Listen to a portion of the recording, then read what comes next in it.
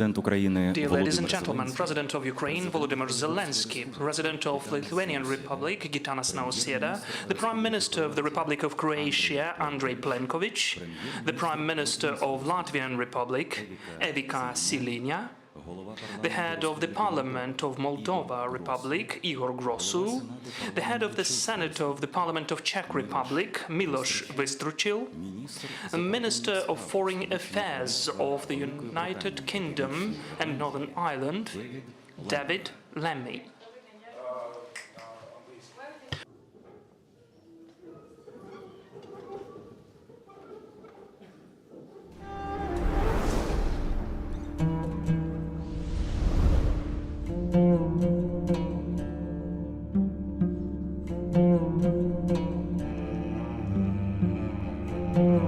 One zone seeks its own.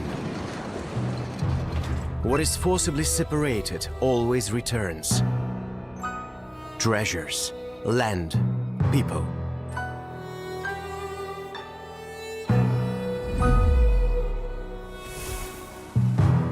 And who comes with the sword will perish by the sword. Наш півострів був вкрадений Росією. Разом з російською окупаційною армією в наш Крим увійшли приниження та знущання з людей. Депортації, репресії, перетворення на військову базу, екологічні злочини. Світ тоді промовчав. Що було далі, ми всі добре знаємо.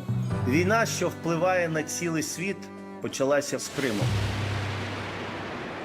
Одна з найпотужніших колон російських військ пішла в наступ з окупованого Криму. На противагу Російській Федерації, яка перетворила Крим на збройний фортпост, ми разом створили Кримську платформу як інструмент щодо захисту власних громадян.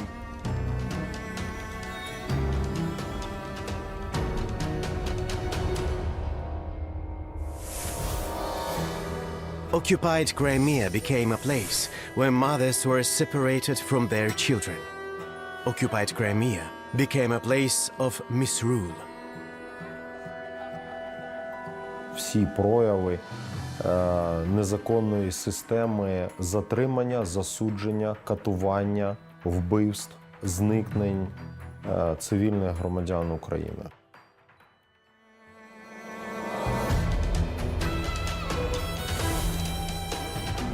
But despite the persecution, resistance grew stronger and flared up with new force. Вся Україна чинила спротив загарбанню. Коли ми побачили деокупацію Херсонщини, багато кримчан повірили, знову повірили, що деокупація близько, що їх врятують. Сьогодні ми працюємо і в повітрі, і в морі, і на лінії фронту, і в тилу ворога на тимчасово окупованих територіях. Сьогодні дуже багато різних здобутків, різних трофеїв. Ми і двічі Кримський міст вразили. І успішне вогневе враження нанесли 11 кораблям. Ми використовуємо безпілотні морські комплекси. Один із самих відомих – це Магура V5. Майже ідеальний дрон камікадзе. Море вже майже повернуте. Над Кримом ми працюємо.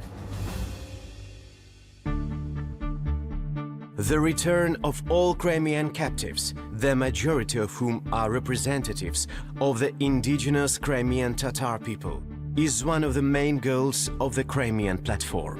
Ми прийняли ряд важливих законодавчих актів, які стосуються відновлення органів публічної влади, тобто яким чином ми, як Україна, бачимо владу на території півострову після його звільнення. Ми запустили кадровий резерв.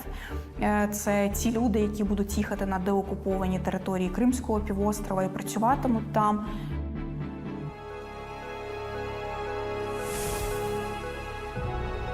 Crimea is also a cornerstone of the peace formula of Volodymyr Zelenskyy. Війни завершуються по-справжньому, чесно, коли зло, яке їх породило, вдається загасити. І саме тому відчуття справедливості, прагнення миру мають йти поруч. Це вимагає, зокрема, не забувати про Крим. боротися за Крим.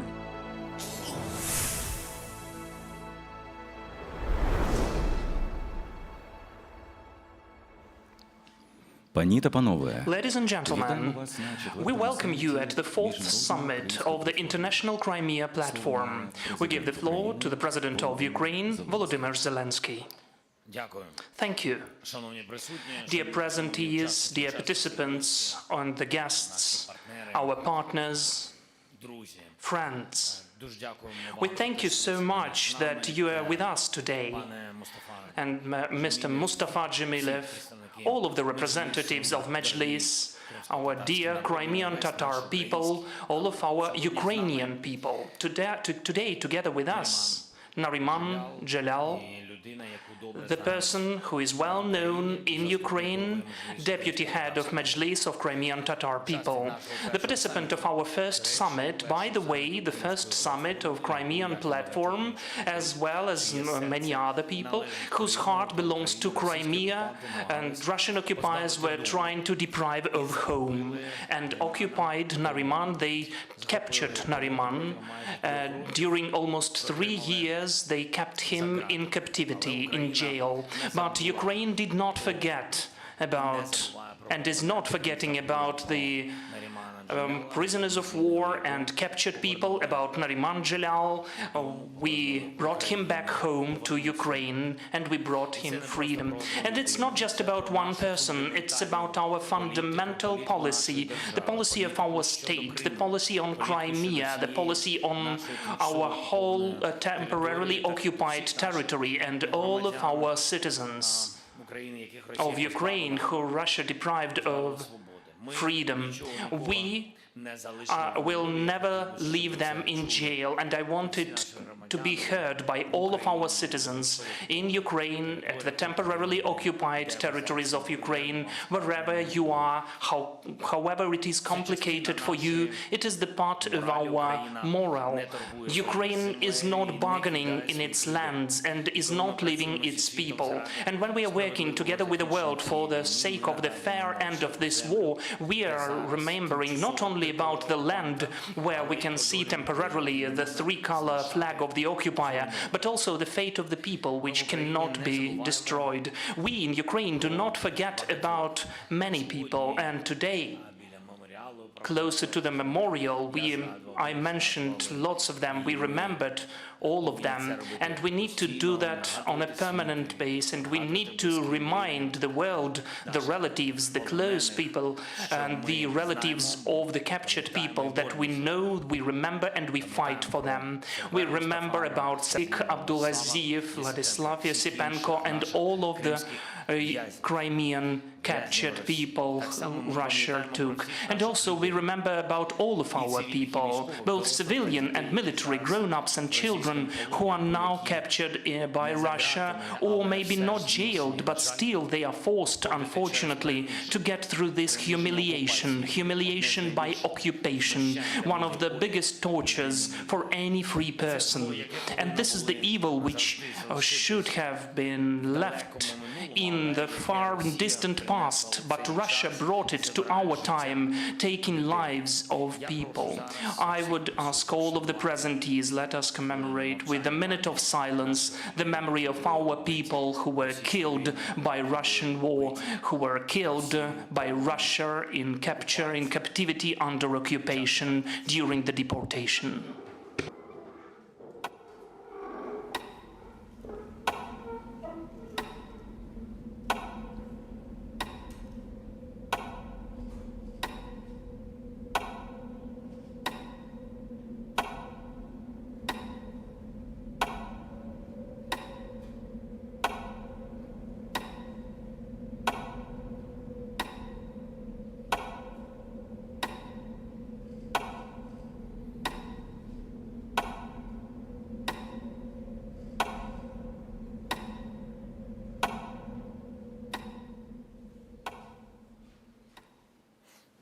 Дякую. Thank you. Просимо сідати. Please take your seats.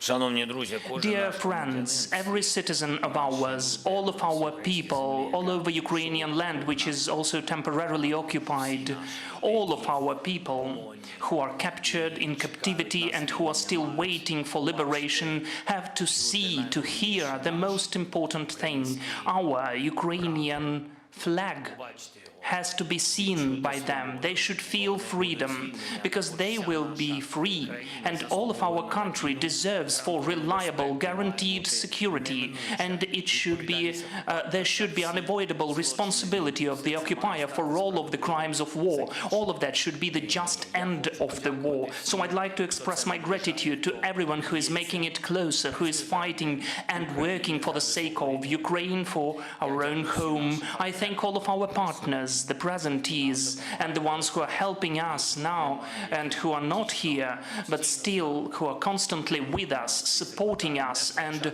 I am appealing for you, don't lose time and don't lose opportunities. I'm speaking to the participants of the Crimean Platform as well. We need maximum of support to bring people back from captivity and to stop all of the Russian tortures. Why the occupied Crimea, in occupied Crimea, they prosecute Crimean Tatars?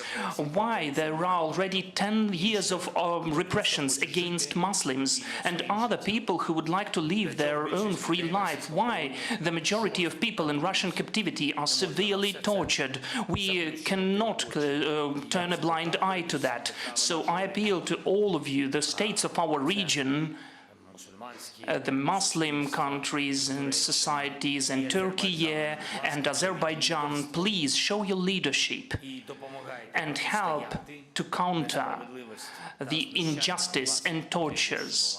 And we need you to be heard. We really need your voices. In particular, we need to counter the evil which is committed by Russia against the Crimean Tatar people. We appeal to the countries which are working on the implementation of the peace formula, and this is already approximately 100 of countries from all of the corners of the world. Convince and persuade your partners who are so far restrained from work together with us. You should convince them that the real peace should not have any alternatives, any frozen occupations, any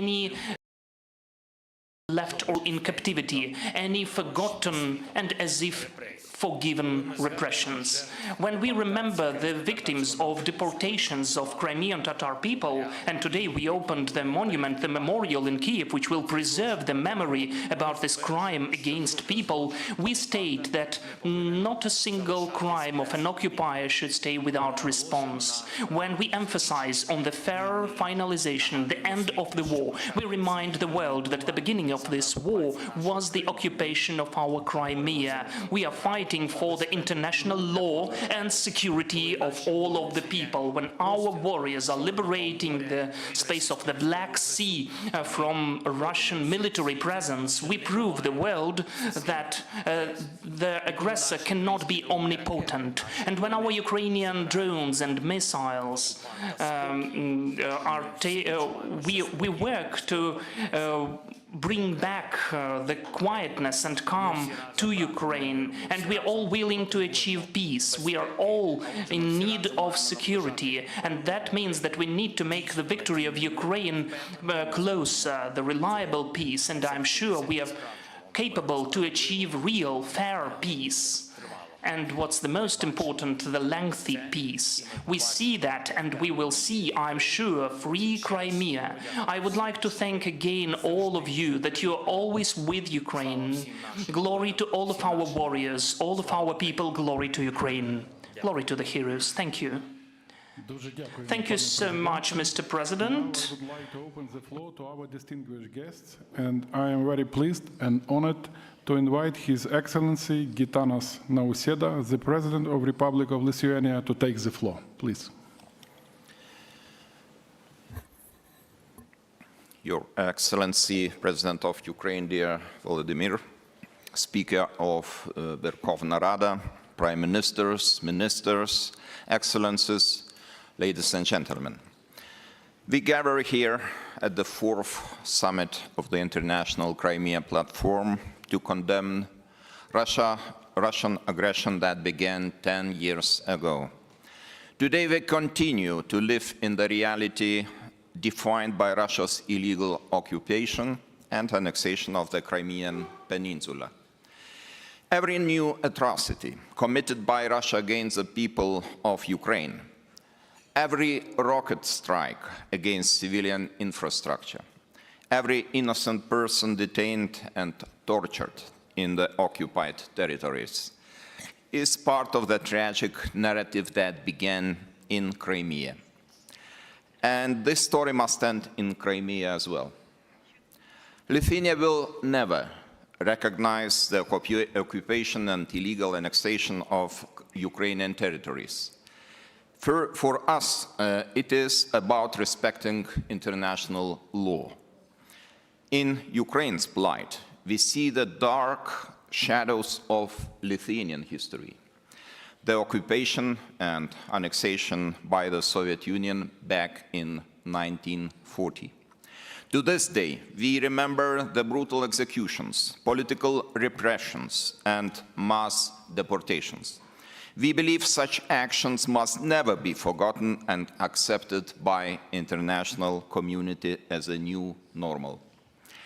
In the first half of the 20th century, the map of Europe was forcibly redrawn once again by totalitarian regimes. We cannot allow Kremlin to do the same in the 21st century. We cannot live in the world where might makes right. That is why Lithuania today is a proud member and active member of the International Crimean Platform. We are ready to support Ukraine's independence, sovereignty, and territorial integrity. We are eager to see all occupied territories liberated. Russia's brutal colonial policies carried out in Crimea include severe restrictions of the rights of local residents, among them the Crimean Tatars, the persecution of dissenting voices, expropriation, constraints on independent organizations, forced conscription in the Russian army, and many more actions by the occupying authorities represent grave violations of international humanitarian law. Russia and its accomplices must be held accountable for the many human rights abuses in the occupied territories, as well as for the genocidal war crimes and the very crime of aggression. For this, we urgently need a special international tribunal. I would like to thank the Office of the High Commissioner for Human Rights for doing a tremendous job monitoring and reporting human rights violations in Crimea. It is my belief that many international organizations, including the United Nations and the Organization for Security and Cooperation in Europe, should be more outspoken about Russia's illegal occupation and human rights abuses in Crimea. Every day and on every occasion, Russia must be reminded that Crimea is Ukraine. Russia's reign of terror in Crimea and other occupied Ukrainian territories must end. Today, Lithuania calls for the immediate release of all Ukrainian citizens, including Crimean Tatars, human rights defenders, journalists, and civic activists who remain illegally detained and imprisoned by Russia. Irina Danilovich, Lenia Umerova, Bohdan Ziza, Enver Krosh, Vilen Temiryanov, Emir Hussein Kuku, Galina Dovgopola, Server Mustafayev, Vladislav Yesupenko, and many others must be set free. Russia must withdraw from all the occupied Ukrainian territories, ending this brutal 10 years war. Until this happens, Lithuania will stand by your side. We will support you for as long as it takes. Slava Ukraini! Thank you, Mr. President. Now I turn to His Excellency Recep Tayyip Erdogan, the President of the Republic of Turkey. Buyurun. Ukrayna Devlet Başkanı Sayın Zelenskyy, saygıdeğer devlet ve hükümet başkanları, değerli Kırım Tatar Türk'ü soydaşlarımız, sizleri en kalbi duygularımla, saygıyla selamlıyorum. Kırım Platformu'nun 4. Liderler Zirvesi'nde sizlere video mesaj yoluyla ulaşmaktan büyük bir memnuniyet duyuyorum. Başta Sayın Zelenskyy ve Kırım Tatarlarının milli lideri Sayın Mustafa Kırımoğlu olmak üzere bu müstesna zirvenin düzenlenmesinde emeği geçen herkese teşekkür ediyorum. Bu seneki zirve Kırım Tatar halkının sürgününün 80. yıl dönümüne denk geliyor. Ana vatanlarından zorla çıkarılan Kırım Tatar Türk'ü soydaşlarımızın maruz kaldıkları trajedinin acısı 80 yıldır dinmemiş, yaraları kapanmamıştır. Türkiye'nin ilk günden beri karşı çıktığı ve tanımadığı Kırım'ın ilhakı yaşanan acıları daha da derinleştirmiştir. Ukrayna'nın toprak bütünlüğüne, egemenliğine ve bağımsızlığına verdiğimiz destek bakidir. Kırım'ın Ukrayna'ya iadesi uluslararası hukukun bir gereğidir. Kırım'ın yerli halklarından olan Kırım Tatar Türk'ü soydaşlarımızın güvenliğinin ve esenliğinin temini de dış politikamızın öncelikleri arasında yer alıyor. Ukrayna hükümetinin Kırım Tatar Türklerinin haklarının güçlendirilmesi için öncülük ettiği hukuki düzenlemelerden duyduğu memnuniyeti bir kez daha ifade etmek istiyorum. Önümüzdeki dönemde Kırım Tatar Türklerinin haklarının pekiştirilmesi yönünde ilave adımların atılmaya devam edeceğine inanıyorum. Kırım Tatar Türkleri kendi ana vatanlarında hür olarak güvenli ve huzurlu bir hayat sürdürme hakkına sahiptirler. Kırım Tatar Milli Meclisi Başkan Yardımcısı Neriman Celal'in yaklaşık 3 yıllık esaretin ardından Haziran ayında serbest bırakılması mutluluk vericidir. Hasan ve Aziz Ahmedov kardeşler dahil tutuklulukları devam eden tüm Kırım Tatar soydaşlarımızın bir an evvel özgürlüklerine kavuşmalarını bekliyoruz. Savaşın Ukrayna'nın toprak bütünlüğü, egemenliği ve bağımsızlığı temelinde adil ve kalıcı bir barışla sona erdirilmesi samimi temennimizdir. Sözlerime son verirken platform bünyesinde yürüttüğümüz çalışmaların Kırım'da, Ukrayna'da ve bölgemizde barışın sağlanmasına yönelik uluslararası çabalara katkı sağlamasını temenni ediyorum. Sürgün edilişlerinin 80. yıl dönümünde ebediyete irtihal eden Kırım Tatar Türk'ü soydaşlarımızın aziz hatıralarını bir kez daha hürmetle yad ediyorum. Hepinize saygı ve selamlarımı gönderiyorum. Kalın sağlıcakla. Thank you, Mr. President. Our next speaker is the Prime Minister of the Republic of Croatia, His Excellency Andrej Plenković. Please. Шановний президенте Зеленський, Dear President Zelensky, dear Volodymyr, dear Head of Parliament, dear Ruslan, esteemed ministers, esteemed colleagues, respected guests, Mr. Jamilev. In the beginning, allow me to emphasize again this important legal principle and fact. Crimea is Ukraine, not Russia. It is also a powerful political message that the International Crimean Platform is going on to implement. The fourth summit is a clear demonstration at the highest level of our joint support for the independence, sovereignty and territorial integrity of Ukraine within its internationally recognized borders. Since its creation, International Crimea Platform has played an indispensable role in raising international attention, mobilizing necessary resources, and deepening our cooperation.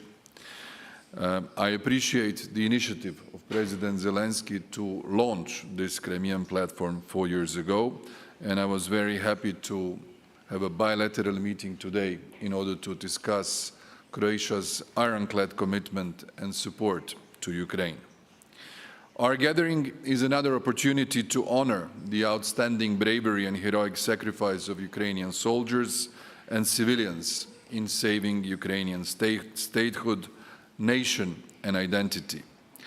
The international community must keep in mind that the plight of Crimea started more than a decade ago, and what transpired since February 2022 was only the latest phase of the Russian aggression against Ukraine, more massive in scale and more brutal in its consequences.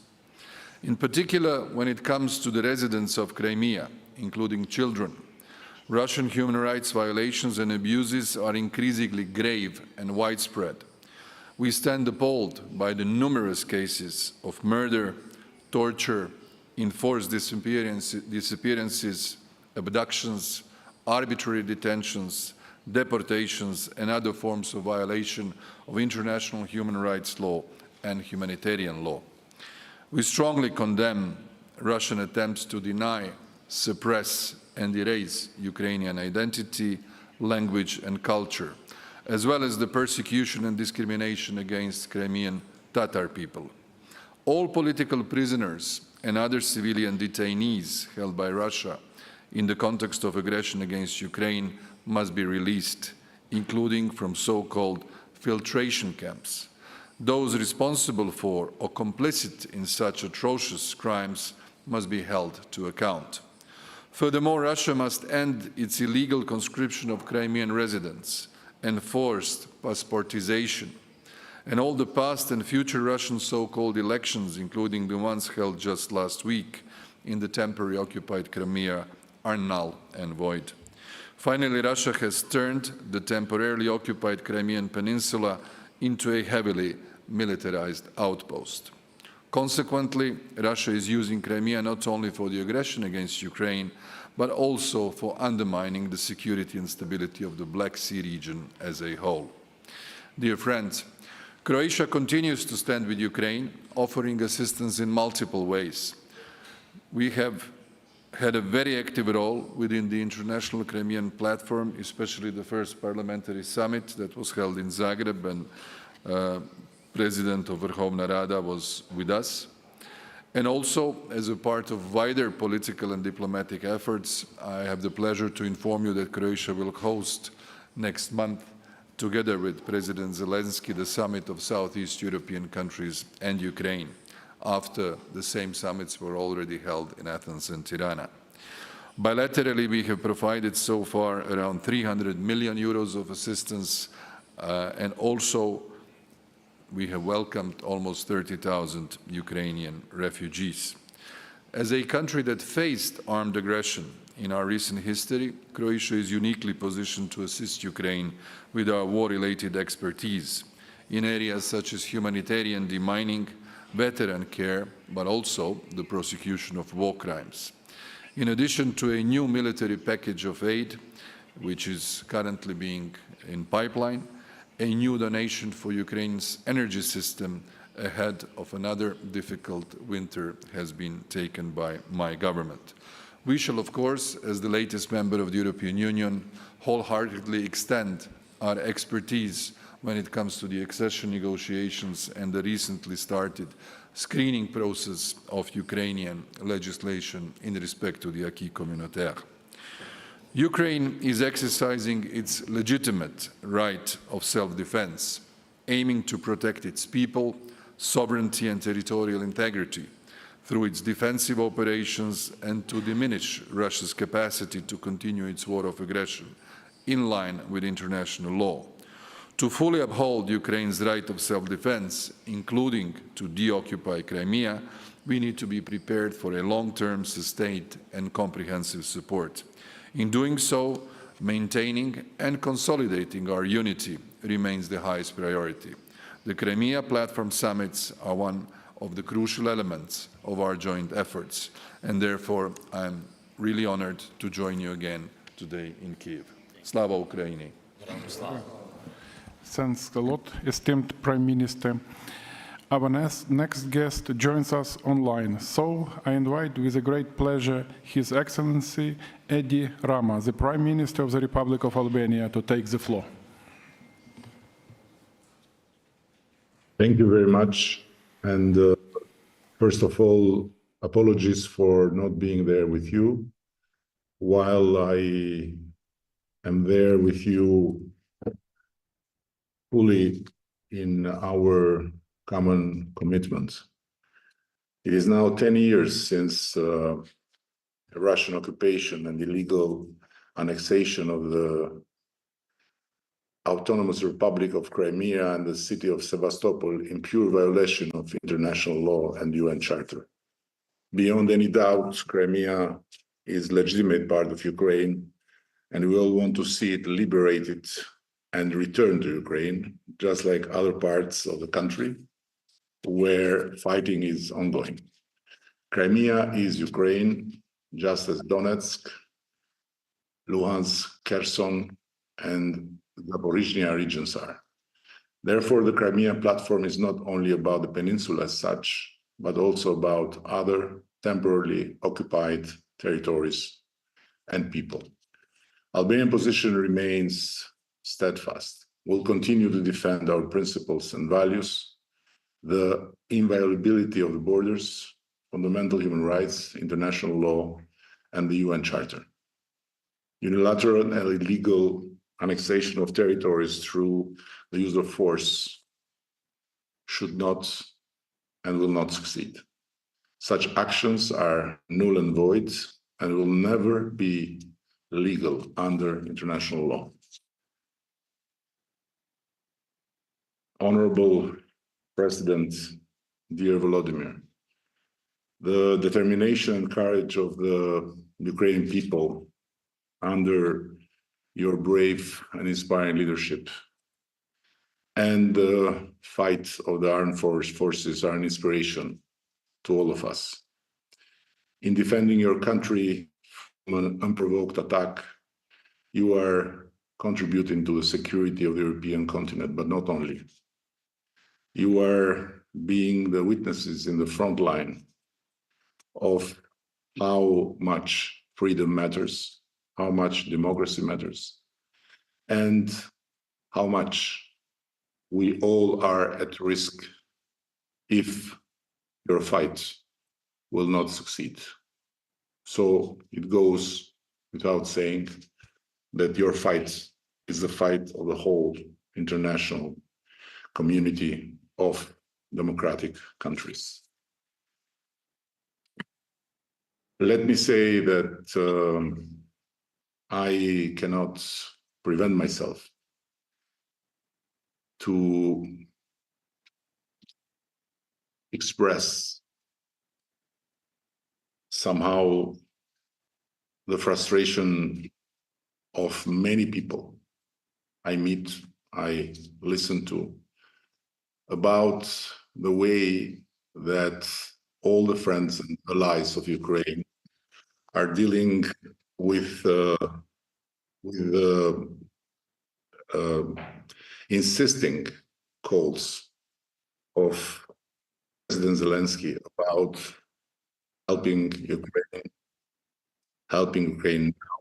helping Ukraine with no delays, helping Ukraine with no red lines, helping Ukraine with everything, because it seems a daily injustice to Ukraine and to the Ukrainian people and to the Ukrainian armed forces that all the pledges, all the commitments, all the agreements are respected with a pace that is not the pace of a side of this war. And when they say a side, it's not just the Ukrainian side, it's our side, our common side. So while we have done and will continue to do what we can, we are very, very much aware that we can't change the destiny of the fight on the ground, meaning Albania. We are small and we don't have power others have to be there by not delaying their armaments, by not delaying everything they have pledged, and by not putting red lines. because it's impossible. And there is no other case in history that a war of this kind can be won if one side, in this case, the aggressor side, is there full in, and the other side is not there full in. This is the truth, and we have to deal with it. Anyhow, is also very urgent to hold accountable those responsible for the war crimes and human rights violations in Crimea and elsewhere. And in concluding, I again want to send a very big brotherly hug to the President and to everyone that is listening to these words, and to assure them that as we always did, as we were very proud and privileged to do also in the Security Council, we'll continue to do our part and we'll be with Ukraine all the way. Thank you very much. Thanks a lot, Your Excellency. Now I am delighted to welcome Her Excellency, Madam Evika Siliņa, the Prime Minister of the Republic of Latvia. Dear President Zelenskyy, dear Vladimir, Chairman of Verkhovna Rada, Prime Minister Plenković, President Nausėda, dear Ukrainians and friends of Ukraine. It's an honor to address you in a person as a fourth Crimean Platform summit here in Kiev. Russia's aggression against Ukraine started in 2014 in Crimea, and unfortunately it continues today. Russia will not stop unless it is stopped and it's forced to run out of its aggressive options. The brave Ukrainian struggle is an inspiration for the entire world. Latvian people remember what it means to live under the evil of Moscow's occupation. This is why we see our mirror of ourselves in Ukraine and in Ukrainians. We see our hopes, our values, and our love for freedom, and the will to resist. Russia must withdraw all its troops and equipment in Ukraine, the same as Russia did in August of 1994, 30 years ago, when the last Russian soldier left the territory of Latvia. Dear ladies and gentlemen, Russia's illegal annexation of Crimea has brought only suffering and misery to the people of Crimea. It started by the fake referendum organized by Russia and in the presence of Russia's military. Russia continues its massive human rights violations in Crimea, and such as forcible transfers of people, forced passportization, suppressing Ukrainian national identity and culture, including even at schools, putting people in jail just for exercising their freedom of expression, violating the rights of minorities, including Crimean Tatars, brainwashing people with propaganda.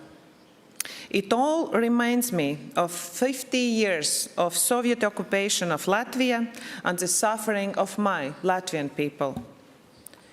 Dear summit participants, Latvians are together with Ukrainians who are on the front lines fighting for their country. In October, Latvia will host the third Parliamentary Summit of the International Crimean Platform in Riga. We have invited the speakers of all platform participating countries to attend the summit. We will continue to consolidate the policy of non-recognition of the attempted annexation of Crimea. We will continue to strengthen the efficiency of sanctions, avoiding circumvention. Our people, public, private and non-governmental sectors continue to help Ukraine as much as possible.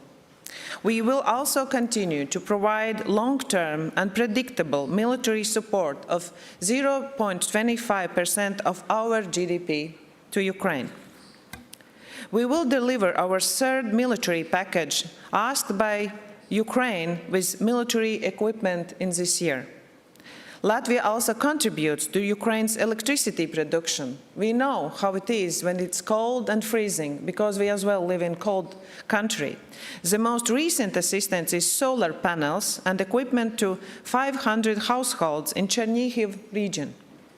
As a member state of EU and NATO, Latvia will continue to support you on the irreversible path of Ukraine joining NATO and EU. We just see you there. We strongly believe that Ukraine's future lies in just peace, security, and prosperity among other allies and partners in Euro-Atlantic community. Slava Ukraini! Thank you, Madam Prime Minister. Our next speaker is the Prime Minister of Italy, Her Excellency Giorgia Meloni.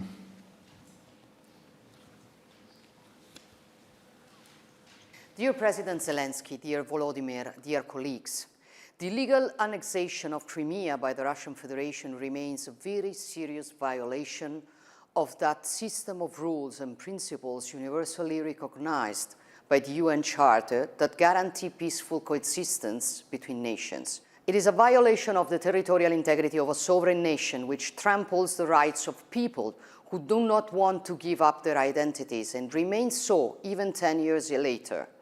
Considering Crimea as a part of Russian territory is a piece of the Russian propaganda that we need to know how to counter, despite the fact that it finds support in some geographical maps circulated even in Western media. Since the start of the Russian invasion, Crimea has also become a base for Russia's deliberate attacks against civilians and critical infrastructures. But Russia has not been able to break Ukraine's heroic resistance, and our cohesiveness and unity for purpose have secured Ukraine the aid it needs in order to defend its own freedom. This is a value which we must cherish if we want peace to be restored in the heart of Europe. Dear Volodymyr, we will continue to stand by your side. Italy will do so also as G7 presidency, because our goal is to put an end to this war and help Ukraine along its path towards a future grounded on peace, freedom, and prosperity. Looking to Ukraine's future also means thinking about its reconstruction, which must be supported in concert with international financial institutions. We intend to do our part, and in 2025, we will host the Ukraine Recovery Conference in Italy. Unity is our strength, and the Ukrainian people can continue to count on us. Thank you. Thank you, Madam Prime Minister. Now, with a great pleasure and honor, I would like to give the floor to the Chairman of the Верховна Рада of Ukraine, Mr. Ruslan Stefanchuk. Прошу вас, пане голово. Дякую. Вельмишановний пане президенте. Thank you, esteemed Mr. President and high guests and presidents, prime ministers, parliamentarian speakers, your excellencies, esteemed participants of this wonderful fourth forum. First and foremost, allow me from behalf of the Parliament of Ukraine express my gratitude to all of the presentees and your countries and peoples for the support which, during all of this time, we are getting from you. I would like to thank each of you that in the speeches of each of you we heard maybe the point for the sake of which we are here, that Crimea is Ukraine, and Crimea is people who are living there and who would like to come back to Ukraine to reunite with us. And this is the foundation for our perception and vision. During the 4 years since the foundation of this summit, the Crimean Platform, which was done according to the initiative of the President of Ukraine, Volodymyr Zelenskyy, it has been transformed into the powerful initiative. And today, everybody knows about this initiative. It unites the international community around itself. It respects the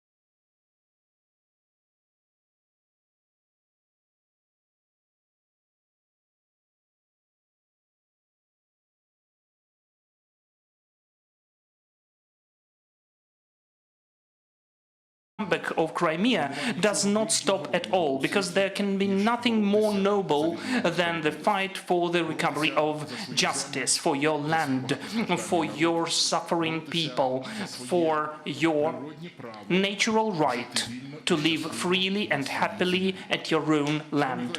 Dear colleagues, after the successful foundation of Crimean Platform, the Parliament of Ukraine has instantly started the active development of the parliamentary track of Crimean Platform, and we are actively taking care for the whole complex of issues connected with Crimea to be substantiated and strengthened in the international parliament life and the expert discourse.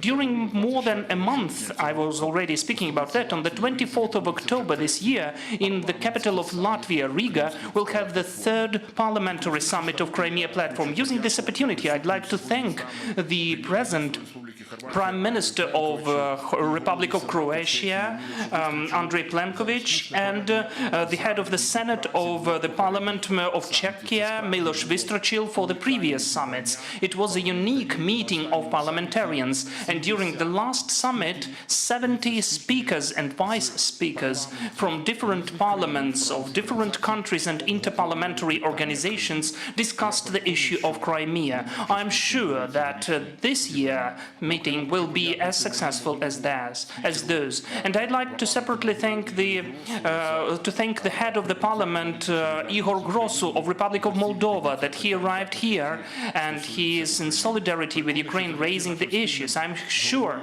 that thanks to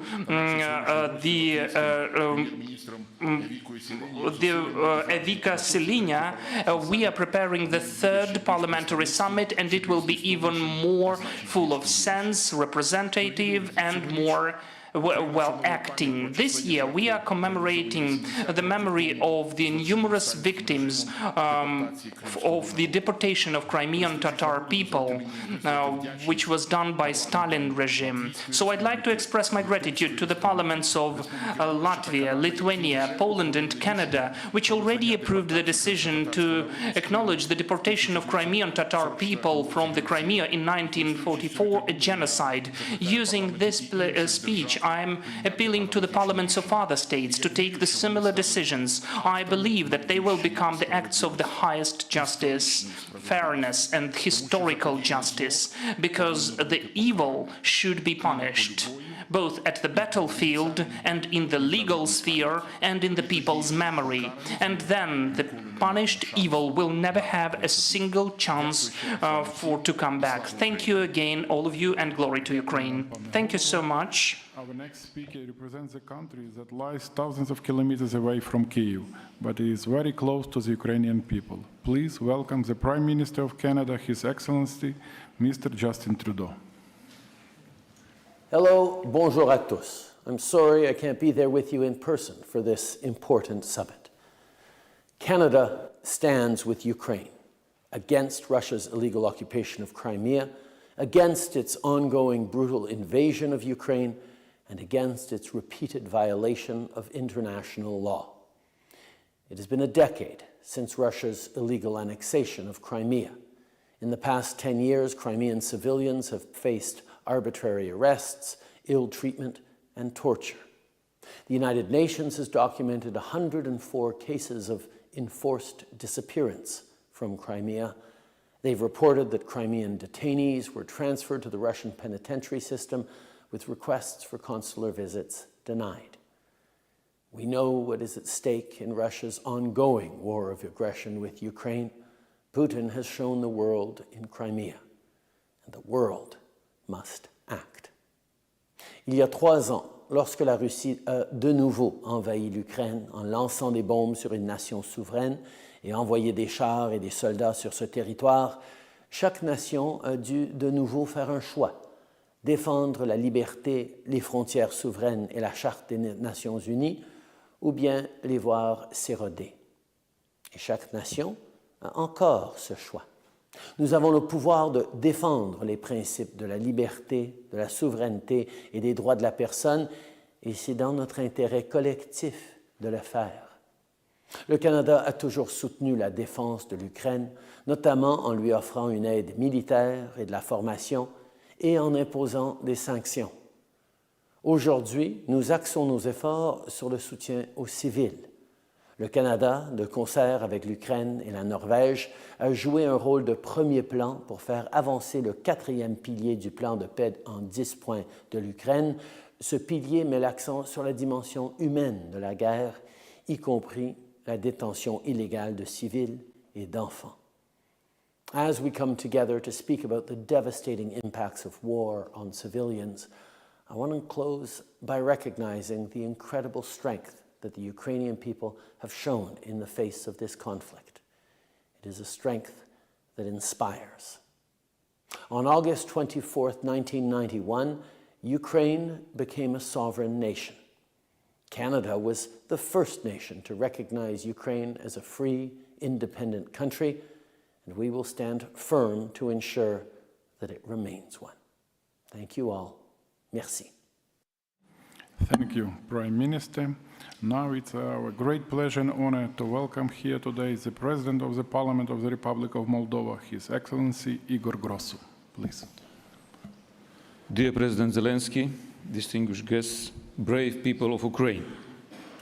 Today I'm here side by side with you in order to thank you again, and I'll do it on every occasion on behalf of the citizens of the Republic of Moldova for the immense sacrifice that your soldiers are making on the battleground, for the resistance you are proving day by day, for the love you have for your country and your great desire that you live in peace and Ukraine stay free and independent.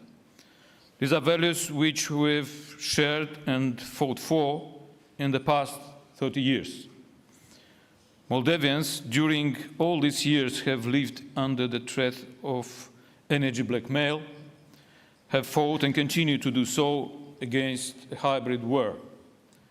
We know what it means to be afraid every day for 40 years, to say what language we speak and what path we want to take.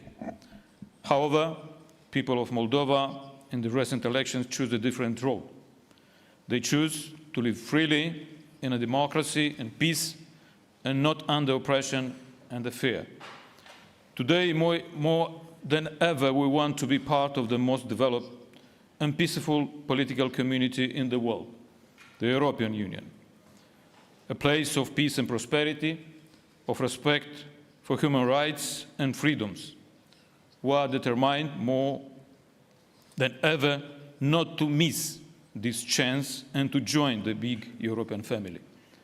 In 2024, the citizens of the Republic of Moldova will have to make the most important decision since our independence, as they are expected to choose the course of the Republic of Moldova in a referendum. After the 24th of February 2022, when the Russian Federation brutally attacked Ukraine, we cannot speak anymore about the choice between the East and the West, but only about the choice between war and peace, between the past and the future. If today in Moldova we have peace, this is only on to the heroism of the Ukrainian people, which are fighting for Europe and its value on the battleground, and we, Moldovans, cannot let anybody down. Through our vote, we shall prove that we want to be part of the world of peace and freedom. Ukraine needs neighbors who are friends, whom it can trust, and with whom it can collaborate. And Moldova stands and will continue to stand by Ukraine. In our security strategy, for the first time, we clearly mentioned that one threat to our national security is the Kremlin's aggressive policy both toward the Republic of Moldova and towards the countries in the region. Its goal is to inoculate fear and mistrust toward the state and its institutions, to sow discord and hatred among citizens. That is why, dear friend of Moldova, I ask you to be by our side and help us fight those who are infringing on our citizens' vote. Dear ladies and gentlemen, I am here today before you to reaffirm our support for the sovereignty and territorial integrity of Ukraine, but also to reaffirm Moldovan's unshaken commitment to restoring peace in Ukraine and Europe. Even if our resources are limited, we are putting in all our efforts to help how we can, including under Ukrainian peace formula. We continue to facilitate cereal export from Ukraine to global markets, and we work to maintain the dynamics, including by opening new transit routes. We received hundreds of thousands of refugees, and we continue to host thousands of families and to help them to get employment. Currently, we have approximately 60,000 Ukrainians benefiting of temporary protection. We joined the international effort to release kidnapped Ukrainian children, including by adopting a declaration in the plenum of the Parliament. Additionally, we adhered to the Register of Damages of the Council of Europe to make sure that the Russian Federation will pay reparations, as that it happening in Ukraine is a genocide. We all are witnesses of atrocities taking place in cities and villages of Ukraine. Just last week, we were shaken by the massacre in the Poltava region and the inhuman attack in the center of Lvov, where 4 members of the same family were cruelly killed. All these deeds must be condemned and the doers must be punished. I take this opportunity to convey condolences to all the families who lost their relatives and friends in this unjust and ruthless war. Ladies and gentlemen, our position remains steady. Crimea is Ukraine. Peace in Ukraine is peace in Moldova and in the European Union. And I am certain that nothing can stop us if we all work together. Slava Ukraini! Thanks a lot, Your Excellency. Now I would like to give the floor to the President of the European Council, His Excellency Charles Michel. Dear President Zelenskyy, dear Vladimir, Excellencies, dear friends, Crimea is Ukraine.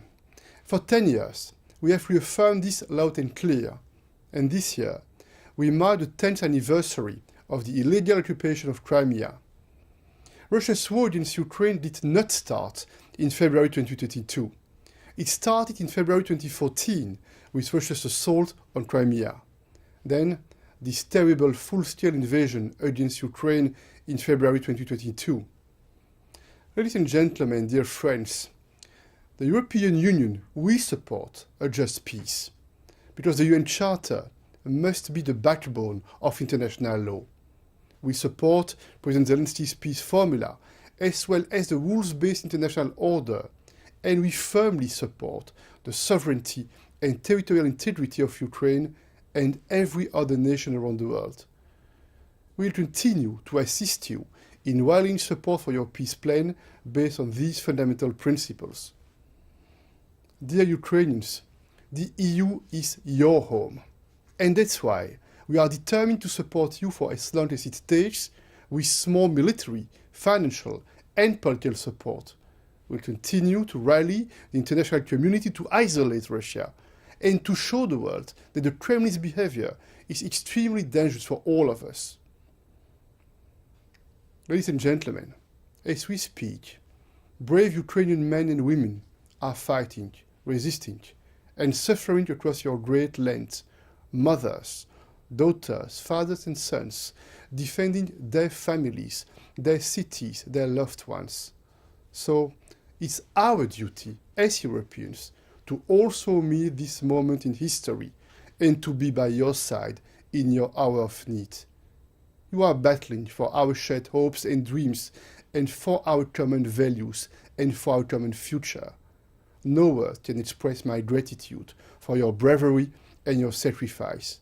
Thank you. Slava Ukraini.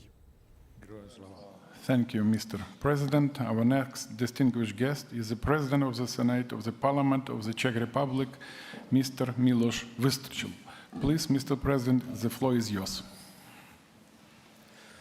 Vážený pane prezidente Zelenský, Esteemed Mr. President Zelenskyy and Mr. Head of the Parliament of Ukraine, Mr. Stefanchuk, and Presidents, Prime Ministers, Ministers, the heads of the Senates, Your Excellencies, the representatives of Crimean Tatars, ladies and gentlemen, the participants of the 4th Summit of International Crimea Platform.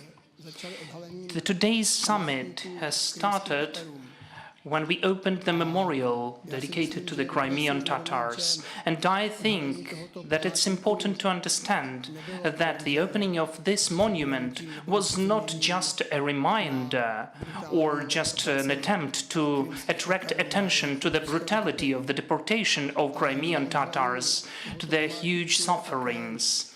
But this opening of this memorial is simultaneously a reference, or maybe the prompt, how we should treat the today's situation. Today, it is 2024. The anniversary since the deportation of Crimean Tatars, because of and 10 years since the beginning of the illegal aggression. So the question is raised, what have we achieved during these 10 years? How we behaved, how we helped Ukraine during these years? In 2021, in 7 years after the beginning of the invasion, we met under the initiative of President Zelenskyy at the 1st Summit of Crimea Platform, and I had the honor to take part in that. I was speaking that we understand the situation of Ukraine very well, because we have had through this Munich agreement, when they decided about us without us. We went under the occupation of the troops of the Warsaw Treaty with the Russian army in 1968. And it leads us to the conclusion that Czech Republic will never acknowledge the annexation of Crimea and will never acknowledge any other attempts to take Ukrainian territory from any country.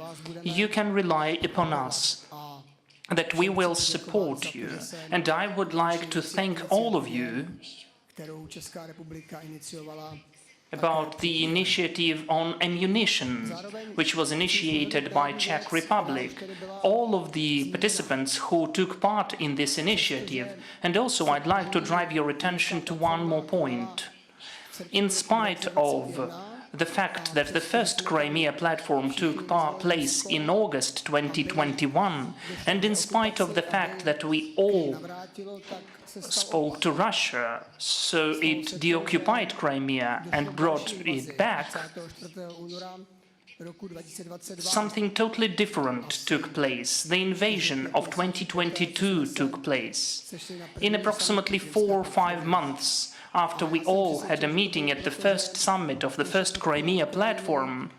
So I'm sure that it took place because our support of Ukraine was insufficient. And if our support is not sufficient in the future, then Russia will not stop. And it is also about today. It's also about how it was about 2022. So our obligation, as I'm sure, is the maximum support of Ukraine, and we need to provide Ukraine with everything it needs, because it's not only in the interests of Ukraine, and not only for the sake of protection of the Ukrainian identity and authenticity, but it is also in the interests of all of the countries which have freedom, independence, and authenticity as its priority. And also we need to spend some efforts. And from the perspective of our countries, we need to be active. Our countries did not go through the war, so that is why our countries today are trying to understand these processes And the ones who are absent here, they still do not understand the essence of the historical processes. So I'd like to appeal to them, I'd like to speak to them, please join this table and support the decisions which will later lead to real and fair peace. Real peace will take place only when, during the negotiations process, we'll have Ukraine, and if it agrees with all of the decisions of the debates about peace, we should remember about that. To conclude, I would like to state that Crimea is Ukraine. And secondly, glory to Ukraine. I am pleased to invite the President of the European Commission, Her Excellency Ursula von der Leyen, to take the floor. Dear President Zelenskyy, dear Volodymyr, Excellencies, ladies and gentlemen, it has been 10 years since Russia began its aggression against Ukraine. Ukrainians had bravely demanded justice, democracy, and a European future. Russia responded with the illegal occupation of the peninsula. It is clear, Crimea and Sevastopol are Ukraine. The European Union will never tire to support the territorial integrity of Ukraine. Only where borders count, there is security and peace for the people. Over these 10 years, Crimea has been a testing ground for the brutal tactics Russia now uses across occupied Ukraine. The tragic echoes of the Soviet-era deportation of Crimean Tatars reverberate today. The disappearances, the torture, the attempted deletion of Tatar culture, and the persecution of journalists and human rights defenders. Europe stands with Ukraine in documenting each and every one of these crimes. Together, we will ensure that justice will be served. For peace without justice is no peace at all. We Europeans want peace as much as Ukrainians do, but a peace that is fair and lasting. True peace is one that ensures war cannot return. A peace that allows people to focus on their future. And this is why Ukraine's integration into the European Union is at the heart of our efforts. Formal accession negotiations were launched this summer in a historic step. Ukraine is joining a large family that will always have your back, like we have had since day one on the full-scale aggression. We have provided Ukraine with over 118 billion euros in support so far.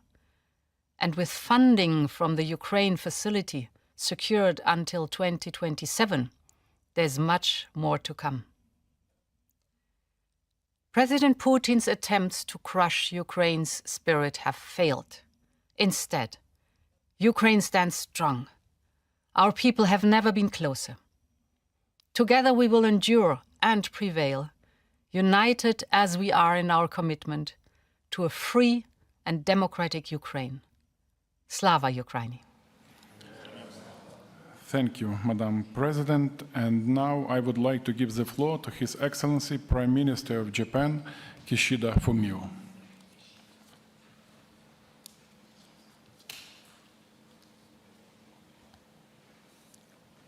日本国内閣総理大臣の岸田文雄です。ロシアによる侵略が継続する中、ゼレンスキー大統領のリーダーシップのもと、ウクライナの人々が祖国と自由を守るため、日々奮闘されていることに敬意を表します。日本はクリミアを含むウクライナの主権及び領土一体性を支持しています。本年6月、スイスで開催されたウクライナの平和に関するサミットに出席し、ウクライナにおいて公正かつ永続的な平和を実現することが国際社会全体を分断ではなく協調の世界に導いていくために重要であると強調しました。この会議の成果を第2回サミットにつなげ、一日も早くウクライナの美しい大地に平和を取り戻すことが重要です。日本はこれからもウクライナの皆様と共に歩んでいきます。Thank you, Excellency. And now it is my great pleasure and honor to invite to take the floor another our esteemed guest, a true friend of Ukraine, the Secretary of State of the United States of America, His Excellency Antony Blinken. Please, Secretary, the floor is yours. Thank you very much. Mr. President, so good to see you, colleagues, leaders, fellow ministers. Crimea teaches us a lot. Crimea shows that the future Putin seeks for all of Ukraine. Crimea shows Ukrainian resilience and what drives it. And Crimea shows what we partners of Ukraine and nations committed to defending international rules and rights, what we must do to respond to Russia's relentless war of aggression. Crimea is a reminder that Putin didn't launch his invasion in February 2022, but over a decade ago, in February 2014.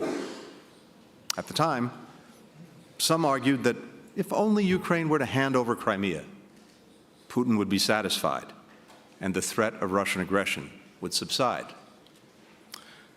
Putin's aggression since that time has punctured that myth, demonstrating that he will never be sated with just part of Ukraine. He wants all of it. He said so openly.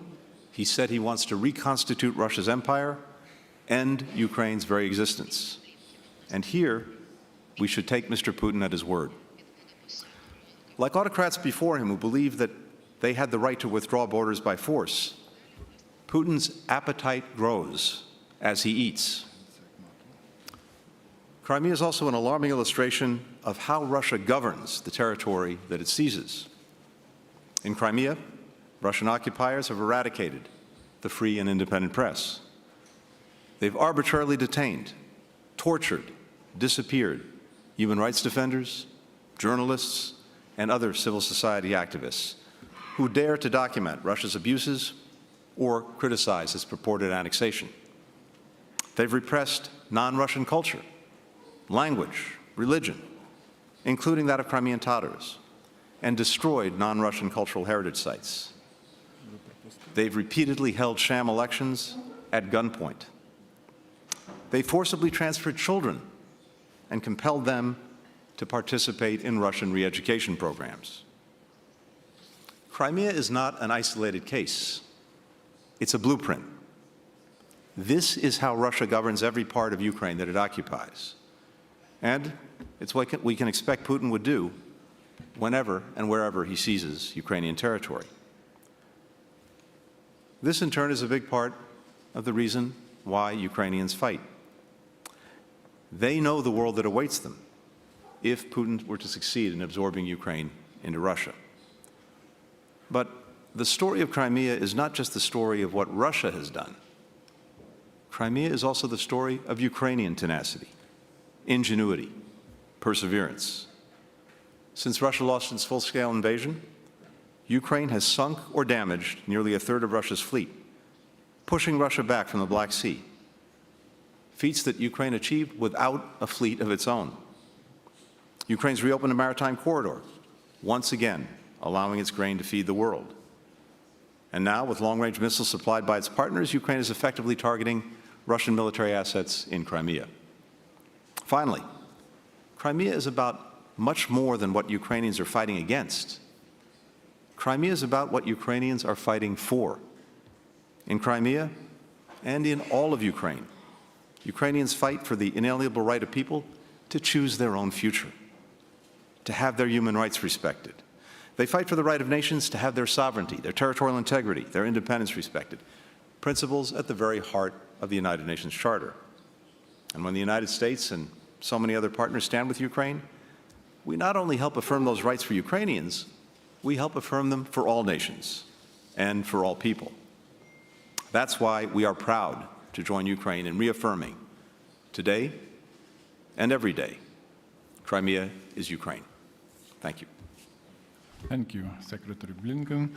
And we are also pleased to have here with us today the Secretary of State for Foreign, Commonwealth and Development Affairs of the United Kingdom and Northern Ireland, His Excellency David Lammy. It is the first visit of the Secretary of State to Ukraine as the head of British diplomacy.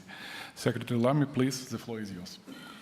Well, thank you, President Zelenskyy, for gathering us here today. This is my fourth visit to Ukraine, but my first as Foreign Secretary, and I'm here to underlie the message of the British people. Britain will remain Ukraine's staunchest friend while Ukraine is at war and in the peace that follows. As you know, this year marks a decade since Russia's illegal annexation of Crimea. This year also marks 80 years since the Soviet mass deportation of almost 200,000 Crimean Tatars from the peninsula, and 250 years since Catherine the Great's defeat of the Ottomans opened up her incorporation of Crimea into the Russian Empire. Such anniversaries remind us that Putin's illegal invasion in 2022 did not come out of nowhere. It was part of a long history of Russian imperialism and in Ukraine, including in Crimea. My ancestors were once taken at the barrel of a gun from the continent of Africa. I feel personally about that battle against imperialism. But that was several hundred years ago, and here we are in 2024 facing down the same oppression. Occupation has not brought Crimeans the peace and prosperity that Putin promised, but insecurity and suffering. 50,000 Ukrainians from Crimea have fled to other parts of the country for safety from the Kremlin. Many who remained have been illegally conscripted into the Russian army, forced to fight Putin's war. Those journalists and civil society activists brave enough to express dissent risk house searches, arbitrary detention, and even enforce disappearances. Those detained face torture, ill-treatment, with reports of mock executions, electric shocks, and sexual violence. And the Kremlin has forced Crimea to play a leading role in its assault on the rest of Ukraine, passing off over 4 million tons of looted Ukrainian grain as Russian and then selling it to third countries via Crimean ports. Since coming to power, the new British government has matched our words of support to Kyiv with tangible actions to help Ukraine to defend itself. We've committed £3 billion of military support to Ukraine every year until 2030, or for as long as it is needed. We've opened new repair and overhaul facilities in Ukraine to return artillery to the front line. We've brought together 44 countries in the EU to commit to tougher action to tackle Russia's shadow fleet, and we've offered support to Ukraine to ensure Russians accused of war crimes are brought to justice. Imperialism can never triumph. Crimea will be free, Ukraine will be free. A fair and just peace is achievable, provided we, Ukraine friends, show the courage to stay the course. Slava Ukraini. Thank you, Excellency. Before I give the floor to our next speaker, I would like to draw your attention to the screen.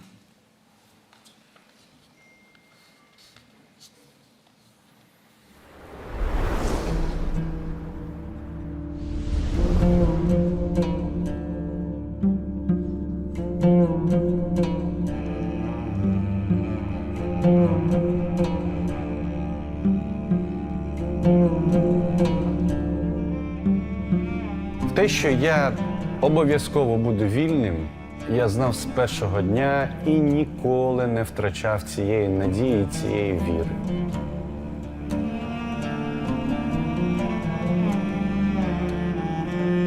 Я готовий був відсидіти всі 17 років, але дочекатися того, коли я вийду за ґрат і повернуся додому. Я взяв просто на себе цю відповідальність говорити від імені і, власне, кримсько-татарського народу, і від імені всіх тих українців, які в Криму не сприймали окупацію, не сприймають її і сьогодні.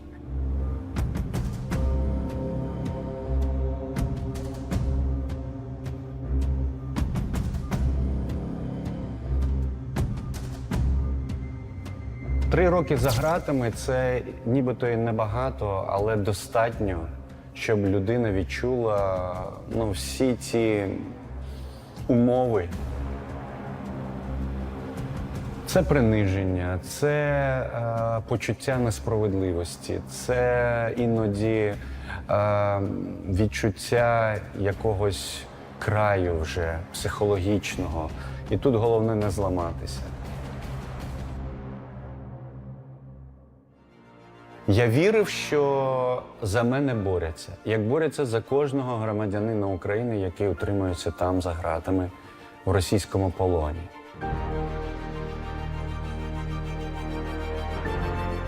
Ніколи не забуду той день. Навіть люди, які потім там були, вони кажуть, ти просто нібито якоїсь живої води попив. Перші дні навіть спати нормально не міг.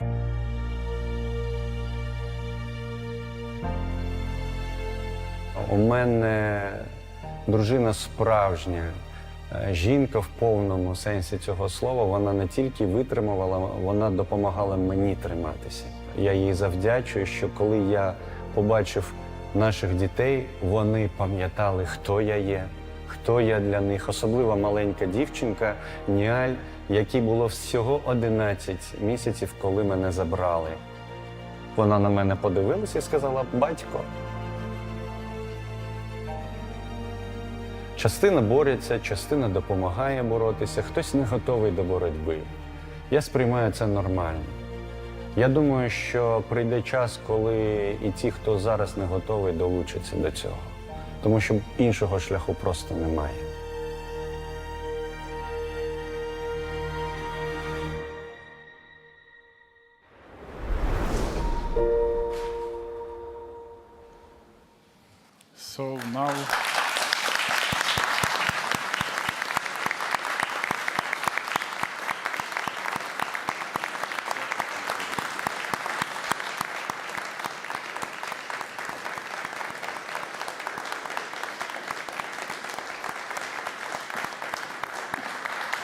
So now I have an extreme privilege to invite to the floor Mr. Nariman Celal, Deputy Chairman of the Majlis of the Crimean Tatar people, who recently has been released from the Russian captivity. Pане Наріман, запрошую вас до слова. Пане президенте, шановні гості. Dear President, dear guests, as a representative of the Crimean Tatar nation, I will speak in my home language.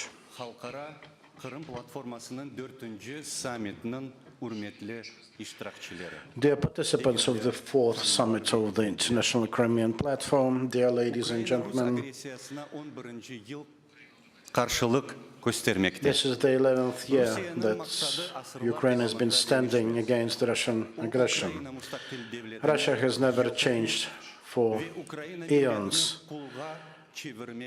She remains hell-bent on destroying the Ukrainian nation, enslaving its people. In the fight for independence, the Ukrainian people stands for the values and principles enshrined in the UN Charter and international law. Truly, Ukraine wants reconciliation and peace much stronger than others, but it should not be done at the expense of one's consciousness or independence. Because of that, Majlis of the Crimean Tatar people, as the representative authority of Crimean Tatars, supports The peace formula suggested by the President of Ukraine. We demand releasing all the Ukrainian POWs and civilians detained in Russian prisons. We call upon you to do as much as you can to make this possible. Russia must take all of its troops out of the territory of Ukraine and reconfirm the territorial integrity of Ukraine. Within its internationally recognized borders, we are confident that any international proposals for Ukraine to reach peace by releasing some of its territories, the Crimea included, will not be the case because they will not lead to the true and desired peace. Systematic infringements of human rights, political oppression against everyone in disagreement with the Russian occupation is a huge injustice, primarily in the eyes of the core Crimean Tatar nation. From the first days of the Russian occupation of the Crimean Peninsula, it were Crimean Tatars who were the most consolidated in their support of Ukraine's independence. Since then, they've been subjected to some brutal oppressions from the Russian occupation forces and government.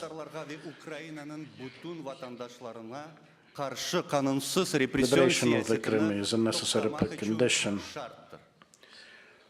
for the stopping of Russia's oppressive policy against the Crimean Tatars and other nations. We should not be limited by that, though. The peace formula says about restoration of justice, and the Majlis of the Crimean Tatars is convinced that the liberation and the reintegration of the Crimea should go parallel with the restoration of rights, also political rights of the Crimean Tatars. The liberation of the Crimea has to guarantee free and unimpeded development for the Crimean Tatars, proper protection of rights and freedoms of all the Ukrainian nationals. I would like to express my gratitude to the President of Ukraine for his support of initiatives to restore and enhance the rights of core nations. Dear President, we hope that you will continue working with us in this direction. I do hope for it indeed. I'm very much convinced that restoring the rights of the core Crimean Tatar nation will contribute to better territorial integrity and strength of the Ukrainian nation, as it will be contributing to the democratic developments in our country. It will also spell an end to the long history of genocide against our people. This is about restoring the justice in this matter.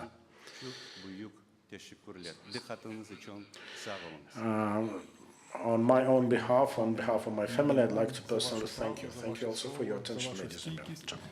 Nariman Jalal was our last speaker of this panel. So I would like to once again thank you, President of Ukraine Volodymyr Zelenskyy, esteemed Chairman of the Verkhovna Rada Ruslan Stefanchuk, and of course our esteemed guests and participants for your valuable contribution to our summit, and announce a short break before we continue with our next panel in this room at 15 o'clock.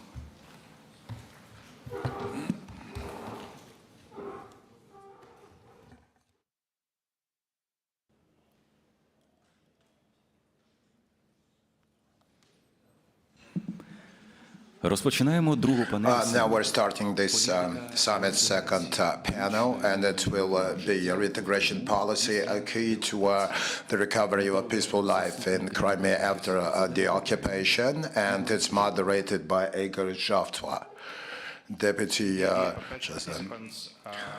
I'm pleased to moderate this second panel of the fourth Crimean Platform Summit, where we will talk today about the reintegration policy as a key to restoring peaceful life in Crimea after the deoccupation. I have the honor to immediately give the floor to the Prime Minister of Ukraine, Mr. Denis Shmyhal. Pане Прем'єр-міністр. Thank you. Шановні учасники саміту, шановні захисники. Dear participants of the summit, dear defenders and dear colleagues, dear friends, dear ladies and gentlemen. It was 10 years ago that in 2014 Russia started its military aggression against Ukraine. 10 years ago, Russia occupied Crimea, and thus shaking all the security architecture in Europe, and it was Crimea where the war of Russia against Ukraine started. And it was at that time that in March 2014, the Crimean Tatar activist Rashad Ahmedov was tortured to death by the Russians, which was the first victim of this war. And at that time, in March 2014, the first Ukrainian military person, Sergei Kokorin, was killed, and in 2014 Ukraine had no power to on its own stop the aggression, and the world decided to ignore the aggression. And in 8 years, in 2022, the sole permissiveness turned into the second biggest war since World War II. This timeline has showed us what is Russia. Russia is a regime that feeds on war. So our only option today is struggle and win together. We know that today, in 10 years after the beginning of the Russian-Ukrainian war, we have reliable allies that will not with us as I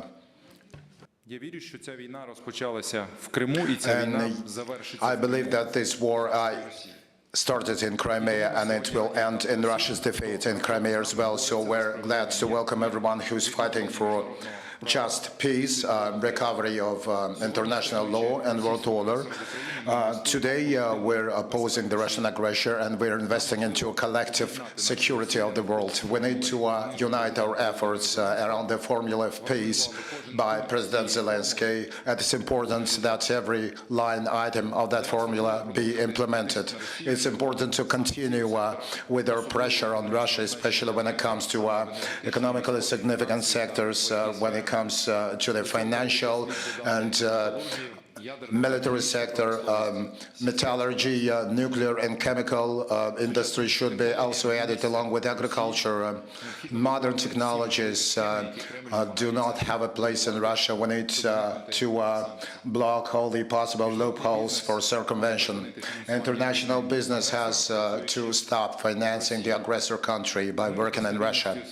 And we can only achieve this if we reduce Russia's economic capacity to continue this war and use its economy. Therefore, another element of justice is punishment to the aggressor, and these two elements are interconnected. The freezing of Russian assets should be the main resource for Ukraine's recovery. In the last 2.5 years, we've gone a long way in this direction, and the decision of G7 that the frozen assets should work towards Ukraine's victory. $50 billion will be the proceeds that are expected that we're going to get, that will contribute to our economic recovery. What Russia has destroyed will be restored.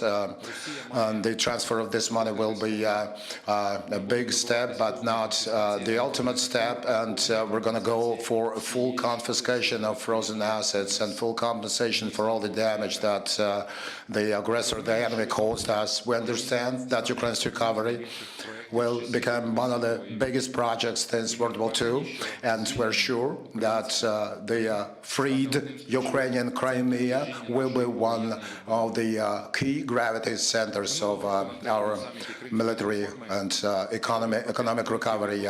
Last year, I mentioned 5 line items for the recovery of the Crimean Peninsula, and that will be a transformation of Crimea into one of the tourism pearls in Europe. That will be the inclusion of this peninsula into a network of transport corridors that unite Europe, Asia, and the South. And this is also the building up of energy infrastructure, especially focusing on the energy of wind and sun, and also the sea shelf. That will be the recovery of a local agrarian potential capacity, and also the transformation of Crimea into a powerful IT cluster. Today, all these areas still remain absolutely relevant, but I only want to add just one more line item to that list, and that's the inclusion, together with the rest of Ukraine's territories, into the EU and NATO. I'm sure that this purpose, this goal will be a reality as a must. Dear friends, dear ladies and gentlemen, it's very important that we have inclusive support from you to stand in this struggle. This will make closer the moment of liberation of our territories, including Crimea. Financial support caters for the stability of our economy, keeping basic social guarantees and recover. That allows us our destroyed cities and villages. We're grateful to everyone who gives us such support. That's an investment into safe and peaceful Europe. That's investments into the world order, where they respect everybody's borders and international law. As long as Russia is continuing this bloody aggression and keeps controlling part of the Ukrainian territories, the world cannot feel safe. We need your unity, we need your determination, and we need your assistance to stand together and to achieve just peace. The aggressor must be responsible for their crime, and Crimea will return to Ukraine. And glory to Ukraine. Thank you very much. Thank you very much, Mr. Prime Minister. Our true friend and ally, with whom we share long and successful history of cooperation in realizing this ambitious goal, of which Prime Minister was saying, membership to North Atlantic Alliance. NATO Secretary General Jens Stoltenberg.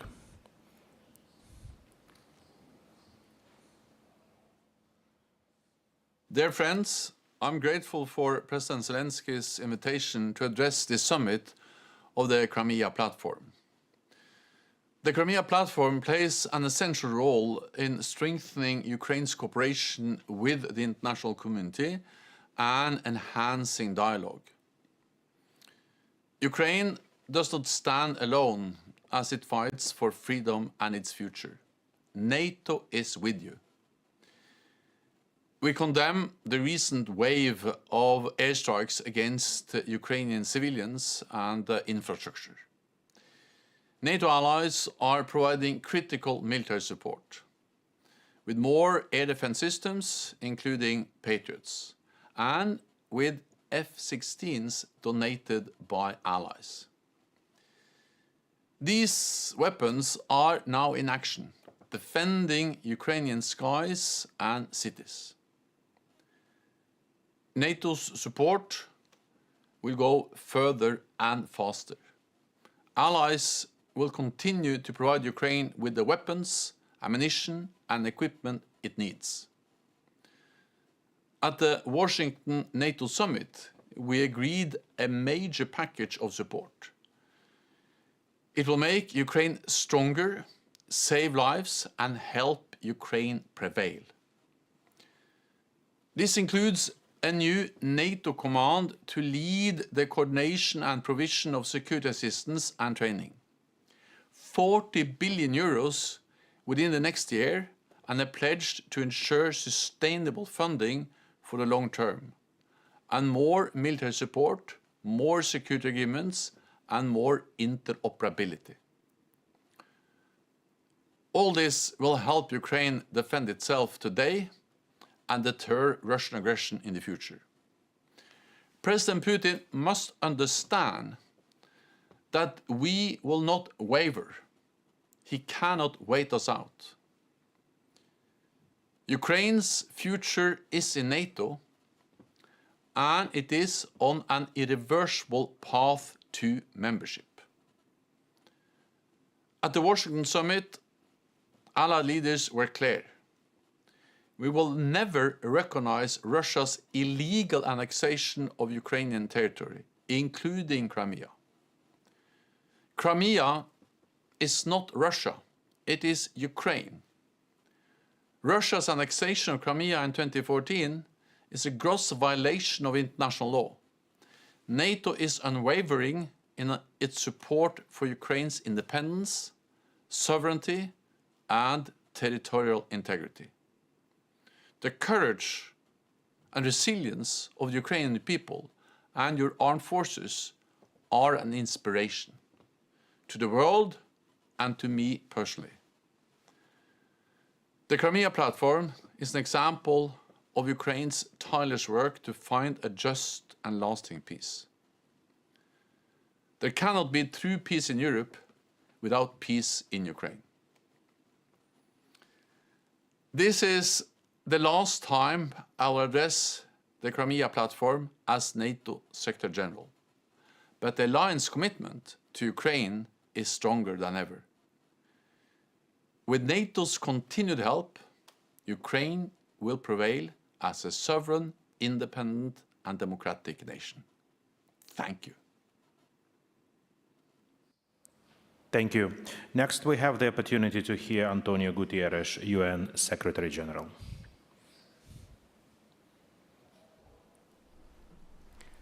Early this year, we marked a decade of conflict in the east of Ukraine and 10 years since the occupation of Ukraine's autonomous Republic of Crimea and the city of Sevastopol. Respect for the territorial integrity of states is a fundamental pillar of international law and the cornerstone of the UN Charter. The General Assembly has repeatedly reaffirmed this foundational principle. I reiterate that with respect to the status of the Autonomous Republic of Crimea and the city of Sevastopol as part of Ukraine, and all of Ukraine's temporarily occupied territories, the United Nations continues to be guided by relevant General Assembly resolutions, including Resolution 68/262 on the territorial integrity of Ukraine. The United Nations is committed to sovereignty, independence, unity, and territorial integrity of Ukraine within its internationally recognized borders, extending to its territorial waters. As requested by the General Assembly, I have continued to issue reports on the situation of human rights in the temporarily occupied territories of Ukraine, including the Autonomous Republic of Crimea and the city of Sevastopol. The Office of the High Commissioner for Human Rights will continue to closely monitor the human rights situation. And we will all continue to keep working for a just, lasting and comprehensive peace in line with UN Charter, international law and resolutions of the General Assembly. Thank you. General, with hopes for even stronger involvement of the UN into bringing Ukrainian Crimea back to Ukraine. And now I'll give the floor to Alexander van der Bellen, Federal President of the Republic of Austria.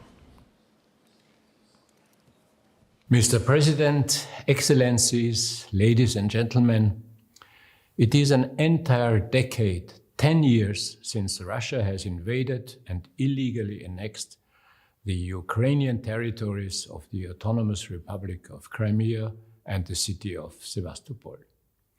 For 10 years, we have been witnessing grave violations of human rights committed by Russia, the ongoing militarization of the peninsula, the forced passportization, the suppression of Ukrainian identity and language, and the persecution and discrimination of the indigenous Crimean Tatar people.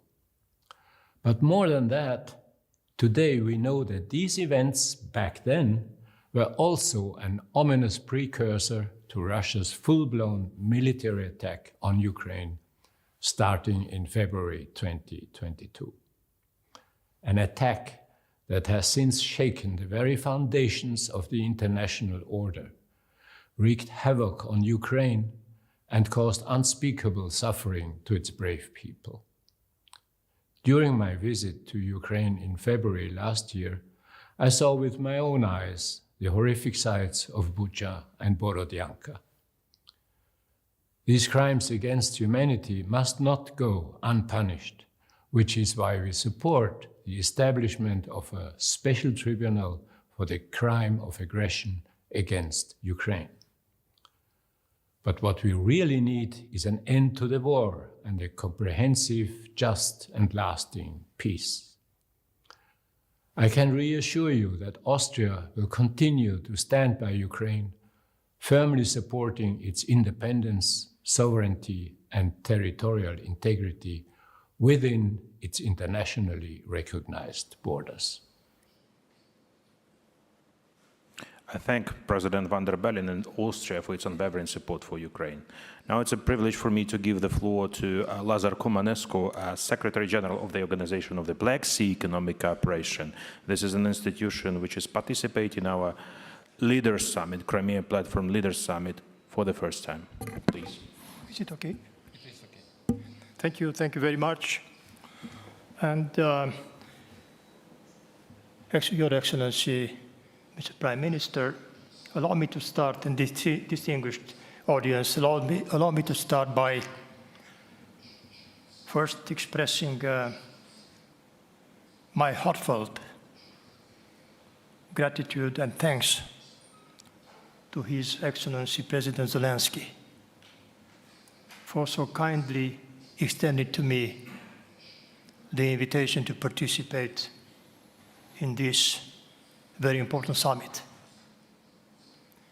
It is very important. It is the summit, Crimean Platform Summit. It is a very important summit, of course, from the perspective of Ukraine's territorial integrity.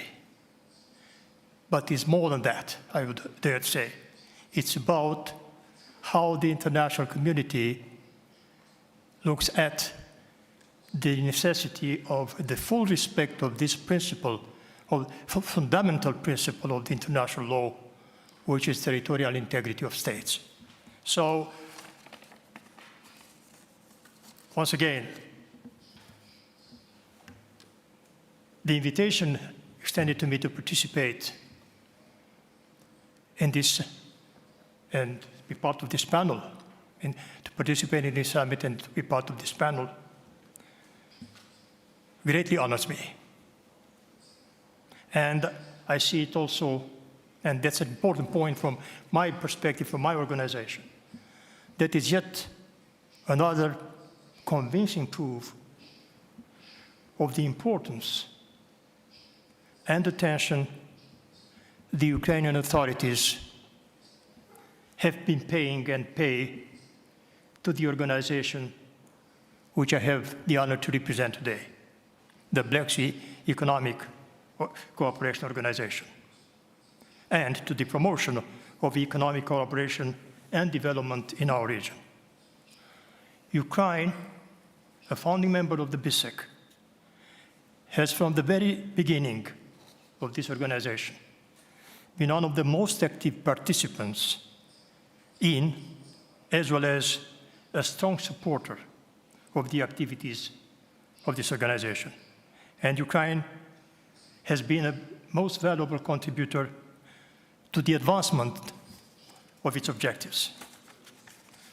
And thanks to this unwavering support, and also to the constructive attitudes by all member states of the BISEC, and despite the war waged on Ukraine's territory, our organization has been able to navigate through the troubled waters of the last couple of years, and even take important decisions that define the priority areas and direction of actions for the years to come, aimed at further enhancing the economic cooperation in the BISEC region.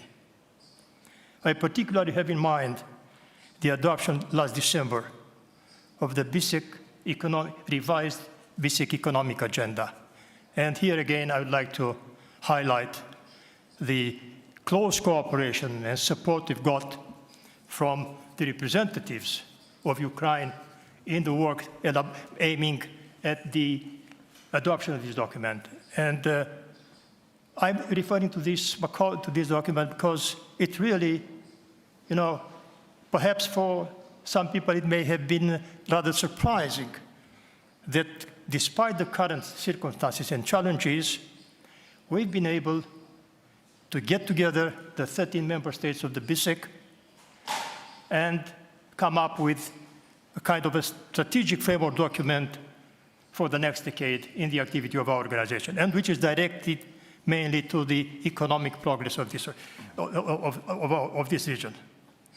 So that is why, having that in mind, I would also like to mention the fact that every effort should be made towards bringing back peace and cooperation in this region. And I here want to stress that it can only be obtained if any action and initiative is in full line and respect of the principles of the international and rules of the international law taken in their integrality. All of them need to be fully observed. And I'm confident, after listening what has been already said today, and I'm sure that that would be the case for the next panels, I'm confident that the deliberations of this summit will bring an important contribution to make advances in this objective. As for BISEC and the BISEC permits, we stay committed and determined to contribute as much as possible to such efforts, in accordance, of course, with our mandate and acting under the guidance of the member states. Particular attention will be given to the economic recovery and post-conflict reconstruction in the region. We are working closely in this respect with the Black Sea Trade and Development Bank so as to advance in the nearest possible future concrete proposals and projects to bring our contribution, albeit a modest one, to the efforts and the efforts to, how to say, to cover the very important needs Ukraine has in this respect. And with this, I would conclude, but before that, allow me to express once again my hope and confidence, actually confidence, that this summit can really and significantly contribute to the efforts aimed at bringing back an atmosphere of peace and cooperation so much needed in our region. Thank you very much. Thank you, Secretary General. Thank you for your support and your personal presence here today with us. Ladies and gentlemen, Crimean Platform is spreading its activity to each and every continent of the world, so now we are moving to Latin America. Costa Rica is a country which is consistently participating in each international format which President suggests. I'm talking about Peace Summit, I'm talking International Group on the Tribunal, and certainly in the Crimean Platform. And this is a good example for the countries of this region. I'm honored to give the floor to President of Costa Rica, Rodrigo Chavez Robles. Excellencies, dear colleagues, on behalf of the government of Costa Rica, I would like to thank Ukraine for inviting me to address this high-level audience. In the face of enduring geopolitical tension and conflict, the Crimea Platform stands as a vital initiative championing the sovereignty and territorial integrity of Ukraine. The coalescence of international support, including the commitment of countries like my own, Costa Rica, underscores both the global recognition of Ukraine's plight and the shared responsibility in upholding international law and order. Ukraine's efforts to reclaim its territories and protect its citizens are not merely acts of national interest, but they are supported by foundational international legal principles and moral values. I hereby reaffirm the unwavering commitment of the Costa Rican government to continue working with you all through this platform to defend Ukraine's independence, sovereignty, and territorial integrity within its internationally recognized borders. As a country with a deep-seated commitment to peace, democracy, and international law, Costa Rica's support for Ukraine is rooted in our own historical values and principles. Notwithstanding our geographical distance from Ukraine, we, Costa Ricans, have consistently voiced our condemnation of the annexation, and we will continue supporting international efforts to hold violators accountable. My country supports diplomatic efforts to restore Ukraine's territorial integrity, and therefore we reiterate our commitment to the policy of non-recognition of the illegal annexation of Crimea and the Donbas region. There could be no real peace without justice, and Costa Rica will also continue calling for accountability for the grave violations of human rights, attacks against civilians and civilian infrastructure, filtration operations and forced deportation, among others, committed by the invading country. All perpetrators should be held accountable. Lastly, I wish to convey my profound admiration for the unwavering resilience of the Ukrainian people.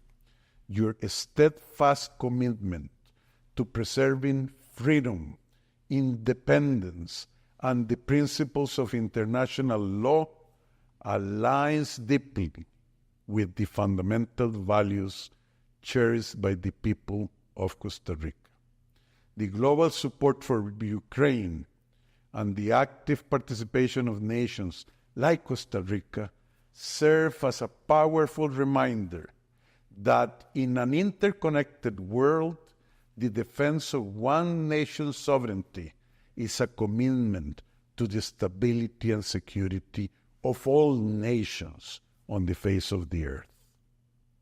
Thank you very much. Thank you, Mr. President. Back to Europe. We now have the opportunity to listen to the address of a country, neighbor and close friend of Ukraine, President of Poland, Andrzej Duda.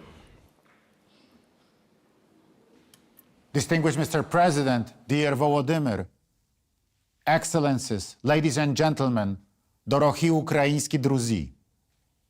The fourth summit of the Crimea Platform marks the 10th anniversary of the illegal annexation of Crimea by Russia. Today's meeting is an important symbol that the world remembers and will not forget. It also serves as an opportunity for all of us to state clearly that the issue of Crimea is not indifferent to us, and that we will not be indifferent to the obvious violation of international law and of Ukraine's territorial integrity. The illegal annexation of Crimea and Sevastopol in March and April 2014 revealed the true criminal face of Russia and Vladimir Putin. These actions were, in fact, a prelude to the events we have been witnessing since 2022. Already then, 10 years ago, the world could see Russia's true intention towards Ukraine. That is, the annexation of Ukrainian territories and the destruction of Ukrainian culture and language. Unfortunately, the world watched but did not see. It listened but did not want to hear. Poland and other Central European countries have known this face of Moscow. Russia has centuries of imperialist and colonizing traditions.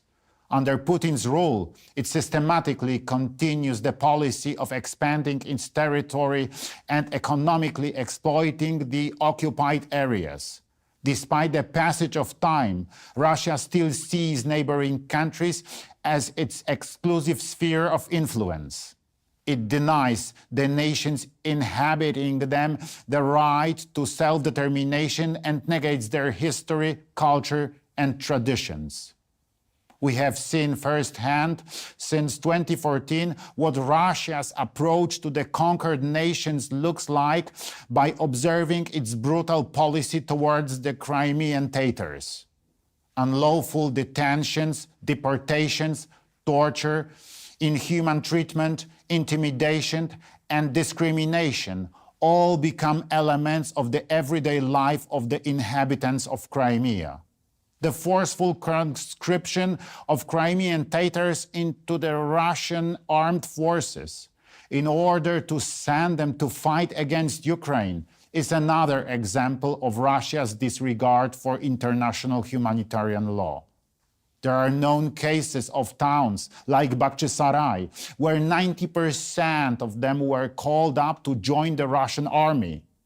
It is extermination in installments. It has to be stopped as soon as possible. Therefore, we have to stay strong and united in solidarity with Ukraine. We must ensure that the Kremlin faces a strategic defeat. Russia must be held accountable for the damage it has caused. It will happen only if we increase the cost of this war for Moscow by further weakening its military-industrial base and striking at the heart of its economy. We must also make sure that sanctions and economic measures strike where it hurts the most. I've said it more than once, but I will say it again today. Crimea is Ukraine, and it will remain Ukrainian. Thank you very much. Thank you, Mr. President. I'm now pleased to give the floor to Tamila Tasheva, a permanent representative of President of Ukraine in the Autonomous Republic of Crimea. Dear participants of the summit, dear friends and colleagues, it's been 10 years since the illegal occupation of Crimea by Russia is going on, and the full-scale war has touched every corner of our country. Crimean occupation was the beginning of Russian aggression, but now we can say its actual scale.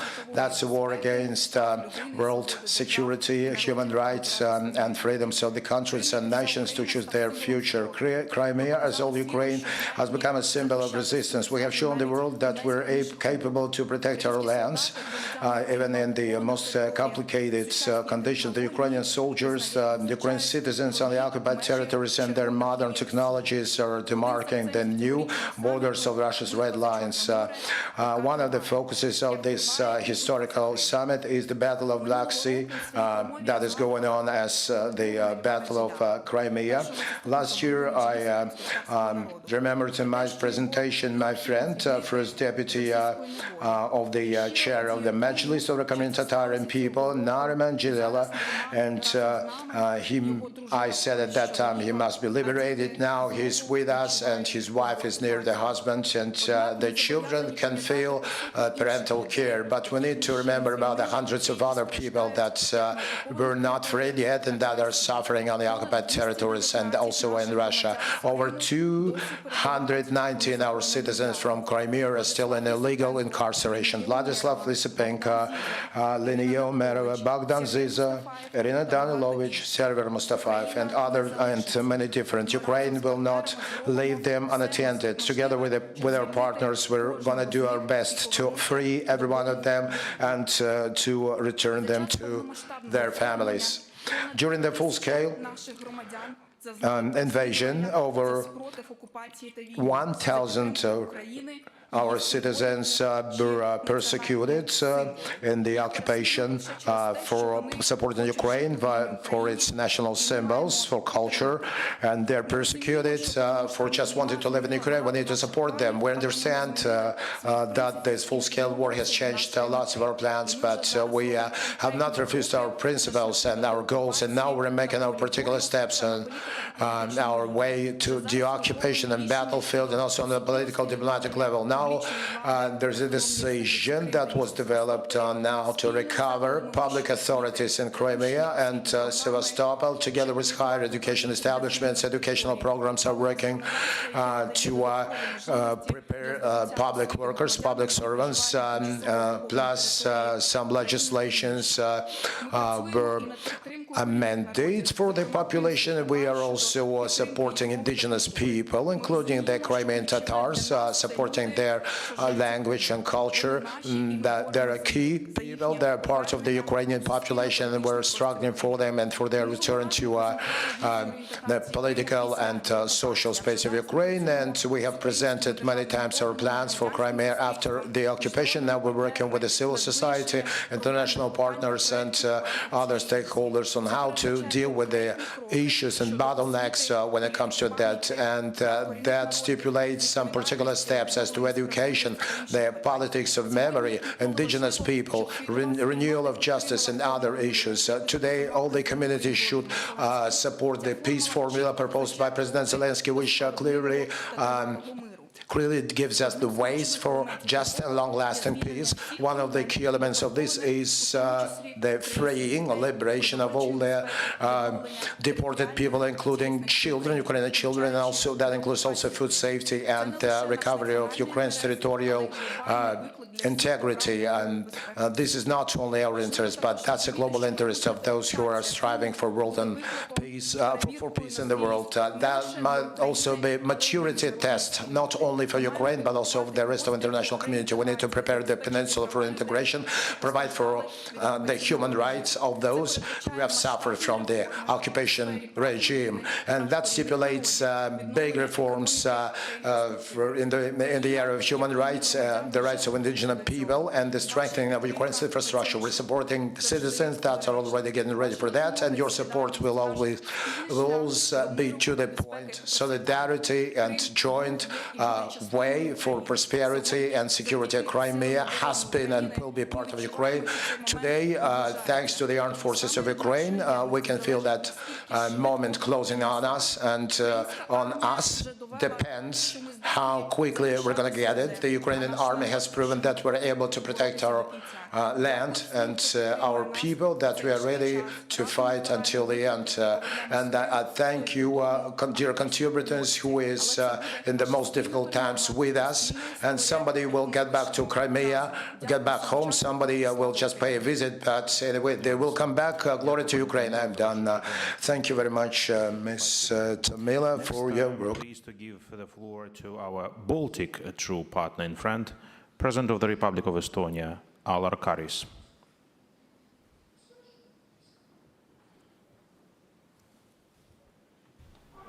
Dear Ukrainian friends, let me start by stating that Estonia will continue to support Ukraine in your fight for freedom. You defend your home, and with your courage and help of the countries which respect the UN Charter, aggressor's defeat is possible. It is our common goal. Estonia condemns the strongest possible terms Russia's war of aggression against Ukraine. We will never recognize the illegal annexation of Crimea or any other Ukrainian region. It is horrible to see the devastating destruction of human lives in Europe. Russian missiles are destroying kindergartens, apartment buildings, schools, and hospitals all over Ukraine. This summer, the Office of the United Nations High Commissioner for Human Rights verified a total of more than 35,000 civilian casualties during Russia's invasion of Ukraine. However, we know that the actual figures, as confirmed by all studies, are unfortunately considerably higher. Fighting with state terrorism is the most burning global issue of our era.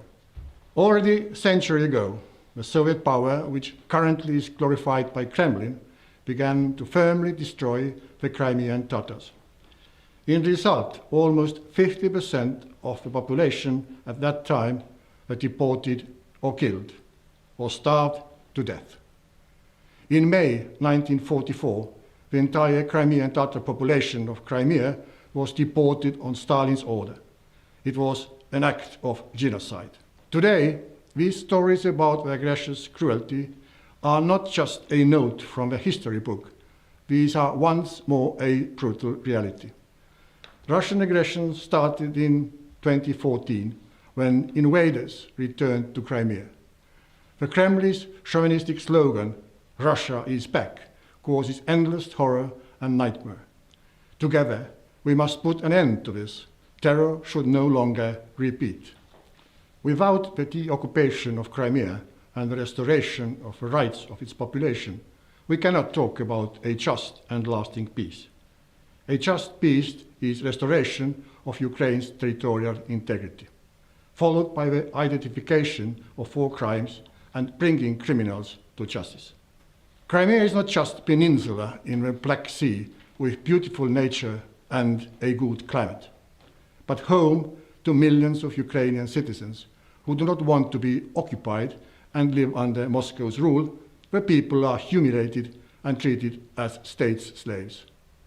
All Ukraine's citizens have a right to be free. We stand by them in the pursuit of their rights. Slava Ukraini. Slava. Thank you, Mr. President. Now I have the honor to give the floor to the Secretary General of the Council of Europe, Maria Pejčinović-Burić, who is online with us today. Prime Minister, Excellencies, dear friends, this year, 10 years after the Russian Federation's illegal annexation of the Autonomous Republic of Crimea and the city of Sevastopol, the European Court of Human Rights delivered a unanimous judgment, affirming that Russia has committed widespread and systemic human rights violations there, enforced disappearances, ill treatment, and unlawful detentions, suppression of the Ukrainian language, culture, and identity, and the prosecutions and convictions on fabricated charges. These, along with discrimination and repression of the Crimean Tatar people, have become the hallmark of the Russian authorities' approach. The court's judgment is the first international judicial decision establishing that the full-scale application of Russian law on the peninsula is in breach of international law. And my own recent report on the human rights situation in the Ukrainian territories temporarily controlled and occupied by Russia is equally clear about the human suffering, large-scale destruction, and atmosphere of fear that exists there. The full-scale war of aggression that began in 2022 has also amplified and expanded Russia's crimes, replicating them in the other parts of Ukraine's sovereign territory under temporary occupation. In recent months, the Council of Europe has further stepped up its support. Our action plan on resilience, recovery, and reconstruction is reinforcing Ukraine's democratic institutions as it follows its path to the EU membership.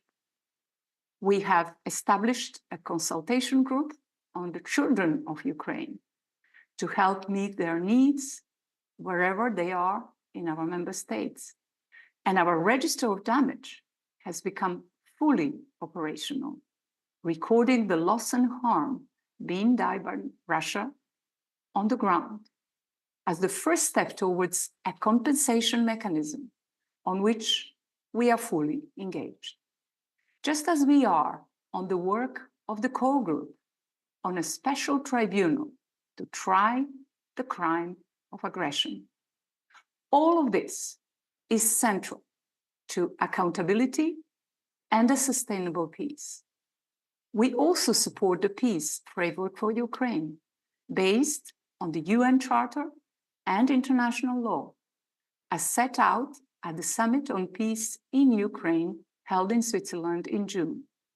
This includes full respect for Ukraine's independence, sovereignty, and territorial integrity, including, of course, the Autonomous Republic of Crimea and the city of Sevastopol. Slava Ukraini!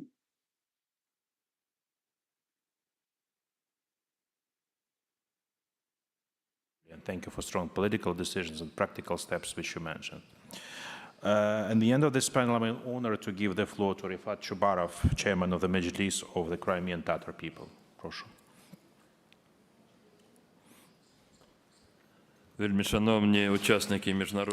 Now, dear participants of the International Crimean Platform, ladies and gentlemen, on the temporarily occupied territory of the Autonomous Republic of Crimea and city of Sevastopol, as was the result of the invasion from the Russian Federation, and it was an oppression of rights of the indigenous people, ethnical Ukrainians and the Crimean Tatars, and that was the Russian barbarians in Crimea are conducting a purposeful policy to change the composition of population.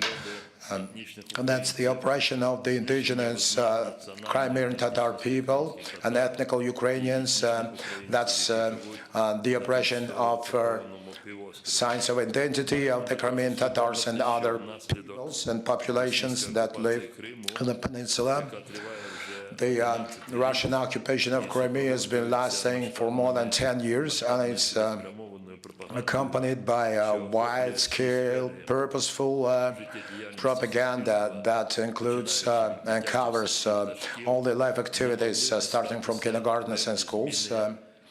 And also that implies certain change in the consciousness and the minds of some of the people that live in the occupied Crimea to justify the occupation and attempted inaction, which has been going on since 2014, to hide the purposeful and systemic repressions against indigenous Crimean Tatar people, and then since February 22, aiming to mobilize its own population for open war, which is aimed to destroy the independent Ukrainian state. And demonization of Ukrainians and Crimean Tatars because just to kill the others, one needs to deprive them of human dignity and human qualities. Just to reintegrate safely the temporarily occupied Crimea and Sevastopol, just neutralize the threats to international and national security and to restore the human rights for the indigenous people, ethnic Ukrainians and national minorities, to observe human freedoms. We need to conduct a clear policy to release, to liberate and free Crimea. This policy has in its foundations a formula that should facilitate national unity and consolidation of the Ukrainian society. This formula is well known by everyone that Crimea is the home of the Crimean Tatar people and an integral part of the Ukrainian state. And it's around this formulation that we have to concentrate all our further efforts, which are aiming to deoccupy Crimea and reintegrate it. It is this particular formula that Crimea is the home of the Crimean Tatar people, and an integral part of the Ukrainian state would allow us to transform the currently existing status of Crimea into a national territorial autonomy that will be based on the mandates guaranteed by the Ukraine's constitution and will guarantee the following. First of all, the inviolability of Ukraine's territorial integrity, of the Ukrainian state territorial integrity. That's also the renewal or recovery of the rights of the indigenous Crimean Tatar people and their exercising of the rights for self-determination. And of course that sustainable development. It includes all the Crimean Peninsula. I have, before I conclude, I have to add that on its way, the country has already made very important steps in particular, and that was the law of Ukraine that was approved by Mr. Zelenskyy, President of Ukraine, by the indigenous people of Ukraine. Certain norms of this law are being still implemented. Now here we expect that the cabinet of Ukraine approves decisions on how to endow the Crimean Tatar people with the status of an indigenous people, which was initially stipulated by Ukraine's current legislation. Ukrainian Crimean Tatars have one feature by which that helps them be safe in the world. Wherever they are, wherever they're landed in the world, they will always get back to their homeland, Crimea, and they will, this time as well. I'm sure that pretty soon. And I'm sure that the state banner of Ukraine, state flag of Ukraine, will hoist in the wind above Ukraine near the Crimean Tatar flag. Glory to Ukraine. Thank you all the panelists for your valuable input. Now the second panel of the 4th International Crimea Platform Summit is closed. Thank you. Slava Ukraini. Дякуємо учасникам та учасницям другої панельної дискусії. Нагадаємо, що учасниками були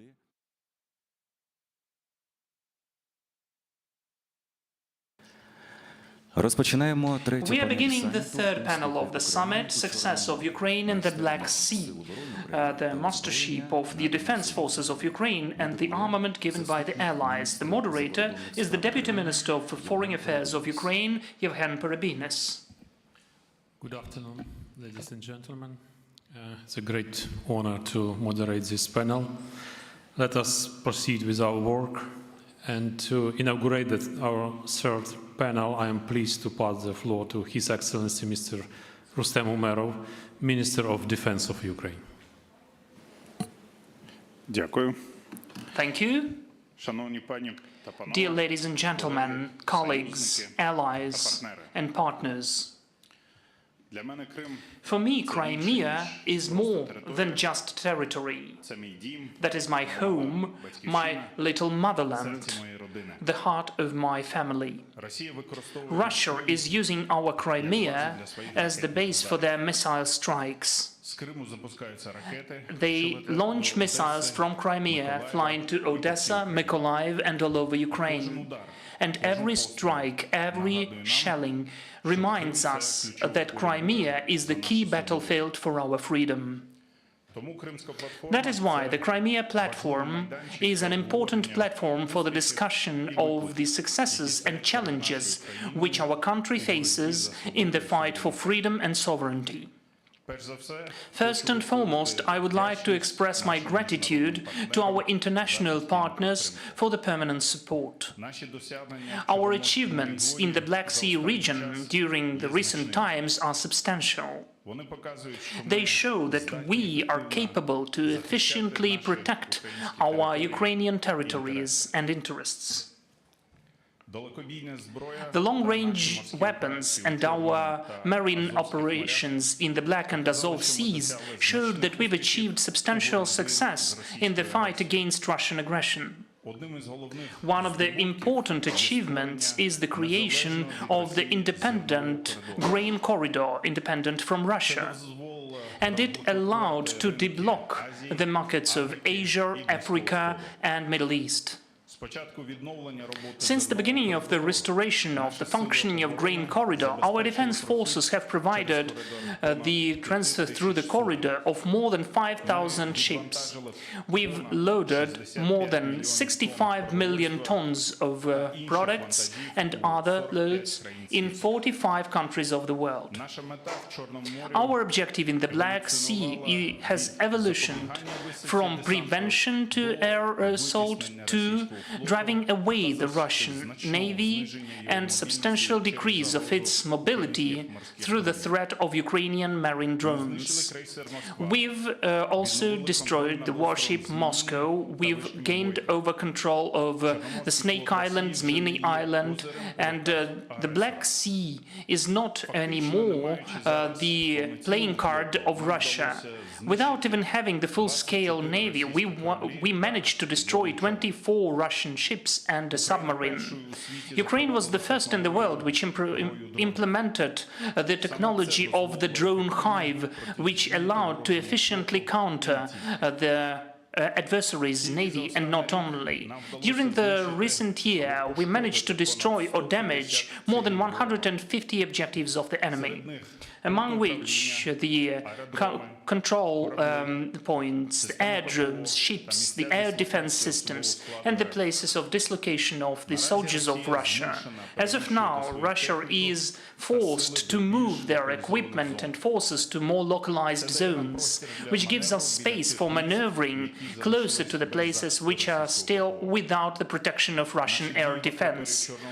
Our actions in the Black Sea proved that Ukraine is capable to successfully counter even stronger adversary.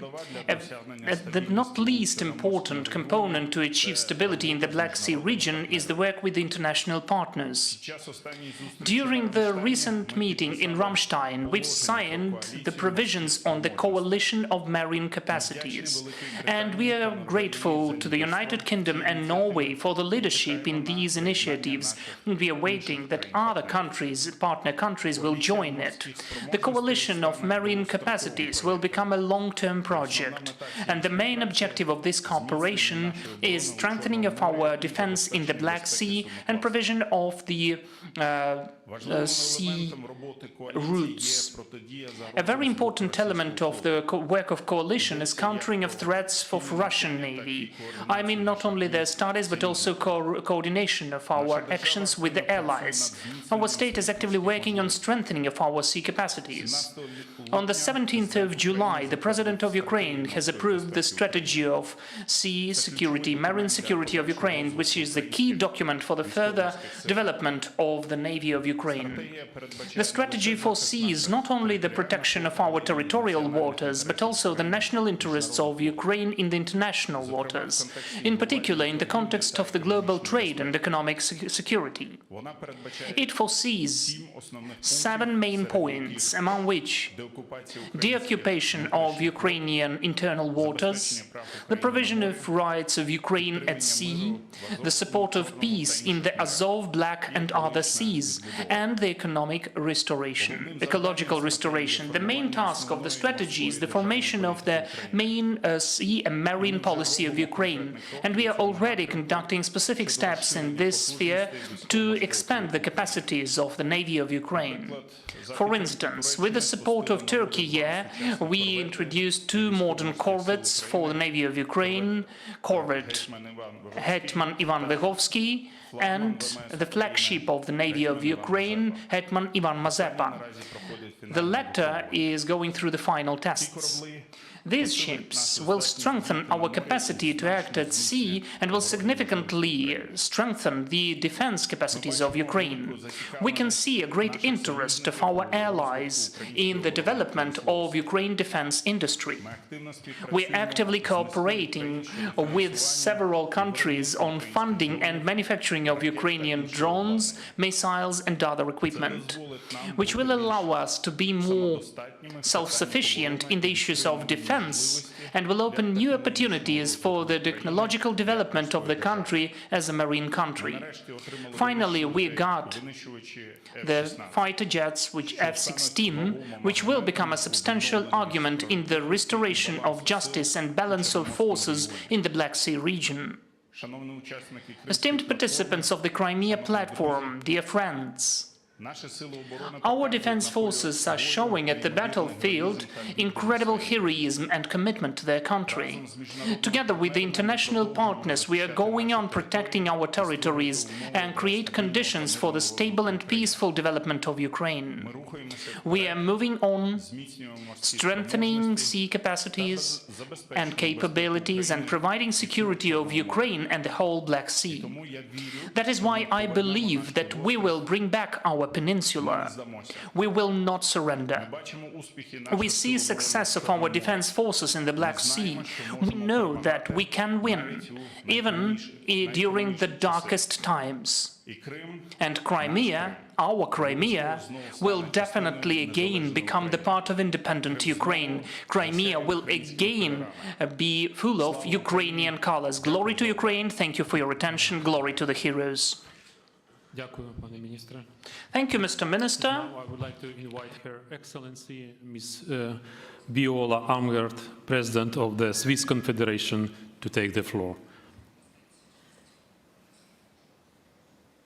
Mr. President, Excellencies, on behalf of Switzerland, I would like to thank Ukraine and President Zelenskyy for holding this year's summit of the International Crimea Platform.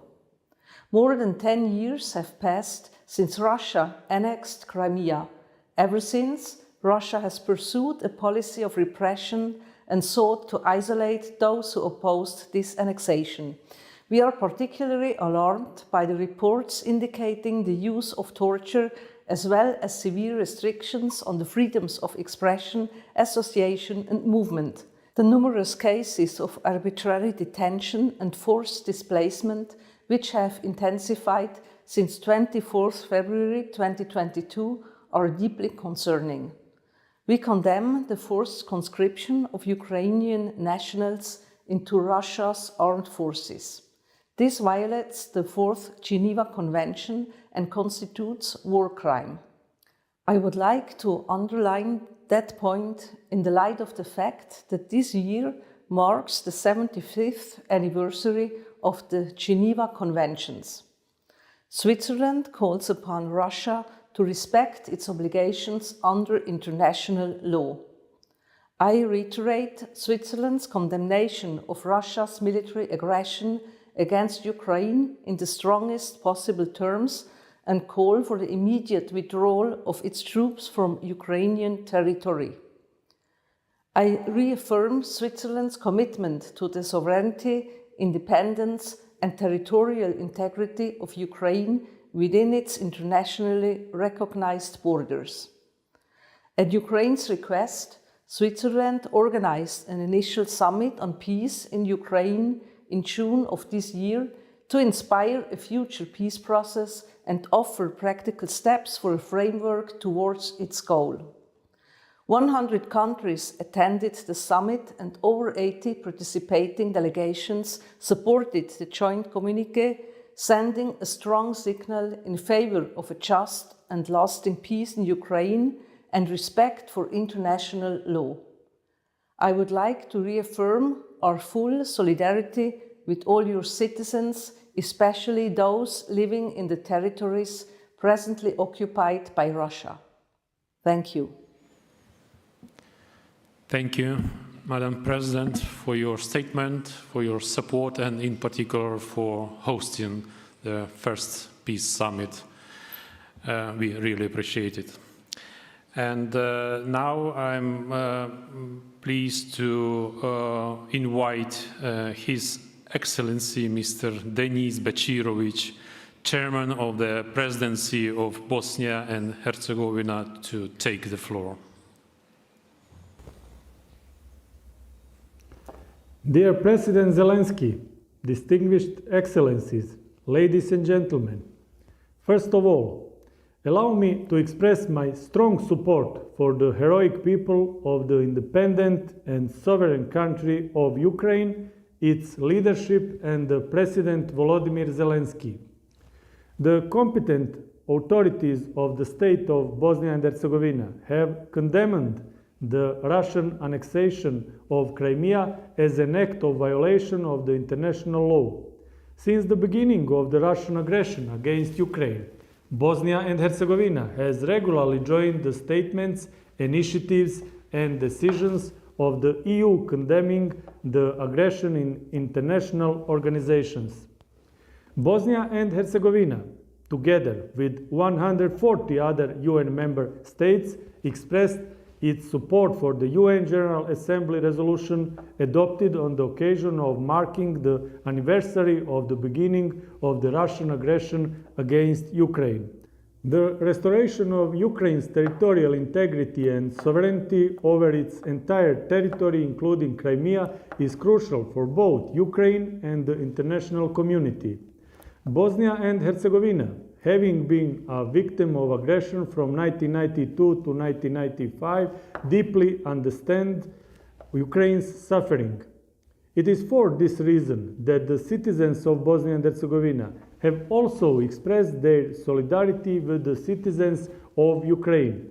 Standing with Ukraine means standing on the right side of history and supporting the fundamental principles upon which the civilized world is built.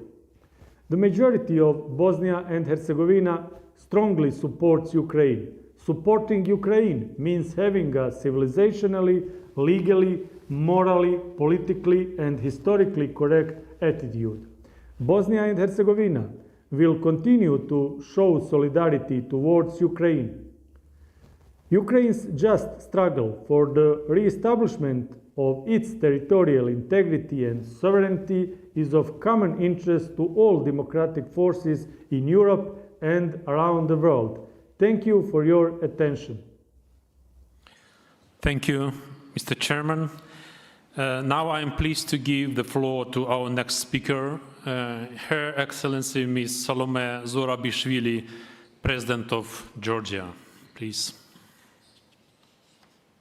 Dear Mr. President, Excellencies, 10 years have passed since Russia invaded and illegally annexed Crimea, and more than 900 days that Russia has waged its brutal war of aggression against Ukraine.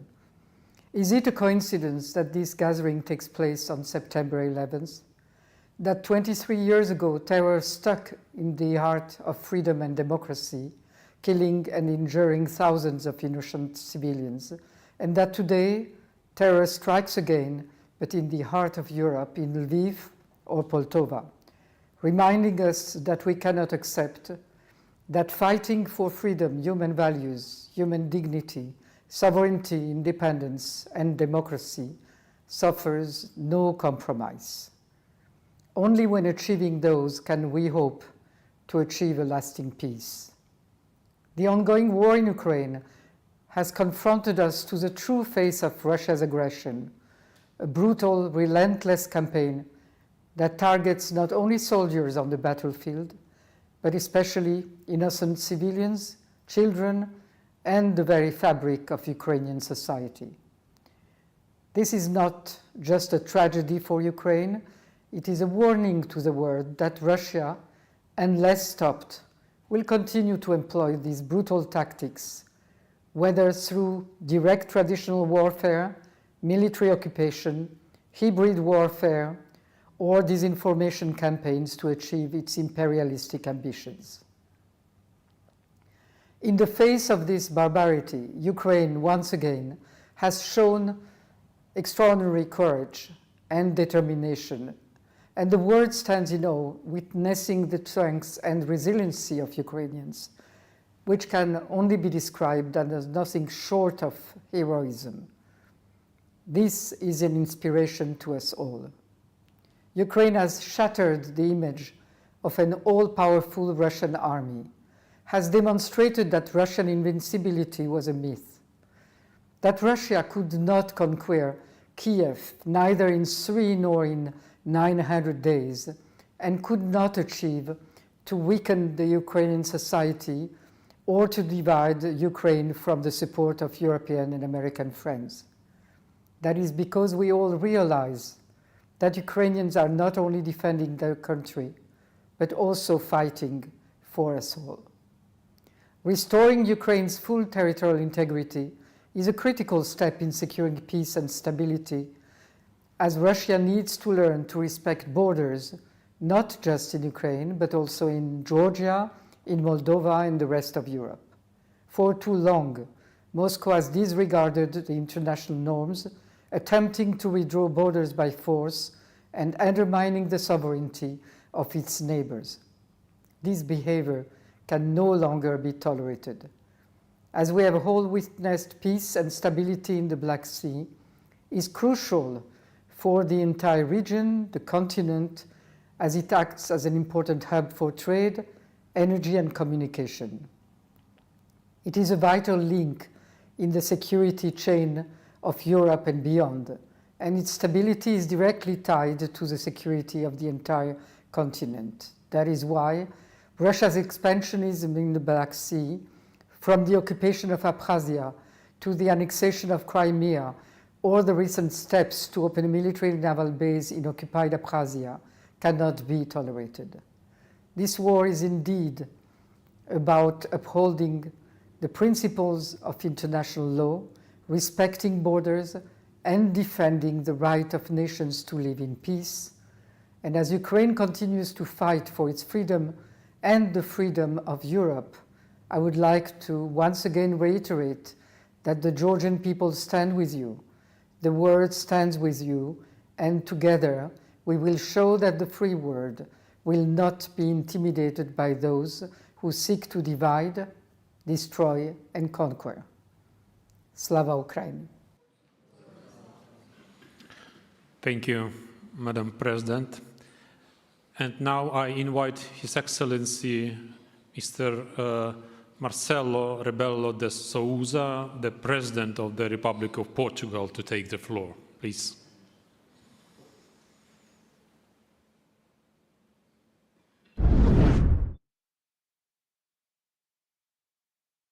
Dear President Zelenskyy, dear friend, dear colleagues and friends, I remember vividly my participation at the last year's summit of the Crimean Platform. It was an honor to be sitting next to you, Volodymyr, as a testimony of Portugal's unshakable support for Ukraine's self-defense and of your quest for peace, independence, and justice. While missiles were coming from Russia, you remember it. You and your people are enduring what no country should ever go through.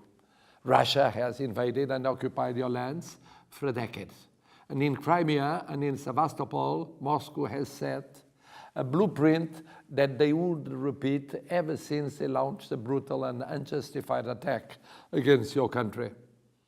In Crimea, Russia started its indiscriminate attacks against civilians, the abduction of children, the manipulation of political processes and of entire populations, the widespread repression of the will to freedom of your people, trying to force them to be what they are not. I have witnessed, as so many people, Russia's war crimes in Bucha, Irpin, and other places. I will never forget it. The world can never forget it. And we must never stop striving for justice and accountability for these crimes. But these past years, we also witnessed another side of things in Ukraine. We have all seen the extraordinary courage of an entire people resisting a much bigger aggressor. The resilience and the ingenuity of your armed forces and your own remarkable leadership in fighting for peace, day after day, week after week, as we all know, by defending yourselves against this brutal aggression, you are not just only securing your country, but all of Europe. You are not only fighting a European war, you're fighting a global war. You are defending the most foundational principles that should guide relations among states: freedom, sovereignty, territorial integrity. You are fighting for us all in Europe, in Africa, in Americas, in Asia Pacific. And that's why the borders of every country here present start in Ukraine. The Portuguese borders start in Ukraine. This is also why we shall not recognize Russia's annexion of Crimea, Donetsk, Luhansk, Kherson. Crimea is no different from these places. They are all Ukraine. They all belong to your people, not to the aggressor. Dear Volodymyr, dear President Zelenskyy, dear friend, we will continue to support you in every possible way, as we must, because we know that a just and lasting peace can only emerge through a negotiated process based on Ukraine's own terms. Your rights, internationally recognized. We will continue to support you militarily now and in the long run for Ukraine to prevail. We will support you in the reconstruction of your country, and we will support you in the upholding the principles that you have defined in your peace formula, which are the basis for a fair and lasting peace in Ukraine and in Europe. Thank you very much. Slava Ukraini! Heroям слава! Thank you, Mr. President, for your inspiring words. And now I turn to the President of the Slovak Republic, His Excellency Mr. Peter Pellegrini. The floor is yours, Mr. President. Mr. President Zelenskyy, Excellencies, ladies and gentlemen, respect for sovereignty, territorial integrity and prohibition of forcible change of borders are critical principles of international law and the UN Charter. They are key precondition to uphold global peace. Slovakia recently marked the bitter anniversary of the Soviet invasion of Czechoslovakia in 1968 and celebrated 80 years since the Slovak national uprising of 1944, an armed resistance against Nazi oppression. These painful lessons from our own and European history taught us how much determined we must be in defending respect for these principles and the international law. Slovakia reflected these lessons in our position in Kosovo, and we look through the same lens on Russia's illegal occupation of Crimea and all other territories lawfully belonging to Ukraine and its people. We will be consistent in applying them in the future. Dear President Zelenskyy, dear Ukrainians, dear all, the consequences of the illegal annexion of Crimea and the war of aggression against Ukraine extend beyond Ukraine and beyond Europe. The Russian assault on Ukraine dealt a heavy blow to these universally accepted principles of international relations, to the rules-based international order, and without them, the international order as we know it will cease to exist and turn into chaos and arbitrary acts of state violence. For Slovakia, this is unacceptable. Slovakia, fully in line with the UN Charter and shared European values, supports Ukraine and its people in the right to defend their country and restore its territorial integrity and sovereignty within its internationally recognized borders. Ladies and gentlemen, it's also our obligation to look for the means to stop immense suffering of people in Ukraine and the massive destruction that accompany this war. We must look for the peaceful resolution for the just peace in Ukraine on Ukraine's terms. No one wishes peace more than Ukrainians. Therefore, I hope that the next summit on peace in Ukraine will include Russia and other global players that bear responsibility for international peace and security. I wish all of Ukraine, which Crimea is an indisputable part of, a just, sustainable peace, renewed recovery and prosperity as soon as possible. Thank you Дякую. Thank you, Mr. President, and I would like to give the floor to the President of the Republic of Slovenia, Her Excellency Nataša Pirc-Musar. Please, Madam President. Esteemed President Zelenskyy, dear friends and colleagues, let me begin by reiterating Slovenia's firm support for Ukraine's independence, sovereignty, and territorial integrity. The occupation of Crimea is only one of several tragedies that have befallen Ukraine, but it is a tragedy with a critical historical note.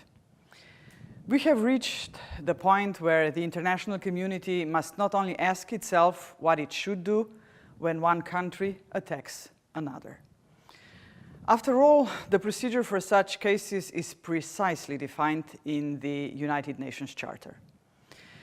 The real question is what to do when the unthinkable happens, when a country's land is unlawfully seized by a permanent member of the Security Council, the body charged with maintaining international peace and security. Unfortunately, the unthinkable has happened. The Russian Federation, a member of the Security Council with veto power, has opted for war as a means of its foreign policy. And need I say it, war as a means of foreign policy is prohibited by the UN Charter. Against this background, it cannot be emphasized enough how important the Crimea Platform is. It is a reminder of the decade-long Russian violations of the United Nations Charter and international law in the form of political persecution, arbitrary detentions, torture, and forced passportization, to name but a few. The platform sends a strong message to the aggressor. Multilateralism is alive, dynamic, and the only legitimate way to solve common problems, including conflicts, peacefully and not through aggression against another state.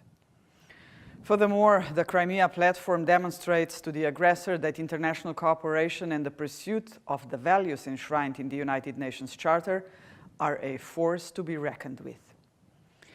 Importantly, the Crimea Platform must be a place where the demand for reform of the UN Security Council and the right to veto is expressed and heard time and again, loud and clear. Slovenia has repeatedly demonstrated with words and deeds that it fully supports Ukraine in its struggle to regain its sovereignty with internationally recognized borders. This includes ending the illegal annexation of Ukrainian territories, including the Crimean Peninsula, by the Russian Federation. Slovenia has and will continue to seek ways and opportunities to support Ukraine. I had the honor and privilege to pledge this support to President Zelenskyy during my recent visit to Ukraine. I wish you all every success in your work.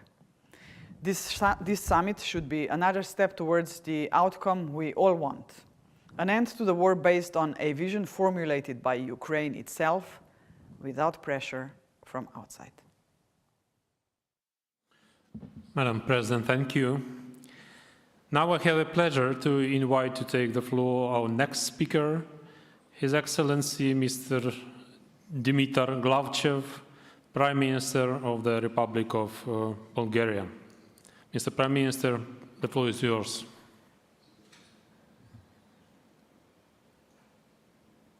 Ваше превъзходителство, президент Зеленски, уважаеми господин председател на Европейския съвет, госпожо председател на Европейската комисия, господин генерален секретар на НАТО, уважаеми държавни и правителствени ръководители, госпожи и господа. По случай третата годишнина от създаването на Международна Кримска платформа, позволете ми да потвърдя непоколебимата солидарност и подкрепа на България за украинския народ и борбата му за възстановяване на суверенитета и териториалната цялост на неговата страна. 30 месеца след началото на пълномащабната война на Русия срещу Украйна, продължаваме да сме свидетели на системни обстрели на цивилни и на критична гражданска инфраструктура в Украйна, включително училища и болници. Това причини смърт, човешки страдания, масови разрушения, разселване и нарастващи хуманитарни нужди. Станахме свидетели на умишлени атаки срещу украински културни и религиозни институции, кампании за депортиране на украински цивилни, включително деца, тяхното принудително превъзпитание и индоктриниране. принудително издаване на руски паспорти на украински граждани и насилствена военна повинност за украинци във въоръжените сили на Русия. Многократно сме осъждали по възможно най-категоричния начин войната на Русия срещу Украина. Незаконната окупация и анексирането на части от суверенна украинска територия от Русия представляват нарушение на международното право, включително на устава на ООН.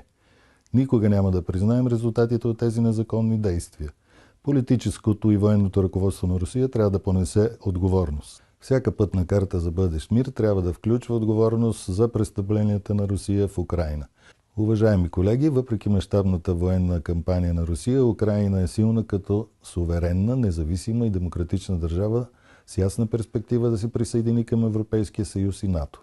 На фронтовата линия Украина показва какво може да се постигне със смелост и решителност. Добре координираното използване на интелигентни оръжия, произведени в Украина, имаше и има опустошителен ефект върху руската военна техника в Крим и в близост до Кримското крайбрежие. До половината от някога страховития руски черноморски флот е изведен от строя, а останалата част е принудена да бъде предислоцирана в руски пристанища на разстояние повече от 300 км от Крим. На източните граници на Украина, украинската армия също постига значителни военни успехи в Курската област. Успешната контраофанзива там допълнително демонстрира още веднъж способността на Украина да отстоява правото си на самоотбрана в рамките на международното право. Сигурността на Украина е от ключово значение за сигурността на Черноморския регион, който от своя страна е жизненно важен за цялостната европейска и евроатлантическа сигурност.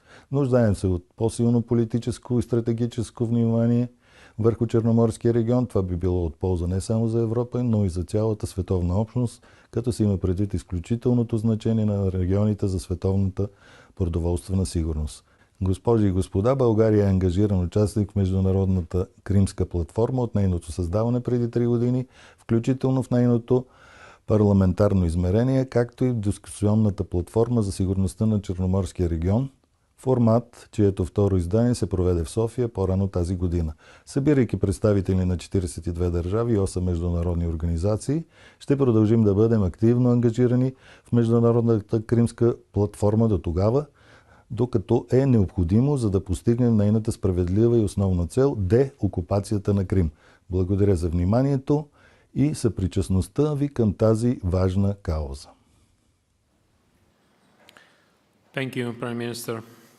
It's my pleasure to welcome the Prime Minister of the Kingdom of Denmark, Her Excellency Mette Frederiksen. Please, Madam Prime Minister.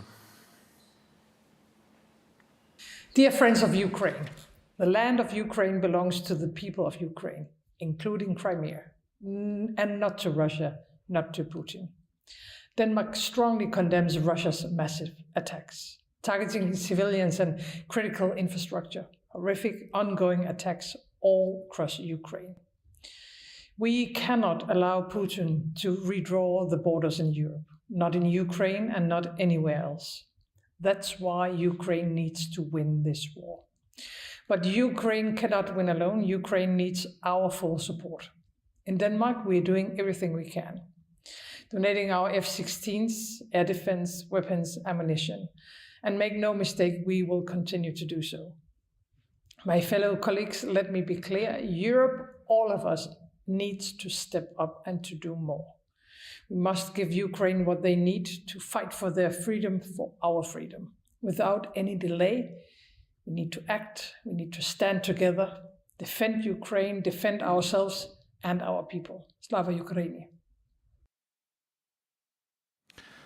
Thank you, Prime Minister. And now it's my pleasure to give the floor to the Taoiseach of Ireland, His Excellency Simon Harris. The floor is yours, please. I would like to express my sincere thanks to you, President Zelenskyy, dear Volodymyr, for the invitation to address you today. It is my honour to join you all in this demonstration of our unwavering support of Ukraine's sovereignty and territorial integrity. I was very happy to be able to demonstrate this steadfast support from Ireland in person during my visit to Kyiv earlier this month, and I thank you, Volodymyr, for your warm welcome and for our fruitful discussions. The illegal annexation of Crimea in 2014 by the Russian Federation is a stark reminder of the dangers we face when international rules-based order is disregarded. This act set in motion Russia's broader campaign to undermine Ukraine's sovereignty and its territorial integrity, borne out in its erroneous belief that military might makes right. The illegal and the wholly unjustified brutal full-scale invasion of Ukraine by Russia over 2 years ago was a continuation of this heinous campaign and a blatant attempt at redrawing borders by force. We cannot allow aggression to be the means by which international borders are defined. The international community will and must stand firm in our refusal to recognise their legitimacy. 30 months into this abhorrent war, your courageous defence of your country and of our shared commitments to the values of freedom and democracy demonstrates the true essence of what it is to be a member of the European family of nations. You have shown that you're committed to joining the European Union, and Ireland will continue to support you enthusiastically on this path. I look forward to the day when we can formally welcome you into the European Union. When a state ignores and blatantly violates international law, as we've seen with Russia's illegal war of aggression against Ukraine, it threatens not only the immediate victims and those on the front line, but it also unravels the fabric that binds our global community together. The violation of Ukraine's sovereignty and territorial integrity cannot go unchecked. To do so would risk emboldening other actors who wish to impose their will by force. We cannot allow for this dangerous precedent to be set. It is incumbent on all of us to ensure that those responsible for such flagrant violations of international law are held to account. Justice is not just a matter of principle, but rather it forms the very foundations from which we must build a comprehensive, just and lasting peace for Ukraine, in line with Ukraine's peace formula. Ireland will continue to engage with our partners in the international community to ensure accountability for the actions of Russia and its leaders. This gathering provides us with a powerful opportunity to demonstrate our collective commitment to stand with Ukraine and to ensure that the fundamental values of democracy, justice and freedom, the values that form the bedrock of the European Union, are vigorously protected and upheld. It also provides a platform from which we can continue to advocate for the restoration of human rights across the Crimean Peninsula, the release of political prisoners, and the safeguarding of the indigenous Crimean Tatar community. The challenges Ukraine faces are immense, but they are not insurmountable. The collective will of the Ukrainian people and the unwavering support of the international community will ensure that your sovereignty is restored and that such acts of aggression will never be tolerated. Ireland is committed to standing with Ukraine and supporting Ukraine for as long as it takes. Slava Ukraini. Heroyam Slava. Thank you, Your Excellency. I invite His Excellency Mr. Luke Frieden, Prime Minister of the Grand Duchy of Luxembourg, to take the floor, please. Dear President Zelenskyy, dear Ukrainian friends, I would like to first express my sincere condolences for the shocking and heinous missile attack by Russia on the Ukrainian city of Poltava.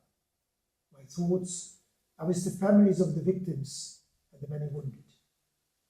This year marks the 10th anniversary of the illegal annexation of the Crimean Peninsula by Russia, a decade of war and suffering, where the people of Crimea have endured a brutal and systematic campaign of human rights abuses by the Russian aggression. When the International Crimean Platform was established 3 years ago, Luxembourg committed its support to this important initiative to strengthen the global response against Russia's illegal annexation and hold it to account. Since then, Russia has continuously demonstrated its disregard for international law and attacked other regions of Ukraine, bringing further suffering, death, and grave human rights violations. As a nation which during the 20th century was itself twice victim of invasions, Luxembourg will never resign itself to a world in which force prevails over law. I would also like to take this opportunity to commend Ukrainian people. Your courageous defense of your country and our values is an inspiration to all of us. Let me conclude by saying this loud and clear. Luxembourg will continue to support Ukraine. You can count on my country to be a reliable partner in your fight for freedom. We stand with Ukraine. Thank you, Prime Minister. And to conclude our panel, it's my pleasure to invite the Prime Minister of the Kingdom of the Netherlands, His Excellency Dick Schoof, to take the floor, please.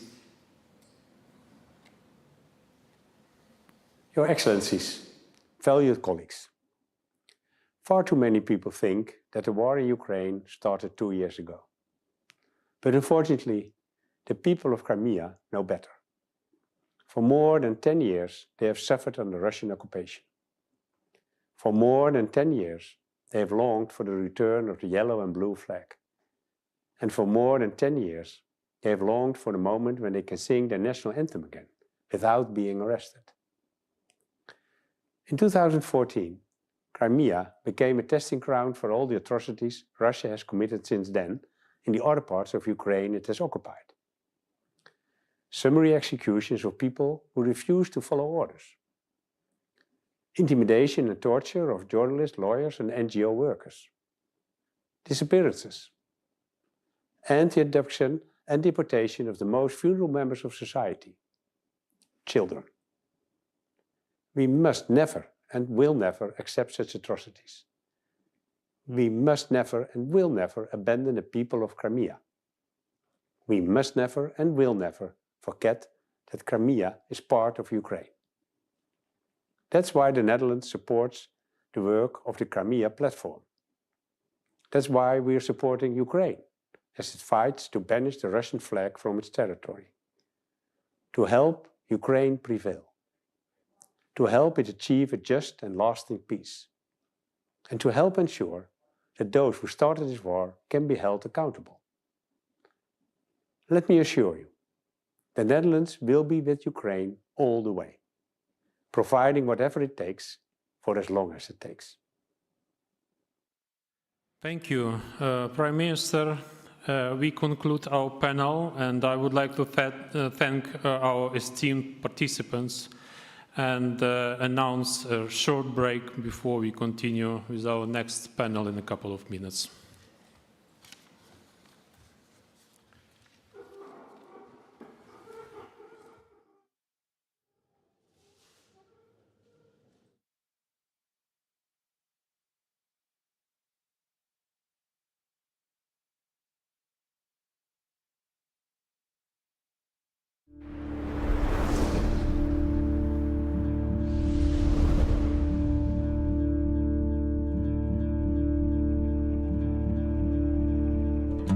The indigenous peoples of Ukraine have had their own statehood and glorious history for centuries. But that golden era ended when invaders came to Crimea. Історія депортації мого народу – це історія моєї родини передусім, тому що мене назвали Акімом на честь мого діда, який був депортований з Криму в 1944 році. Що означає для підлітка опинитися, там, коли тобі 12-13 років, ти опиняєшся десь після тижневого маршруту в переповненому вагоні, де люди помирають, боліють тіфом, всіма рештою хвороб, ти опиняєшся десь в степу, і нема твоїх рідних, і ти маєш щось робити далі. The Russian Empire and its Soviet successors carried out forced deportations of Crimean Tatars from the moment the peninsula was seized back in the 18th century. Кримські татари, вони одним своїм існуванням, вони, в принципі, руйнують головний наратив взагалі Росії щодо Криму, що Крим – це споконвічна російська територія. І коли росіяни бачать кримсько-татарські хати, коли росіяни бачать кримсько-татарський одяг, коли чують кримсько-татарську мову, це для них завжди нагадування, що вони там чужинці, що Крим не їхній. These myths continued to fuel the mass consciousness, even when history entered yet another terrible cycle. We fought for half a century to return to our historical homeland, and now our people are once again leaving their lands. The deoccupation of Crimea is vital for us. It is a matter of our nation's survival, of not disappearing from the map of the earth. The extermination of the Crimean Tatar people and their history is a true genocide. Russia denies it, unlike the other countries such as Canada, Latvia, Lithuania and Poland. Це питання історичної справедливості. Ми хочемо показати світу, що ми насправді зараз реанімуємо міжнародне право, міжнародне гуманітарне право, міжнародне кримінальне право. Визнання депортації кримськотатарського народу геноцидом є дуже важливим політичним кроком. І Україна продовжує працювати над тим, щоб більше країн визнавало факт депортації геноцидом. General recognition of the deportation of the Crimean Tatars as genocide and of modern Russia as the successor of the Soviet totalitarian regime will help the world finally call things by their true names. It will break the cycle of history in which the indigenous peoples of Ukraine have been held hostages by Moscow's oppressors for 300 years.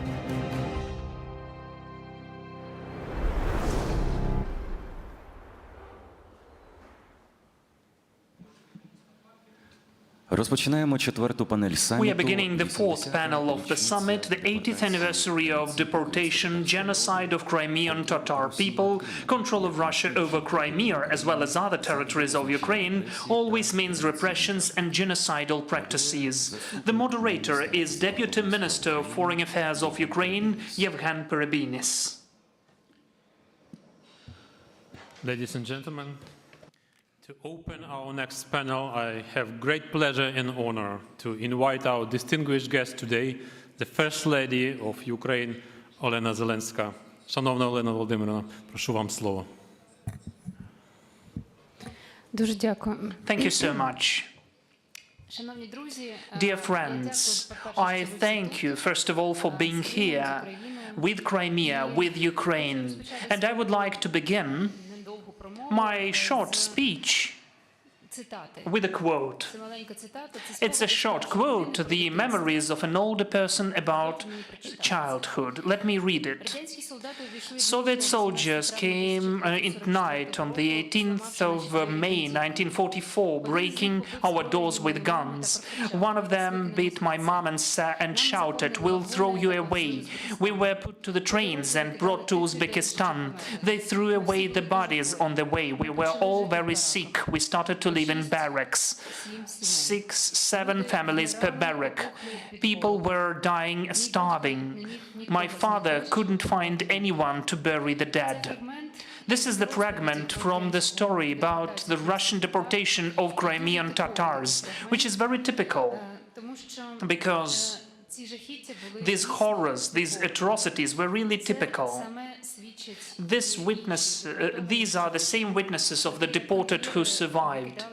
How the bodies were thrown away, the bodies of dead children were thrown away because the train did not stop to bury people, how the families died of starvation in the steppe.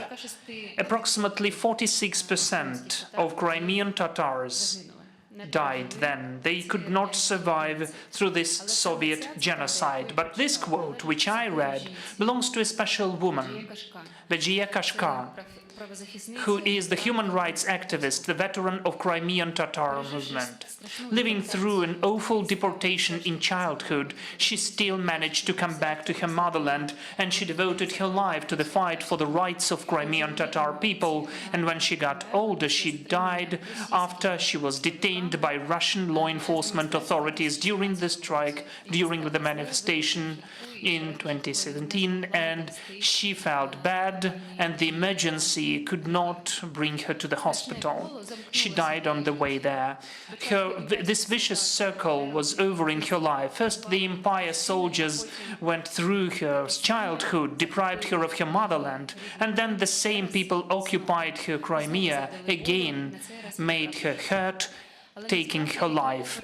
But in fact, the life of the whole country took place like that, of many Ukrainians, of all of us. The empire would never stop if it is not stopped. The Soviet and Russian occupation of Crimea in 2014 has become the beginning of the new crawling war against Ukraine, when they want to kill not only the people but their identity. Dozens of Crimean Tatar activists the grandchildren of those who lived through deportation are now in Russian jails just because they are who they are, because they want to live on their land and they stand for this right, and even without any weapons. This is where Russification of educational institutions started. This is where militarization of children started, forced deportation of the underage children, and the illegal adoption, in fact, kidnapping of our children. This is how Ukraine is shouting to the world, and this is why we created the coalition on the comeback of Ukrainian children, because one country cannot cope such actions. Tomorrow, during the opening of the 4th summit of First Lady and Gentlemen, and I invite you to go there, you will hear from the first hands such Crimean stories, how it is to live through your own childhood under occupation. And again, it repeats awfully. The generation of 80-year-old are telling about their childhood in deportation, and the generation of today's children is telling about their childhood in occupation. Those are not just patterns of history. This is the wheel destroying humans' fates, and this is the wheel which is already rolling by the will of Russian Empire, as it was never punished for its Soviet crimes. And the criminals who were committing this forced deportation, they did not have their own Nuremberg court trial. That is why this wheel is still rolling on. The deportation of Crimean Tatar this year is 80 years, dating back 80 years. Today in the morning, together with our foreign guests, we opened the memorial for the victims of this genocide. But I'm sure that the most important memorial, the monument to these awful events, should be truth. We should disseminate the truth as fast as possible about the residents of Crimea and what Russia has committed and going on to commit. We know about that in Ukraine, but it's important that maybe the whole world should get to know about that. For centuries, the world was consuming Russian vision, rewritten history, and that is why truth is decolonized history, the history in the eyes of not the colonizers, but the ones who they oppressed. Many peoples have already decolonized their history, and now Ukraine finally chose its rightful voice, which is free from Russian narrative. That is why we launched such an initiative, which has the name of Global Coalition of Ukrainian Studies. And just let me tell you a couple of words about what that is. We have Ukrainian studies, the studies of Ukrainian science in many universities of the world. Those are academic communities. And now we are really interested so that this network to be expanded. So the initiative of the creation of the global coalition of such studies was presented in July this year in Washington. In my opinion, it's an important educational partnership, academic partnership, which has to help dissemination of truth about Ukraine and Crimea in particular, because we'd like to develop Crimean Tatar studies within the Ukrainian ones, because the people of Crimea have the right to be known. That is why Crimean Tatar studies have to be part of Ukrainian studies, as well as Crimea is part of Ukraine. Soon the coalition will have its own project office, and meanwhile the Crimean Platform, which has become the key political tool to remind about the necessity of the occupation of Crimea, should become the tool of accumulation of efforts for decolonization of perception of the peninsula, the perception of Crimea and Crimean residents. Here we have the representatives of the President of Ukraine in Crimea, and also the Special Commissioner of the President of Ukraine on Sports and Education, the representatives of Ukrainian Institute, the Ministry of Education, who are working together so that we could form that coalition and to involve the necessary resources. for the development of already existing Ukrainian studies and to create the new ones. This work really needs huge efforts and resources. We hope that next year the countries which are the participants of the Crimea Platform will also be involved in this work. Today my speech at this platform has a very specific objective: to support these efforts and to call on you to join. The ways and formats of support can be diverse, and now they are being developed and soon will be presented to the countries participants of Crimea Platform, so that during the next summit we could see already the outcomes of this work, strengthening of Ukrainian studies in the work and foundation of new ones, and the emergence of new projects, internships and exhibitions devoted to the real face of Crimea. Esteemed friends and foreign friends, this cooperation for us is so important, as truth is important not only for us, it is important for the whole world, for each country and culture which doesn't want to be under oppression, cancelled by someone's aggression, for everyone who doesn't want totalitarianism at their land. Truth and the knowledge of truth is the freedom and security. So I call on the world, get to know, disseminate the truth about Crimea, about Ukraine, so that this truth could save you as well, maybe. Thank you. Thank you so much for your speech, Elena. Our next speaker is a true representative of his people, the leader of the Crimean Tatars, member of the Ukrainian Parliament, Mr. Mustafa Dzhemilev. Mustafa Aga, запрошую вас до слова. Please, the floor is yours. Saygılı Ukrayna'nın birinci hanımefendisi Esteemed First Lady of Ukraine, Ms. Elena Zelenska, esteemed heads and representatives of the countries, participants of the 4th Summit of Crimean Platform, dear compatriots in the occupied Crimea, ladies and gentlemen.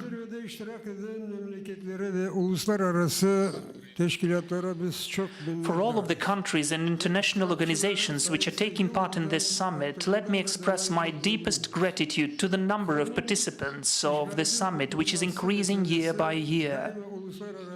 It is so important for us that the topic of the occupation of Crimea to be permanently represented in the international agenda. The President of Ukraine, in his speech and statements, including the first summit of Crimea Platform in 2021, and at the iftar for the Muslim warriors, he said that the war has started since the occupation of Crimea by Russia took place and should be over with the full liberation of all of the occupied territories. Kırım'ın sakinleri için bu çok önemli ve umut verici açıklamadır. Çünkü demek ki residents of Crimea should have confidence, as it is sometimes said by some of the politicians. Crimea will not be the bargaining coin for the sake of the temporary end of war. It will be definitely liberated from this lengthy occupation. Bu her şeyden önce bildiğiniz gibi Rus işgalini neredeyse tamamen reddeden First and foremost, for the people of Crimea, who have almost for 100% never acknowledged the occupation, and for more than 10 years, as before, is considering Crimea an inseparable part of Ukraine, and that is why is under repression of the occupier. Dozens of young people were killed and hundreds were in jail. Tens of thousands are under the pressure of occupiers who were forced to leave their motherland and to move to the continental part of Ukraine. After the invasion of Russia in February 2022, when the borders of Russia with Ukraine were closed, And especially after beginning of the forced mobilization by Russia of the residents of Crimea, people were trying to find shelter in different countries of Europe and North America. The civilized world understands perfectly that this is not the war for liberation of territory of Ukraine from the aggressor. It is also the war for the triumph of the international order against the person who assumes that if he has a numerous and well-weaponized army, that he can intrude into other countries and occupy them. This is the war against the bandit. It is also very important during these hard days for us, for those who is providing the comprehensive help and support. It is so important that the help should be sufficient and timely. And it will make the end of the war closer and save the lives of many people.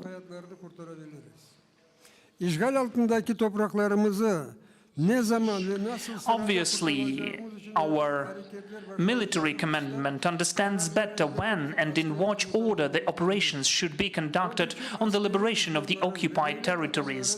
But many military experts and also state officials, among which Ben Hodges, ex-army commander of the United States, the German Chancellor Olaf Scholz, and the head of intelligence service of Ukraine, Kyrylo Budanov, and many others consider that the main key to stop the war could be the liberation of Crimea. In the end of the last year, our armed forces were already ready for the operation on deoccupation of Crimea. And I even, with the help of our hackers, on the 31st of December, created a short TV video call for the residents of Crimea. In particular, I expressed an assumption that next year will be the last year of occupation of Crimea, and I offered the measures to protect the civilians during the military operation. Then, however, it could never occur that our main ally will suspend his support for several months. And in the end of the day, we did not even move on. On the opposite, we lost several settlements. As our military told, for 10 shots of an enemy, we could respond only with 1 shot. In several months, it does not help the liberation of Crimea, its quick comeback and the end of the war.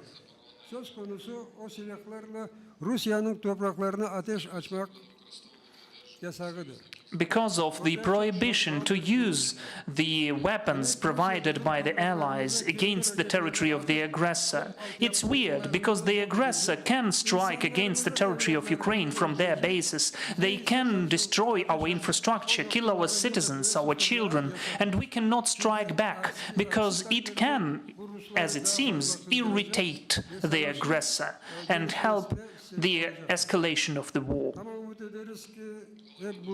But we really hope that the Western partners will hear us, and all of those issues and misunderstandings will soon be eliminated, and the war will be over, according to the peace formula of the President of Ukraine. To conclude, I would like to remind what the President of France, Emmanuel Macron, said during the second summit of the Crimean Platform.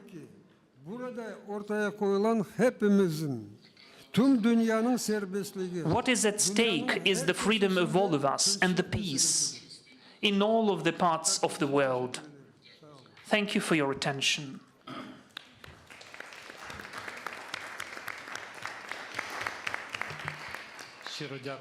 Thank you so much, Mustafa Aga. And now I would like to give the floor to the professor of Ukrainian Studies at Cambridge University, researcher of the history of Crimea and United 24 volunteer, Mr. Rory Finnin. Please, Professor, the floor is yours. Високоповажна пані Олено, dear Sagili, Olena, Mustafa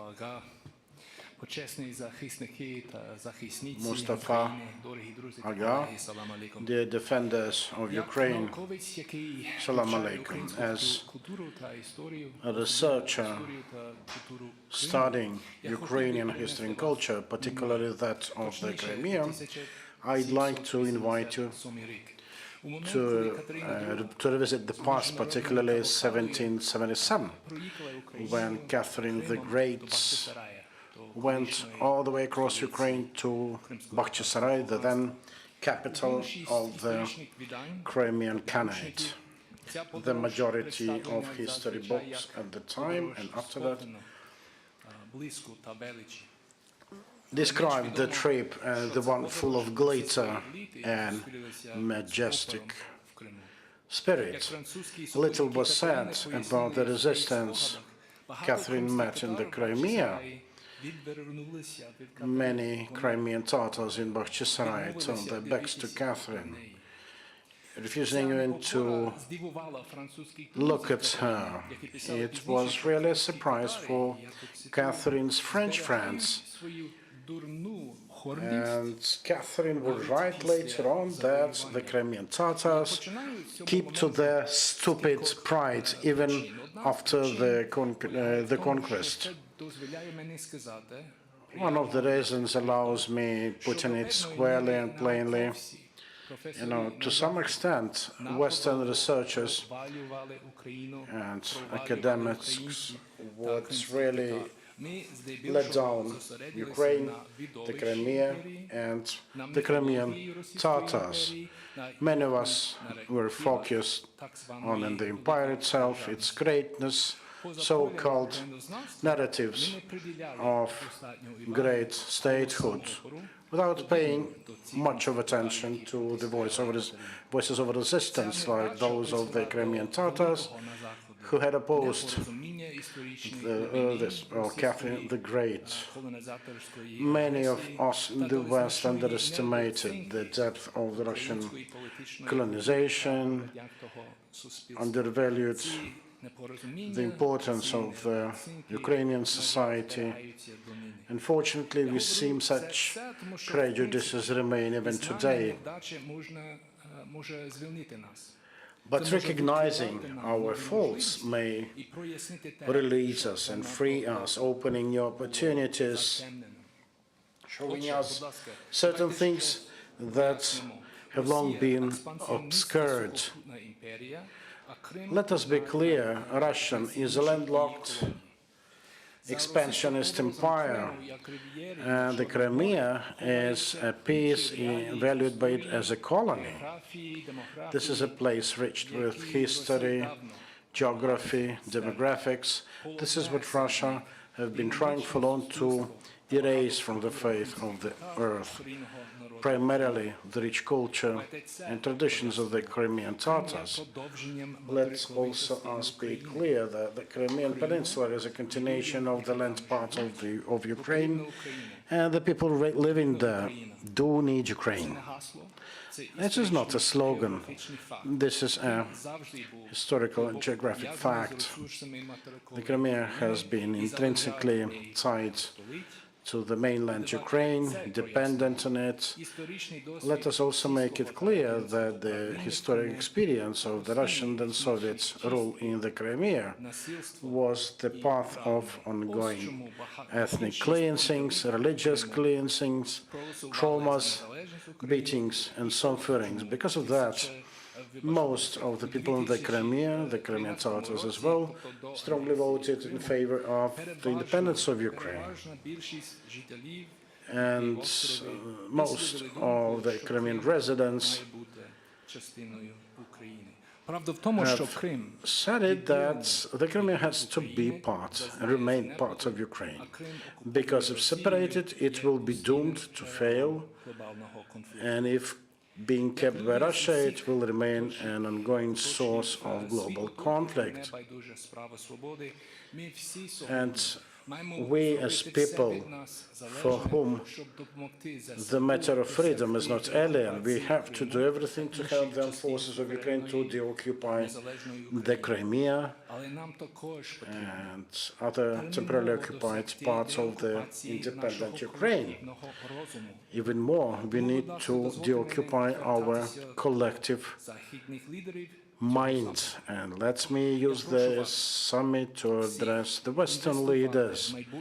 I ask you to invest in the future of the Ukrainian knowledge of Ukrainian realities and learn into the Crimean Tatar heritage, language and culture. I ask you to continue supporting those scholars and students majoring in Ukrainian matters elsewhere abroad. Please listen to them, learn from them, provide them with opportunities to develop today, tomorrow. Investments in science about Ukraine are a recipe of peace and flourishment of the upcoming generations. Thank you very much, Professor. Пані і панове, оскільки програма першої леді сьогодні дуже насичена, вона не буде нас залишити. Давайте подякуємо. The daily schedule of the First Lady is very dense. She will have to leave the meeting, and let us thank her for her attendance.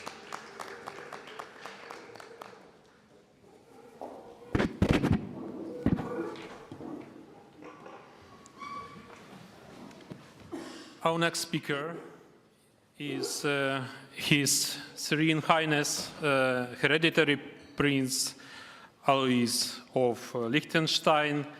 The floor is yours.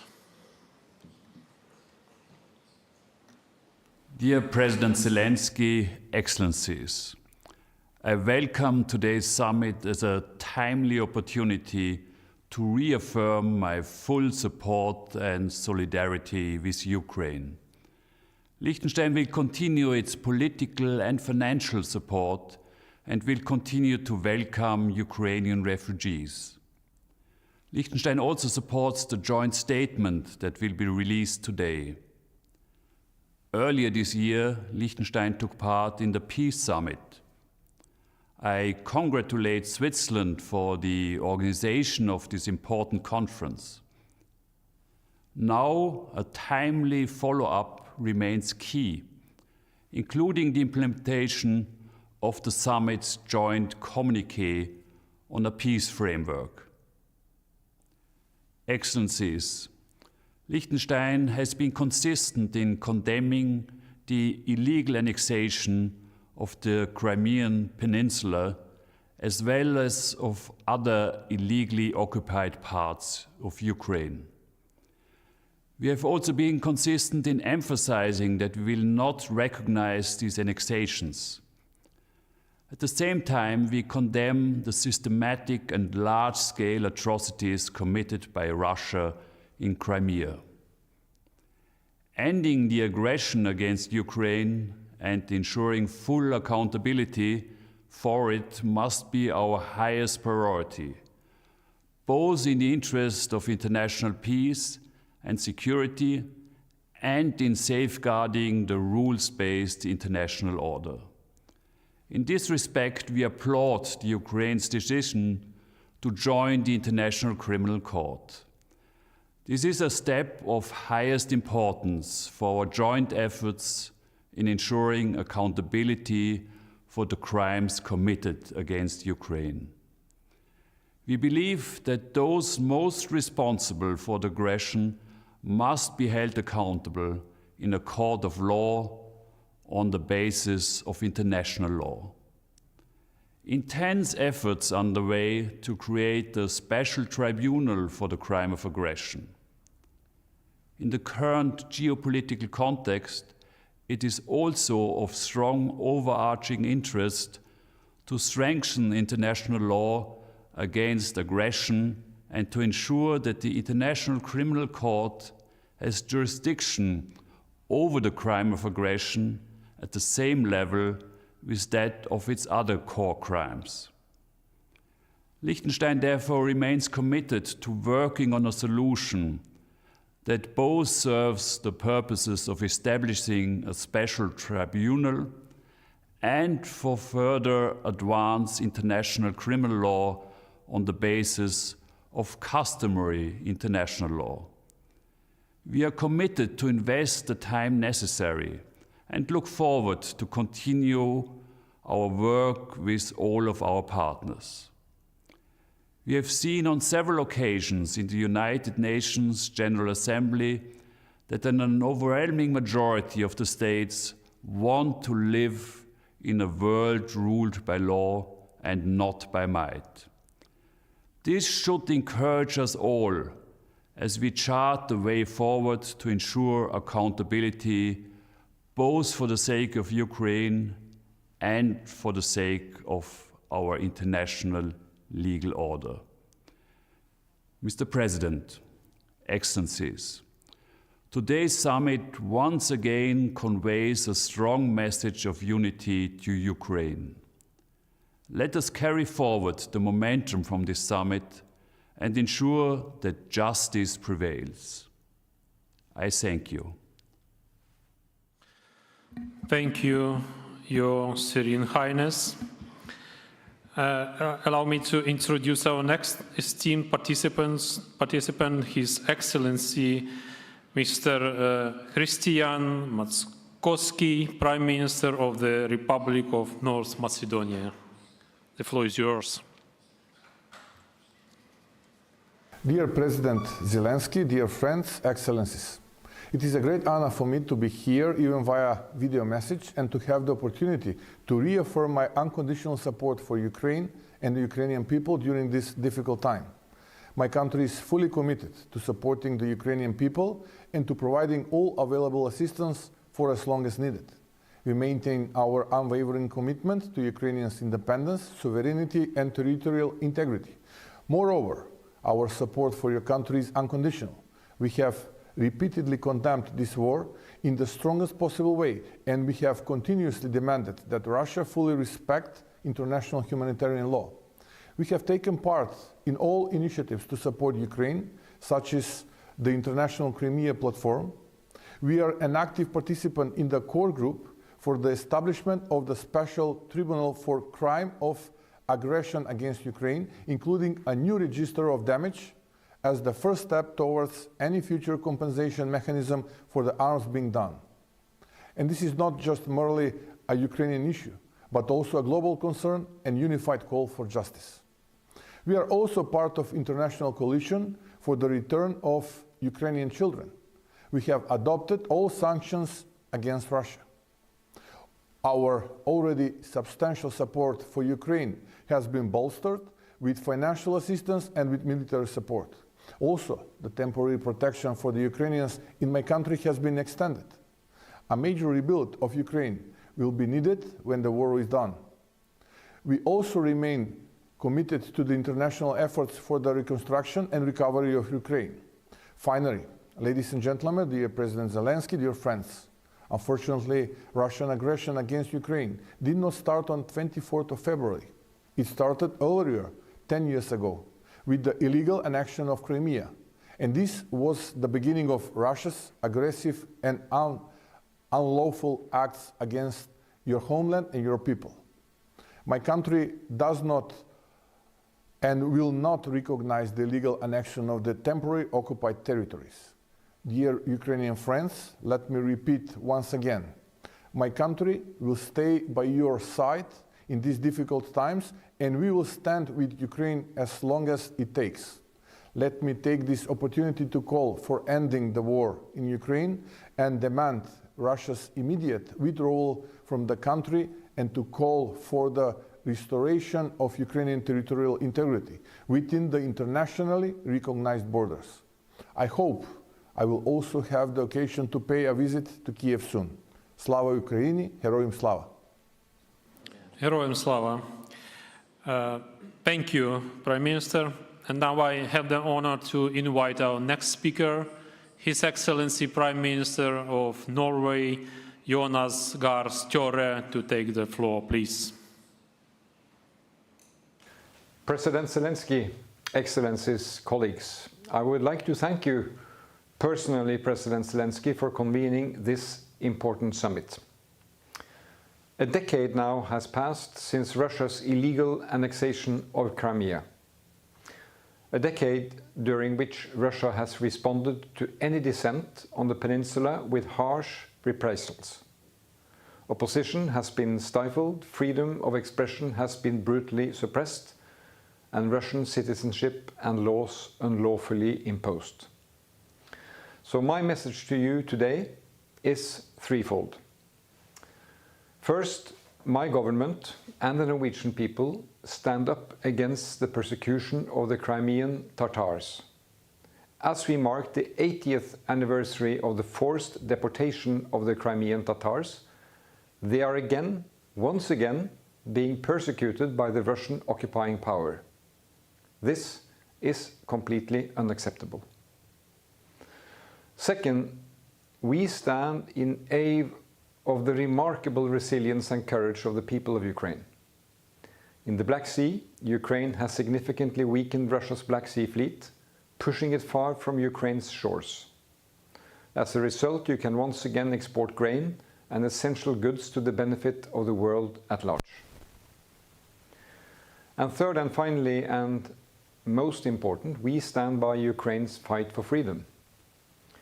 Norway is proud to be leading the Maritime Capability Coalition together with the United Kingdom.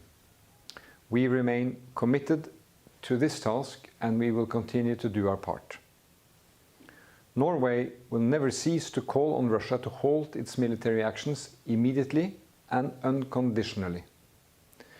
We call on Russia to withdraw all its troops and equipment from the entire territory of Ukraine, including the illegally annexed Crimean Peninsula, because Crimea is Ukraine. So thank you for convening this summit. Thank you for reminding us of this important decade that we need to mark in history. And thank you, President Zelenskyy, and all the best to you and the Ukrainian people. Thank you, Prime Minister. And we stay in the Nordic region of Europe. And I would like to invite His Excellency Prime Minister of Sweden, Ulf Kristersson, to take the floor, please. President Zelenskyy, dear Volodymyr, dear friends, in the year that has passed since the third ICP summit, Russia has continued its brutal war of aggression against Ukraine. And Ukrainians have continued their heroic fight to defend not only their country, but also our security. In the third year of Russia's full-scale invasion, we also mark the tragic fact that 10 years ago, Russia illegally annexed Crimea and the city of Sevastopol. 80 years ago, Stalin ordered the forced deportation of Crimean Tatars. Today, Russia continues to inflict great suffering on the Crimean Peninsula. Extrajudicial killings, arbitrary arrests, deportations and the forced transfer of children, forced mobilization of Ukrainian civilians into Russia's armed forces, politically motivated persecutions and repression of ethnic and religious groups, in particular Crimean Tatars. Like its illegal annexation in eastern Ukraine, Russia's illegal annexation of Crimea and the city of Sevastopol violates international law and has no effect. Sweden does not and will not recognize Russia's illegal annexations of Ukrainian territory. We must remain united and persistent in our support for the full restoration of Ukraine's territorial integrity in line with Ukraine's peace formula. This is essential for a just and lasting peace in accordance with international law. Accountability, including for the crime of aggression, is necessary for justice to the victims and deterrent against future violations. That is why Sweden supports the establishment of a tribunal for the crime of aggression against Ukraine. Sweden also supports the International Criminal Court, which investigates war crimes and other international crimes in Ukraine. We welcome Ukraine's step to ratify the Rome Statute of the ICC. Support to Ukraine is Sweden's top foreign policy priority. Sweden and the EU will stand with Ukraine for as long as it takes. Thank you, and Slava Ukraini. Slava. Thank you, Prime Minister. And now I would like to invite to take the floor His Excellency, the Prime Minister of New Zealand, Mr. Christopher Luxon. Please, the floor is yours.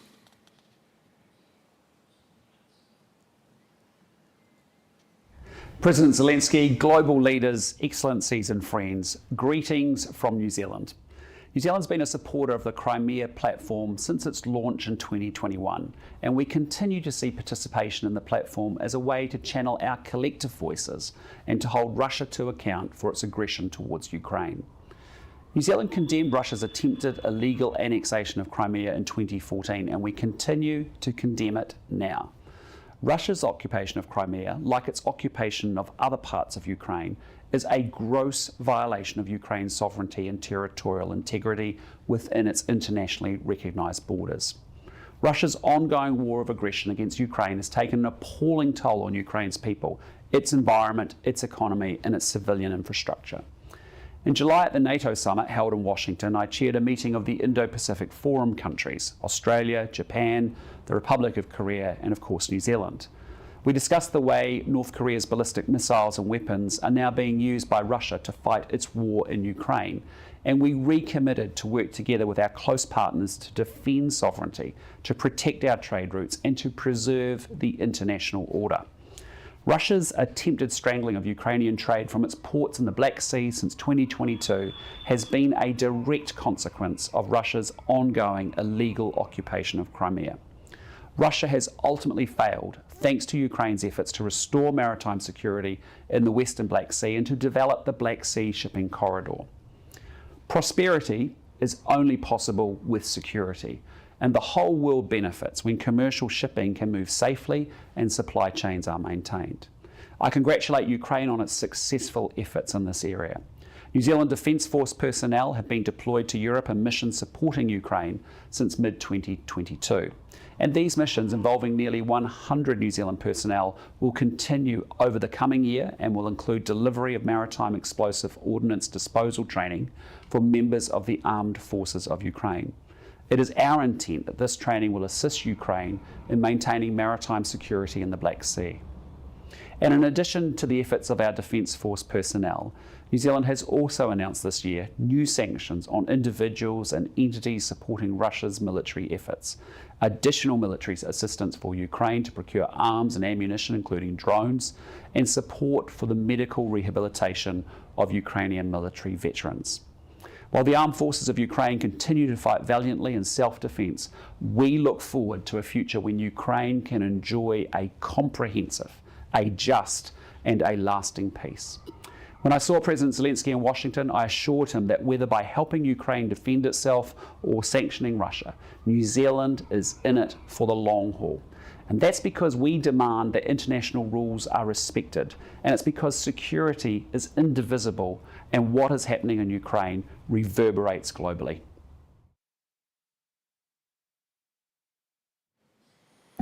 Thank you, Prime Minister, and let us welcome our next speaker, Mr. Jan Borch, OSCE Chairperson in Office, Minister for Foreign Trade and European Affairs of Malta.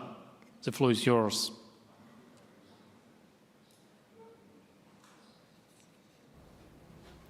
Dear President Zelenskyy, Excellencies, I'd like to thank the Ukrainian government for inviting me to address you in my capacity as OSCE Chair in Office. It has been 10 years since the Russian Federation illegally occupied the Ukrainian Autonomous Republic of Crimea, an act of aggression that culminated in the full-scale invasion of Ukraine in 2022. Over the past 2.5 years, we have witnessed widespread destruction and immense human suffering. Russia's war has undermined rules-based international order and weakened the European security architecture our predecessors fought so hard to build. Our repeated calls for Russia to cease its aggression and recommit to its international obligations have so far been unsuccessful. Nevertheless, we remain resolute in our mission to achieve a just and lasting peace in Ukraine. Our determination is rooted in the illegitimacy of Russia's violation of Ukraine's sovereignty, which began with the illegal annexation of Crimea a decade ago. As we mark this somber anniversary, we must remember the importance of the Helsinki Decalogue's founding principles, including respect for the rights inherent in sovereignty, the non-use of force, and the inviolability of borders. These principles, agreed upon by OSCE participating states as far as back as 1975, are crucial to guiding our conduct as members of the international community. And this is why Malta has made support for Ukraine a priority of its OSCE chairpersonship. As chair in office, I'm committed to ensuring the OSCE remains a platform for accountability, building on the milestones set 50 years ago. Excellencies, we are deeply concerned about the human rights situation in Crimea. A recent UN report highlights alarming violations, including harsh reprisals against dissent, forced disappearances, arbitrary detentions, torture, and ill-treatment. Arbitrary detentions, in particular, have cast a dark shadow over the OSCE. The unjust detention of the 3 OSCE officials starkly underscores the consequences of failing to uphold our principles and commitments. We continue to urge Russia to ensure their immediate release, as well as the release of all those unjustly detained for exercising their right to free speech against the illegal occupation. Excellencies, 10 years on, we are here to reaffirm that we will not recognize any forced change of the international legal status of Crimea and other temporarily occupied territories of Ukraine. Malta's OSCE chairpersonship will keep working to safeguard the principles and commitments enshrined in the Helsinki Final Act, which remains the foundation of our steadfast support for Ukraine's independence and sovereignty. I thank you. Thank you, Your Excellency. And now I have a pleasure to give the floor to the Minister of Foreign Affairs of Germany, Her Excellency Annalena Baerbock. Minister, the floor is yours. Imagine waking up in your hometown. It's a chilly, windy day. A day that could be like so many others. But foreign soldiers have set up camp at City Hall, not far from your house. They are roaming the streets, and they want you to cast your vote in a sham referendum in which both options are yes. This is what happened in Crimea 1 decade ago. Crimea is where the Russian war against Ukraine started, not in February 2022, but in February 2014. Crimea today is a place where no freedom exists, where owning a document that still bears a Ukrainian trident means you might be forced to apologize on camera, where listening to the song Chervona Kalina in your own home can get you arrested, where owning a Ukrainian flag brings you 15 days of detention. Those are just examples from this summer. And as we all know, it doesn't stop there. Russia is prosecuting Crimean Tatars in show trials, deporting them to prisons in remote Russian regions. And Russia has turned Crimea into a military springboard for its full-scale invasion. We bow to the Crimean Tatars who opposed this since 2014. We applaud the successes of Ukrainian defenders in decreasing the maritime risk that Russia poses in the Black Sea. And we welcome that Ukraine has cleared the path to bring its urgently needed grain to world markets again. We will never accept Russia's illegal occupation of Crimea. It is legally null and void. Germany is Ukraine's largest supporter in Europe, both in military and civilian terms, with our support totally close to 35 billion euro since 2022. We will remain by Ukraine's side for as long as it takes. so that Ukraine can win this war and win its peace. So that the people of Yalta and Simferopol will again wake up facing a hopeful future. As citizens of Crimea that can sing their own songs in their own homes and fly their own flag. As citizens of free Ukraine, and one day as citizens of our European Union. Thank you, Minister. And now I turn to the Secretary General of the Federal Public Service of the Ministry of Foreign Affairs of the Kingdom of Belgium, Ms. Theodora Gentis. President Zelenskyy, Excellencies, ladies and gentlemen, in February 2014, Russia illegally occupied Crimea and then proceeded with an illegal annexation. 8 years later, Russia escalated with the unprovoked and unjustified full-scale invasion of Ukraine. These acts constitute some of the most blatant violations of the UN Charter and international law. Since the start of Russia's illegal war against Ukraine, many Ukrainian soldiers and families have tragically had to make the ultimate sacrifice to defend their countries. And in the past weeks, Russia has been launching some of its biggest and coordinated air attacks on Ukraine so far, wounding and killing many innocent people and causing widespread destruction all over the country. All our thoughts are with the victims.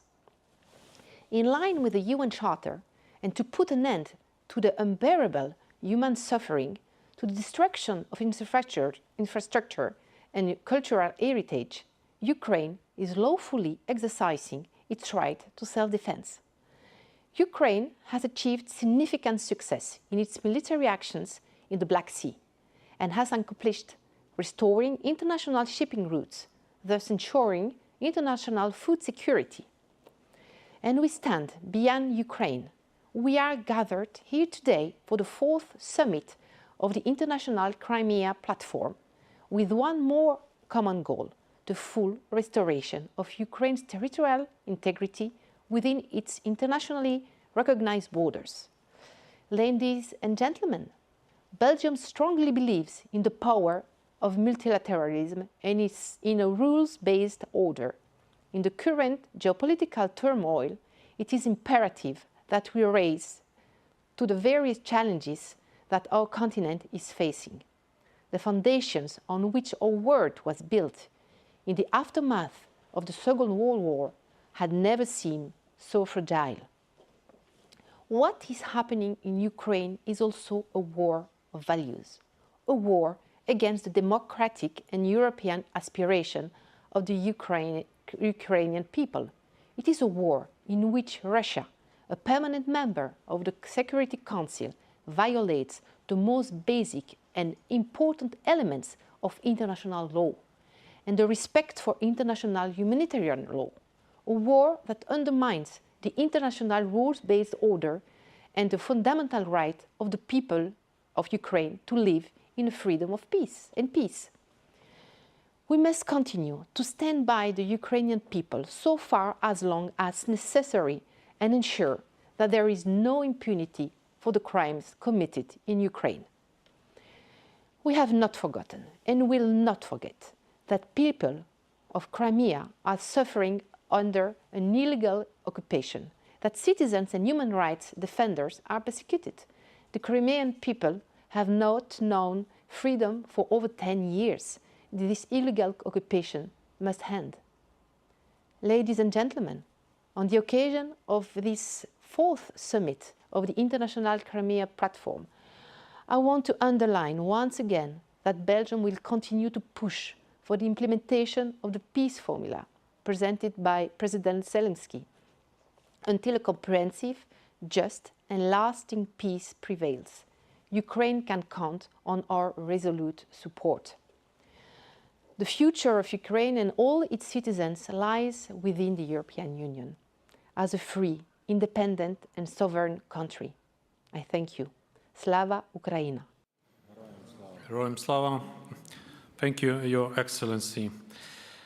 Ladies and gentlemen, we are slowly approaching the last part of our today's summit, and let me open the fifth panel of our today's meeting, which is called Release of Crimean Civilian Hostages as one of the priorities of the President of Ukraine and the implementation of the peace formula. And to open this panel, I would like to invite the Ukrainian Parliament Commissioner for Human Rights, Mr. Dmytro Lubinets. Пане Дмитре, прошу вам слово. Дякую. Доброго дня, шановні учасники та учасниці Кримської платформи. Dear participants of the Crimean Platform, dear international partners, the key word for Ukraine today is freedom. This is about the freedom of Ukrainian territories, the freedom for every Ukrainian. Since 2014, Russia has been kidnapping and illegally detaining civilians also on the territory of the temporarily occupied Crimea. Why Russia has been doing that? The key objective is to quench all the resistance under occupation. Besides that, the Russian Federation wants to erase the identity of our nations. Because of that, they effectively bar people from using their native language, they ruin their historic and cultural heritage, and they try to portray the Crimean Tatars as so-called criminals. That's why the Russian Federation is fabricating some illegal accusations against people. And actually they can do everything, but they cannot strip me of my principles, of my freedom. This is what Lenia Umerova, a Crimean Tatar detained by the Russian, has to say. Russian aggressors heavily regulates presence of people, like being present in public spaces. This is considered a crime. Because of that, a meeting to commemorate victims of the Crimean Tatar deportation was effectively banned. Then there is drafting to the Russian army, and Russia has been massively enlisting particularly Crimean Tatars for that. Meanwhile, this is in violation of the Geneva Convention, the Convention to prevent inhumane treatment and tortures. Articles 5, 3 and 4 of the Fundamental Convention of Human Rights, customary humanitarian law, and the UN Charter. Dear ladies and gentlemen, I can go on with this list of international documents violated by the Russian Federation since 2014. Unfortunately, Russians have established a system of total detention of civilians on the territory of the Crimea. As of early September this year, the temporarily occupied Crimean territory had 219 political prisoners incarcerated. Of them, 30 plus are Crimean Tatars and 76 are Ukrainians, many of them in need of health care and assistance. I'd like to use this opportunity and address the international community with a plea to help our people. Azamat Yupov, a Crimean Tatar behind bars in Russia, had 4 strokes while behind bars, serving his 17 years term. Or Volodymyr Gorlikov, a retired person, he got 18 years behind bar. He was diagnosed with heart infarction and kidney cancer. Another prisoner was bitten so severely that he's got problems with his kidney and spine, and he's in bad need of medical assistance. In order to release all those illegally detained, President Zelenskyy, in his peace formula, has a separate point on bringing back all those illegally detained. This also includes the civilians illegally kidnapped and brought to the territory of the Russian Federation. On 26th of February, the first meeting on that matter was convened with President of Ukraine, Crimea Tatar leader Mustafa Agar, Prime Minister of Ukraine, representatives of 32 countries and international organizations in attendance.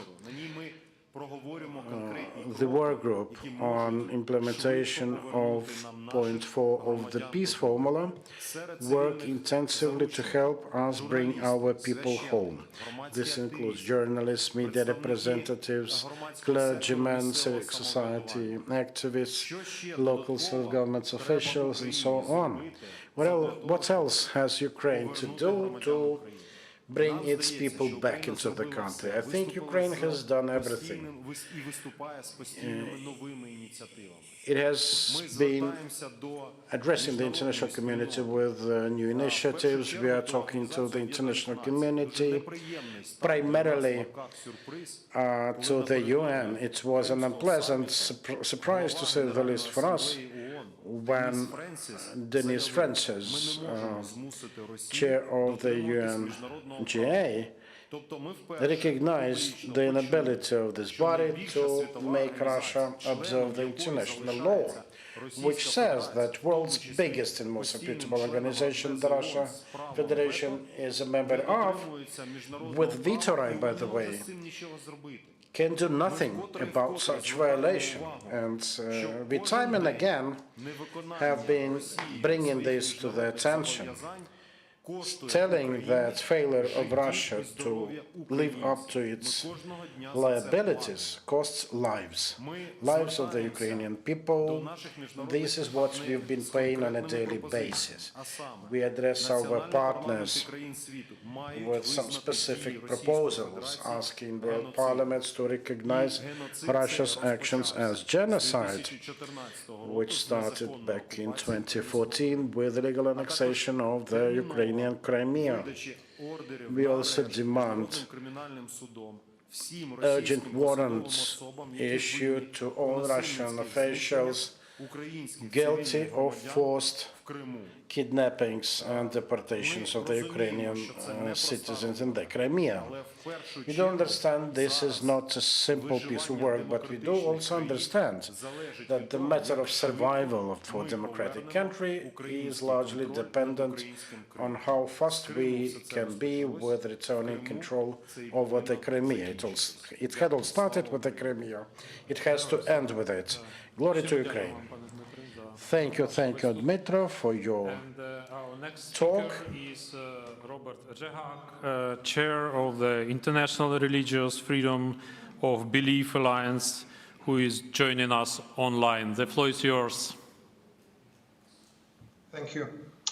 Excellencies, ladies and gentlemen, šanovní ukrajinski druzi.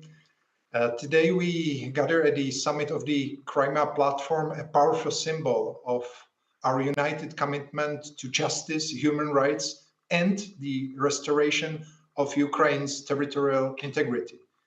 I'm personally very sensitive to this issue because my grandfather Hilarion was from Ukraine. Today, as a chair of the International Religious Freedom of Belief Alliance, the Article 18 Alliance, a coalition of 43 countries, including Ukraine, I want to stress our dedication to defending of the fundamental right to freedom of religion for all citizens of Ukraine, including Crimea, to practice their religion freely and without fear of persecution, war, or death. We live in a world that the truth is twisted, in a world where geopolitical tensions have torn nations apart and where the voices of peace and justice are often overshadowed. We are witnessing a very sad trend where the Russian Orthodox Church, which should be against any war and aggression, and the most vocal advocate for peace, has instead become collaborator of evil. The Russian Orthodox Church has failed in its sacred duty as a church and has instead been weaponized and became an instrument of Putin's propaganda and war against Ukraine, which is targeting priests, non-Moscow patriarchs, affiliated Orthodox churches, Catholics, evangelicals, and Muslim minorities. This is not just a failure of a religious institution or church, it is a betray of the very essence what it means to uphold human dignity and justice. Please let us not repeat the mistakes of history. We cannot allow Munich 1938 scenario where the world powers wanted to appease Hitler by giving him Czechoslovakia. The evil can be not appeased, it must be fought. We stand with Ukraine because your fight is our fight, fight for freedom of religion, a fight against tyranny and oppression. I firmly believe that once the war will be over, Ukraine will be stronger and freedom of religion will be the fundament of the new generation's free life. Let me conclude by a quotation by our late President Václav Havel, who said, "I'm not an optimist because I'm not sure that everything ends well, nor am I a pessimist because I'm not sure that everything ends badly. I just carry hope in my heart. Hope is a state of mind, not of the word. Slava Ukraini." Herojem slava. Děkuji. Thank you, Your Excellency. And now it's my pleasure to introduce our next speaker, Prime Minister of the Hellenic Republic, His Excellency Kyriakos Mitsotakis. Please, the floor is yours. Dear President Zelenskyy, dear friends, the people of Ukraine have shown unique resilience and remarkable bravery in the face of the ongoing unjustified aggression by the Russian Federation. The atrocious, all-out war continues unabated well into its third consecutive year, in violation of every principle of international and humanitarian law, as well as of the UN Charter. Greece cannot but remain on the right side of history, as it has done from the very first moment of the invasion, steadfastly assisting Ukraine, together with its partners and allies, for as long as it takes. We sadly recall today that this horrendous aggression is not in fact the beginning of the tragedy for the Ukrainian people. The Russian aggression started well before the 22nd February of 2022. It began already back in the winter of 2014 with the illegal occupation of the Autonomous Republic of Crimea and the city of Sevastopol, deep into the sovereign territory of Ukraine. Dear colleagues and friends, we're here today to reiterate that the free world will never recognize the change by force of the international legal status of Crimea and all other occupied Ukrainian territories for that matter. We remain convinced that the 10-point peace formula by President Zelenskyy contains all the necessary constructive elements as confirmed by the participants in the recent peace conference in Bürgenstock. We are looking forward to the continuation of the process, hopefully with the participation of even more states. After all, what happens in Ukraine concerns the global international community. Dear Volodymyr, rest assured, Greece remains strong in its support of Ukraine, defending its sovereignty, its territorial integrity, and its people. Thank you, Mr. Prime Minister. And now I would like to give the floor to Ms. Salina Shambos, Political Director of the Ministry of Foreign Affairs of the Republic of Cyprus. The floor is yours. President Zelenskyy, Excellencies, heads of delegation, colleagues, distinguished participants. On the occasion of the anniversary of the establishment of the International Crimean Platform, I am privileged to be part of the summit of this platform and deliver this address on behalf of Minister Gombos. Cyprus's participation in today's summit reflects our strong, determined, and undeniable support to Ukraine, as well as our firm commitment for a lasting, viable, and meaningful peace in Ukraine. Such lasting peace can only be based on the principles of the UN Charter. Cyprus affirms its unwavering support for Ukraine's sovereignty, independence, unity, and restoration of territorial integrity within its internationally recognized borders, including in the autonomous Republic of Crimea and the city of Sevastopol, and in line with relevant Security Council resolutions and General Assembly and international law. Russia's ongoing, unjustifiable, unprovoked, illegal, and brutal war of aggression against Ukraine directly questions the principles of international law and multilateralism. It questions the foundations where our shared democratic values are anchored and aims at creating a distorted world order where any country can become prey without shield of protection that stems from international law. Since Russia's full-blown war of aggression unfolded, Ukraine has successfully resisted its opponent on many fronts and has given us quite a number of reasons to be optimistic and hopeful. However, its most surprising success came in a theater where few may have expected Ukraine to prevail, in the Black Sea. This is a significant breakthrough, which of course can change the course of the war. Ladies and gentlemen, our efforts to bring justice are tireless, and we will continue utilizing diplomatic, political, and legal means to address illegality, suffering, and injustice. We avail ourselves in providing Ukraine with any possible assistance in order to restore peace and security in Ukraine. At the same time, we cannot but express our deep concern regarding the ongoing violations of international law, including human rights law and international humanitarian law by the aggressor. We denounce all ongoing attempts to forcefully and illegally incorporate the temporarily occupied territories of Ukraine, including Crimea, into the Russian Federation, and the use of the Crimean Peninsula as an outpost in the Black Sea against Ukraine, as well as a means to support the attempted illegal annexation of other Ukrainian regions. Crimea is Ukraine. Cyprus supports Ukrainian-led efforts such as the Ukraine's peace formula and restoration of territorial integrity of Ukraine within its internationally recognized borders are indispensable for achieving a comprehensive, just, and sustainable peace. I would like to reiterate Cyprus's readiness to constructively engage regarding the implementation of point 8 of the peace formula, countering ecocide, focusing on strengthening international assistance from demining of the deoccupied territories of Ukraine. Ladies and gentlemen, this war represents a test of our commitment, our collective commitment to the respect of the principles of international law. We cannot allow injustice and violence to prevail.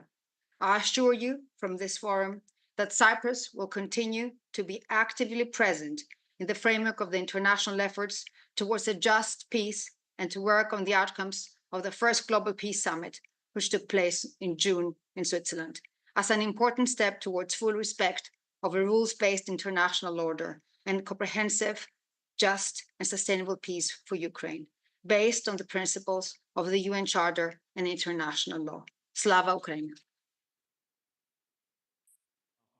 Thank you, Madam, for your statement.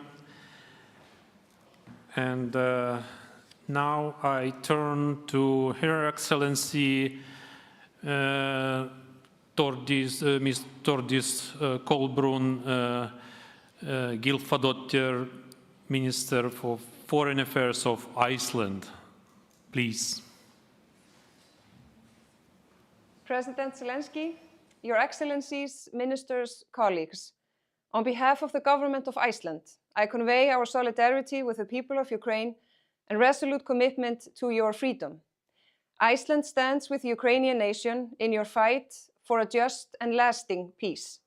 Russia's annexation of Crimea and the full-scale invasion is not only a brutal and illegal assault on Ukraine and its people, it is an unprecedented and vicious attack on the Charter of the United Nations and the international system. We remain unwavering in our commitment to Ukraine's sovereignty and territorial integrity, including Crimea. And we are steadfast in our support for President Zelensky's peace formula. Ukraine will prevail as a free and democratic country. To this end, the people of Ukraine show profound moral courage, resilience, and willpower in the face of tyranny and war crimes. As outlined in the Reykjavik Declaration of the Council of Europe, there must be a firm international legal response for all victims, as well as for the state of Ukraine. Without accountability, there can be no lasting peace. This fourth summit of the International Crimea Platform is an important opportunity to underscore our resolve to unite around the core values of democracy, human rights, and the rule of law. We must stand firmly against the autocratic tendencies that threaten the foundation of international order and security. Iceland endorses the joint statement of the summit. Russia bears full responsibility for this war. We condemn the actions of Russia in the temporarily occupied territories of Ukraine, and we join other nations in demanding that Russia withdraws all of its military forces from the entire territory of Ukraine within its internationally recognized borders as of 1991. Iceland stands with Ukraine. Thank you, Minister. And now I invite Her Excellency Ms. Luminica Teodora Ordobescu, Minister of Foreign Affairs of Romania, to take the floor, please. Your Excellencies, esteemed participants, dear Ukrainians, the fourth summit of the International Crimea Platform overlaps with a sad and tragic commemoration. 10 years since Russia illegally annexed the Crimean Peninsula. Today, as then, this act remains a breach of both international law as well as of Russia's legal and political obligation towards Ukraine. The fight Ukraine fights today against Russia's aggression did not start in 2022, but back in 2014.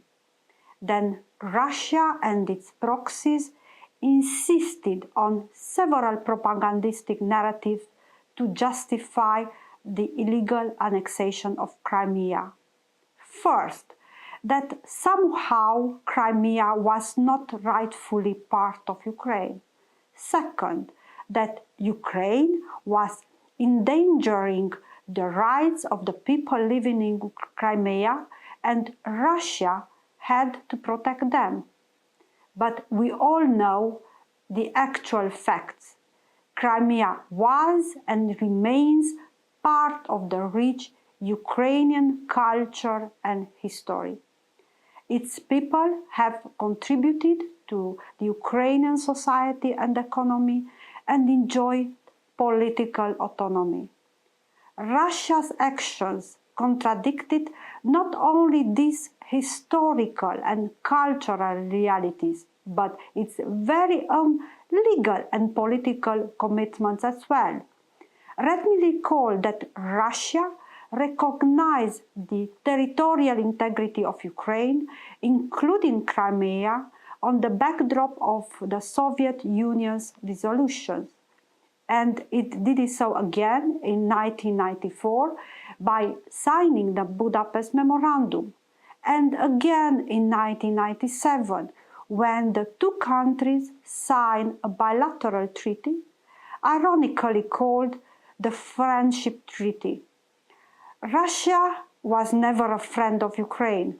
It only wanted to control Ukraine and keep its economy and society underdeveloped by denying the Ukrainian people their right to a European, democratic and prosperous future. Russia openly backed corrupt and loyal politicians to achieve these goals. But the people of Ukraine wanted a different future for their country. When the people of Ukraine raised up for this European future during the Maidan and the Revolution of Dignity, Russia responded with force.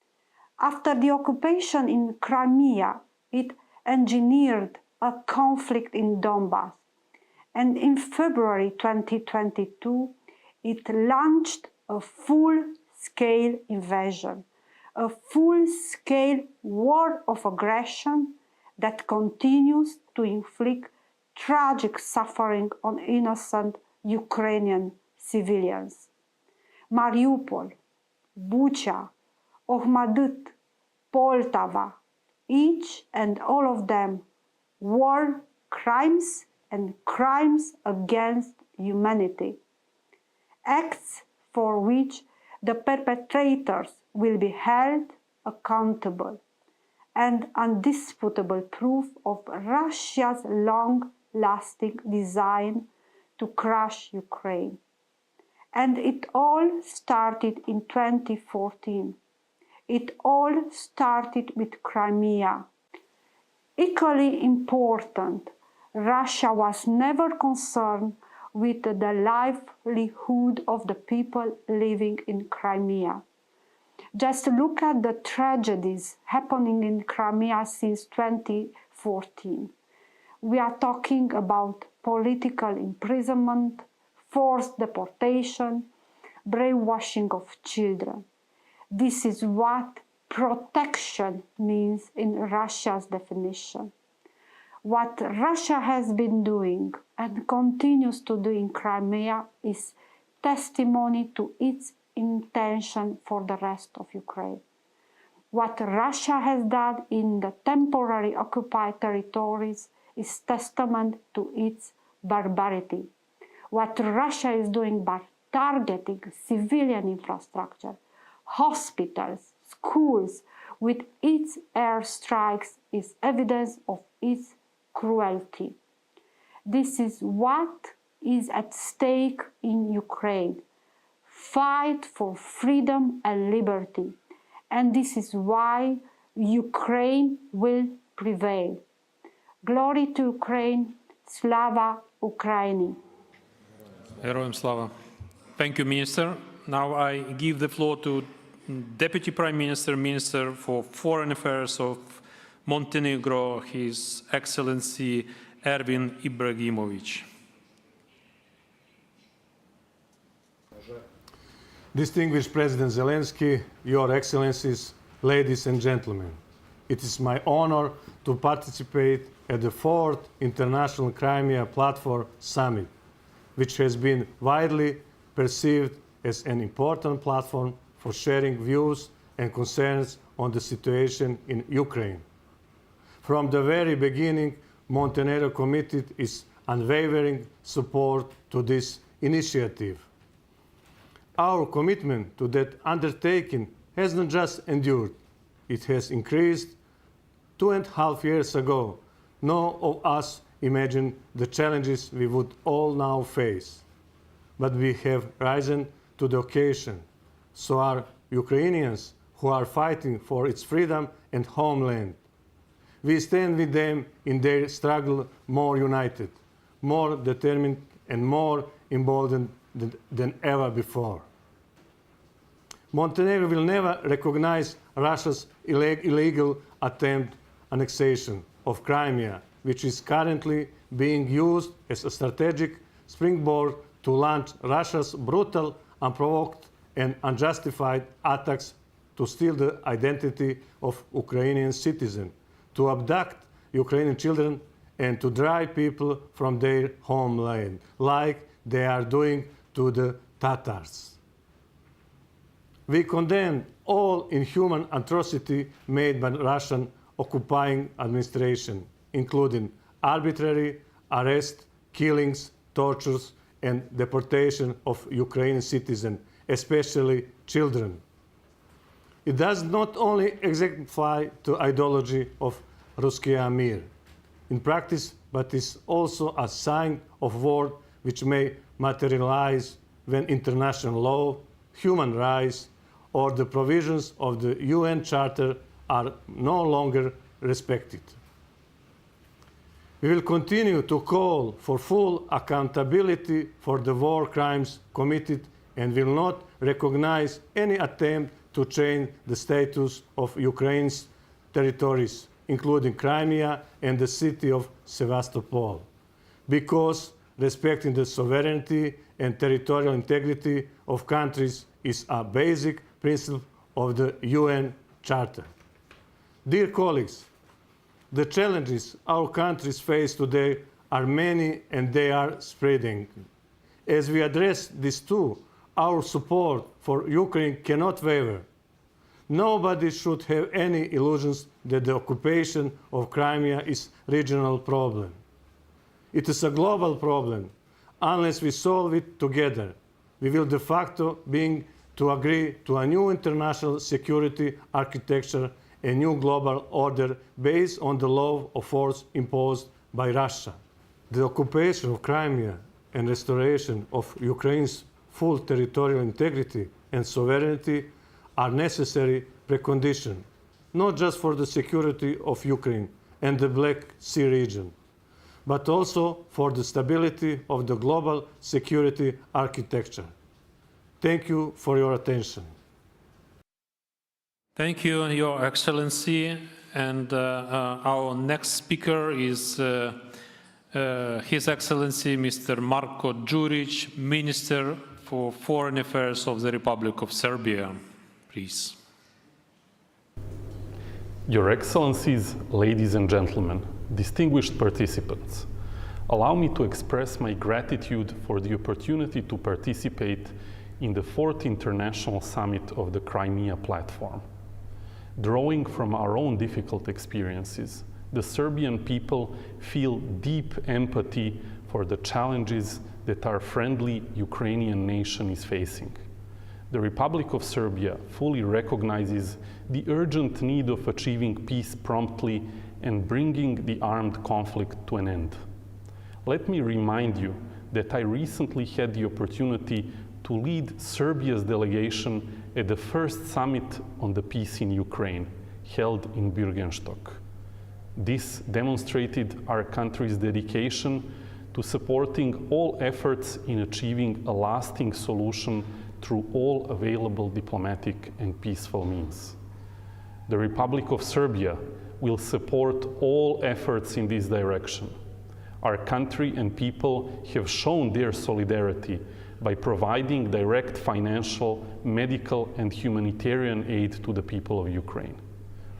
Understanding the severe impact of energy shortages from our own experiences, we have also contributed by donating energy equipment to assist Ukraine's energy sector.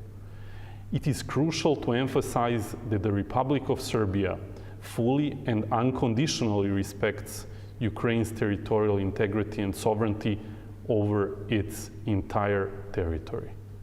We believe that this principle is a cornerstone of international public law and that its unconditional respect is essential for the peaceful coexistence of sovereign states. Concrete examples have already shown that breaching this principle can lead to far-reaching consequences.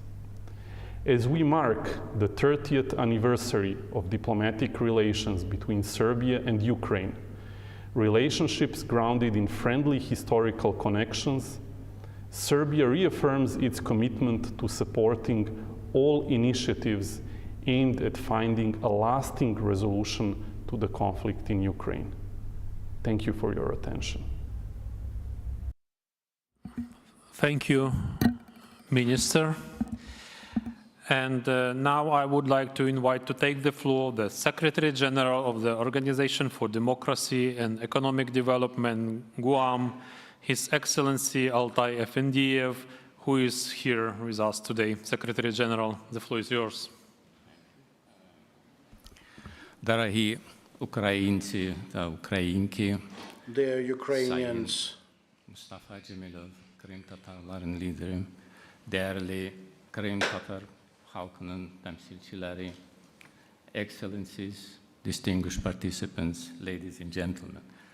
It is my great honor and privilege for the first time to take part in the Crimean Platform Summit. And I would like to congratulate Ukraine on this annual occasion which is organized amid the ongoing war, military aggression of the Russian Federation against Ukraine. This fact manifests a nation's resilience, decisiveness, uncompromised devotion to and commitment to its existential struggle to defend its independence, preserve its identity, and protect its right to decide on its future. We wish every success to this collective endeavor to restore as soon as possible justice and law and bring sustainable peace, stability, and security to Ukraine and the wider Black Sea region. We also reiterate our firm adherence to the norms and principles of international law and confirm our unwavering support of Ukraine's territorial integrity and sovereignty within internationally recognized borders, including territorial waters. Hence, we consider temporarily illegally occupied territories of Ukraine, including Crimea, as inseparable part of Ukraine. Consequently, we do not recognize the recent so-called municipal elections into temporarily occupied Crimea and consider them null and void. This principle stance applies to all Guam member states. Mr. Chairman, today is 931, correct me if I'm wrong, day of this brutal, criminal, most devastating war since World War II that has been unfolding in front of the whole world.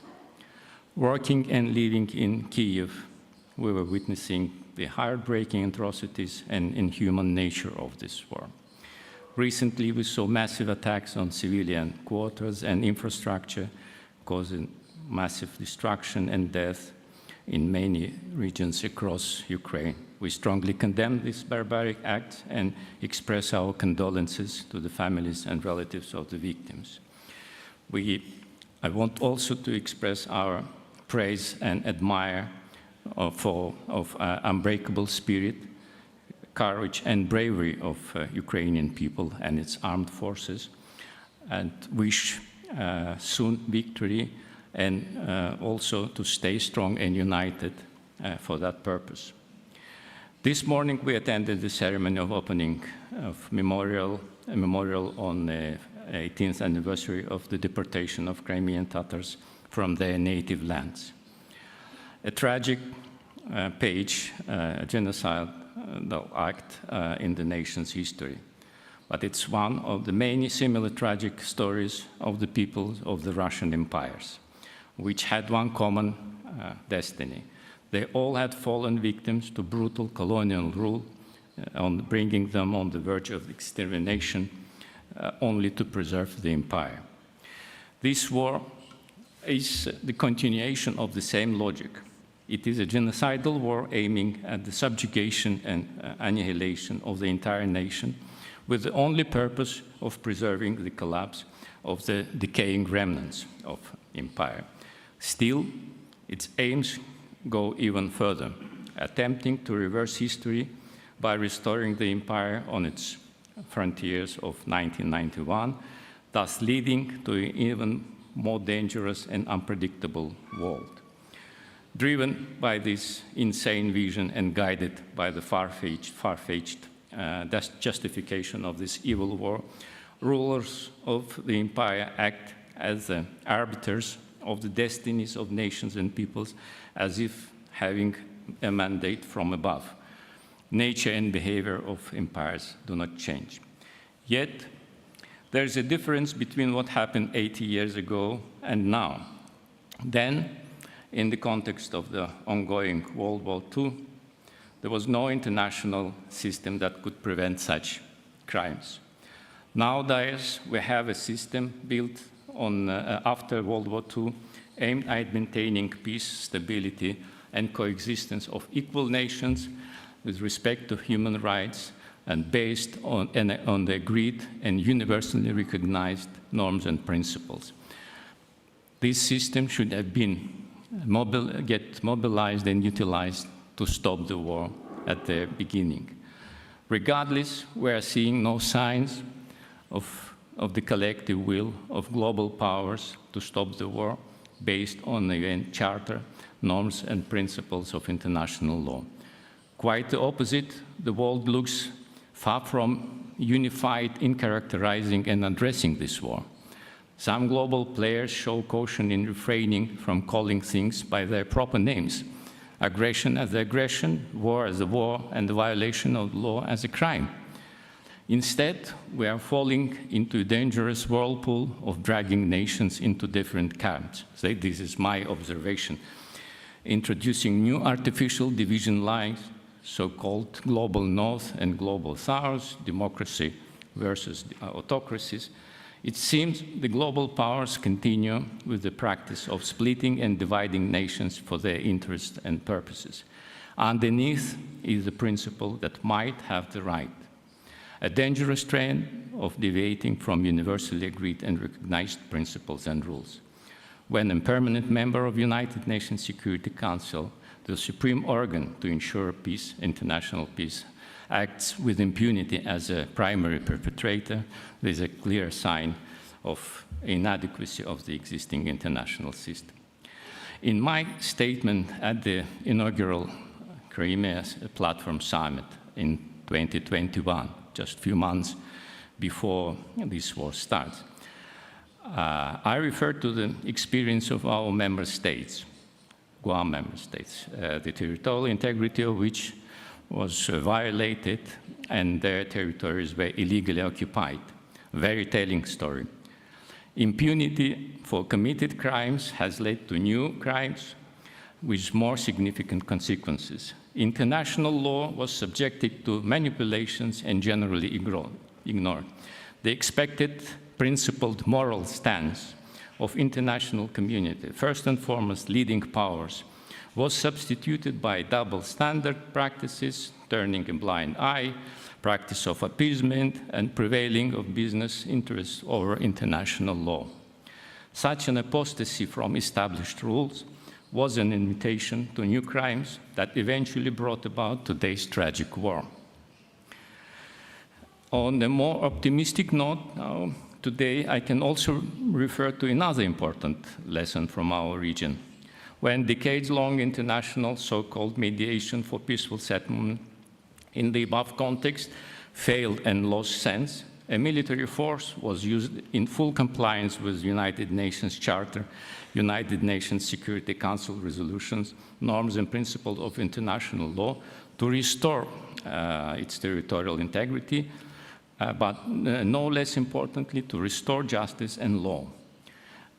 I believe this lesson might be relevant to the situation in Ukraine. Mr. Chairman, distinguished participants, comprehensive, just, lasting, and sustainable peace can only be based on the existing norms and principles of international law. All nations, particularly those under permanent threats and risk to their independence, need a predictable, safe, and secure environment to ensure the effective implementation of their national projects. The peace formula of President Zelenskyy provides a solid basis for that aim. As Guam organization, we are fully committed to contributing to the objectives of the Crimea Platform through regional cooperation within our competence. First and foremost, I refer here to the implementation of flagship initiatives, of which I spoke in detail on previous occasions, last year and before. We are ready and keen to cooperate closely with all regional stakeholders and interested parties of goodwill to achieve that aim. Thank you for kind attention, and Slava Ukraini. Thank you, Secretary General. Now I'm pleased to give the floor to José Manuel Alvarez, Minister for Foreign Affairs, European Union and Cooperation of the Kingdom of Spain. The floor is yours. President Zelenskyy, Minister Sibilla, colleagues, friends, it's an honor for me to address all of you today during the 4th summit of the International Crimean Platform.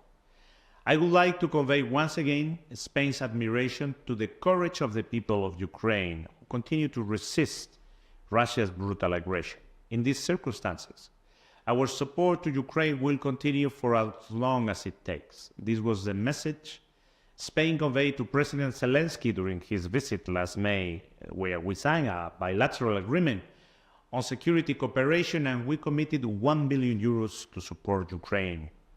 This year marks the 10th anniversary of Russia's first attack against Ukraine when it invaded Crimea in violations of the principles of international law and the UN Charter.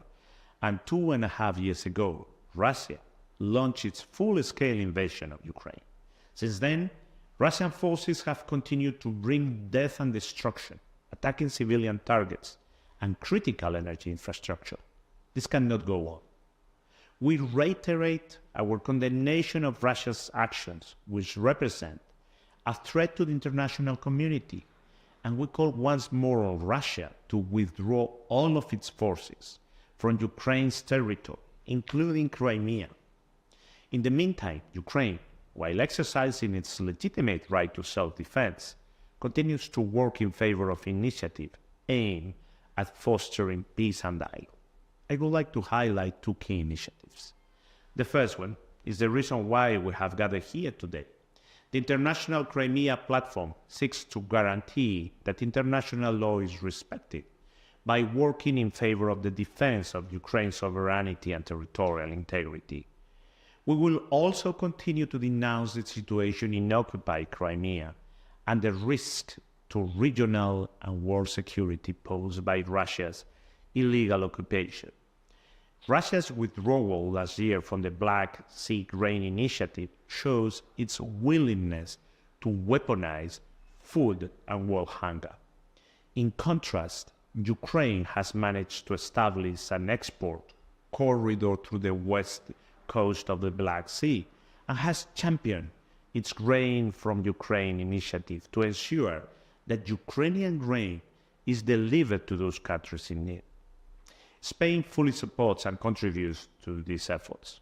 The second key Ukrainian initiative aims to bring a comprehensive, just and lasting peace to Ukraine in line with international law, with the UN Charter and relevant UNGER resolution. I am referring to President Zelensky's peace formula and to the process started last June during the Summit on Peace of Ukraine in Switzerland. We encourage our international partners to join this peace process based on the respect of the UN Charter to put an end to Russia's aggression against Ukraine. Esteemed and honored guests, our message today is simple: Crimea is Ukraine. We will continue working in a spirit of solidarity within the international platform and with all international actors until all the people of Ukraine can live in peace in their sovereign country within its internationally recognized borders. Thank you, Minister. And now it's my pleasure to invite to take the floor the Minister for Foreign Affairs of the Principality of Andorra, Madame Imma Torfaus. Please. Excellencies, ladies and gentlemen, it is an honor for me as Minister of Foreign Affairs to represent the government of the Principality of Andorra in this fourth International Crimea Platform. Today marks 10 years of the illegal occupation of Crimea. Andorra renews its unwavering support for Ukraine's sovereignty, independence and territorial integrity within its international recognized borders. We also give all our support to the government and the people of Ukraine in their right to defend themselves. Since February 2022, Andorra has endorsed all UN General Assembly resolutions to request Russia's accountability for all war crimes and, in particular, crimes against humanity committed in Ukraine. Andorra strongly believes that international law and the rules-based international order are the foundations of multilateralism and the undeniable basis for cooperation, dialogue, and peaceful coexistence among nations. Andorra joined the platform in 2022 and has participated in several summits and conferences to confirm our solid support towards Ukraine. In June this year, our head of government, Mr. Javier Spot-Zamora, participated in the Summit on Peace in Ukraine that took place in Birkenstock, Switzerland, and our country adhered to the joint communique. Andorra thus reiterated its condemnation of the Russian unjustified aggression, and we requested that all displaced Ukrainian children and all other Ukrainian civilians who were unlawfully detained be returned safely to their homeland. Ever since Russia's invasion of Ukraine, Andorra, a country with only 86,000 inhabitants, has made efforts to grant more than 300 temporary residence permits to Ukraine refugees, with access to the labor market, education and healthcare, as well as social and income support to the most vulnerable ones. On the other hand, the government of Andorra continues its firm alignment with the EU's policy and financial package of sanctions against Russia and Belarus. After more than 2 years of intolerable suffering and the loss of so many innocent lives, Andorra believes that dialogue between all parties involved must prevail. In this sense, we, the international community, also hold a responsibility creating bridges and foster negotiations so as to put an end to the grief of the Ukrainian civil population. We must work for peace and human rights and values. I sincerely wish that the results of this fourth International Crimea Platform will contribute to move forward in this direction. Thank you for your attention. Madam Minister, and please welcome Australian Foreign Minister, Her Excellency Penny Wong. Australia is steadfast in our support for Ukraine's sovereignty, territorial integrity and right to defend itself against Russia's unprovoked, illegal and immoral invasion. Russia must immediately, completely and unconditionally withdraw its forces from within the internationally recognised borders of Ukraine, including the Crimean Peninsula. Now in its fourth year, the Crimea Platform has become an important forum for voicing collective efforts to hold Russia to account for its occupation of Crimea and to encourage a comprehensive and lasting peace in Ukraine on its own terms. Addressing Russia's violations of international law are critical to any just resolution of the war. Australia remains deeply concerned by reports of ongoing repressive measures inflicted on those in temporarily occupied Crimea, including widespread political, ethnic and cultural persecution, forced conscription into the Russian armed forces and media censorship. We are inspired by the resolve of the Ukrainian people in Crimea and across Ukraine, who have refused to let Russian aggression rob them of their history, culture and freedom. We have imposed over 1,200 targeted financial sanctions and trade measures against Russia, and we have committed over $1.3 billion in assistance to Ukraine.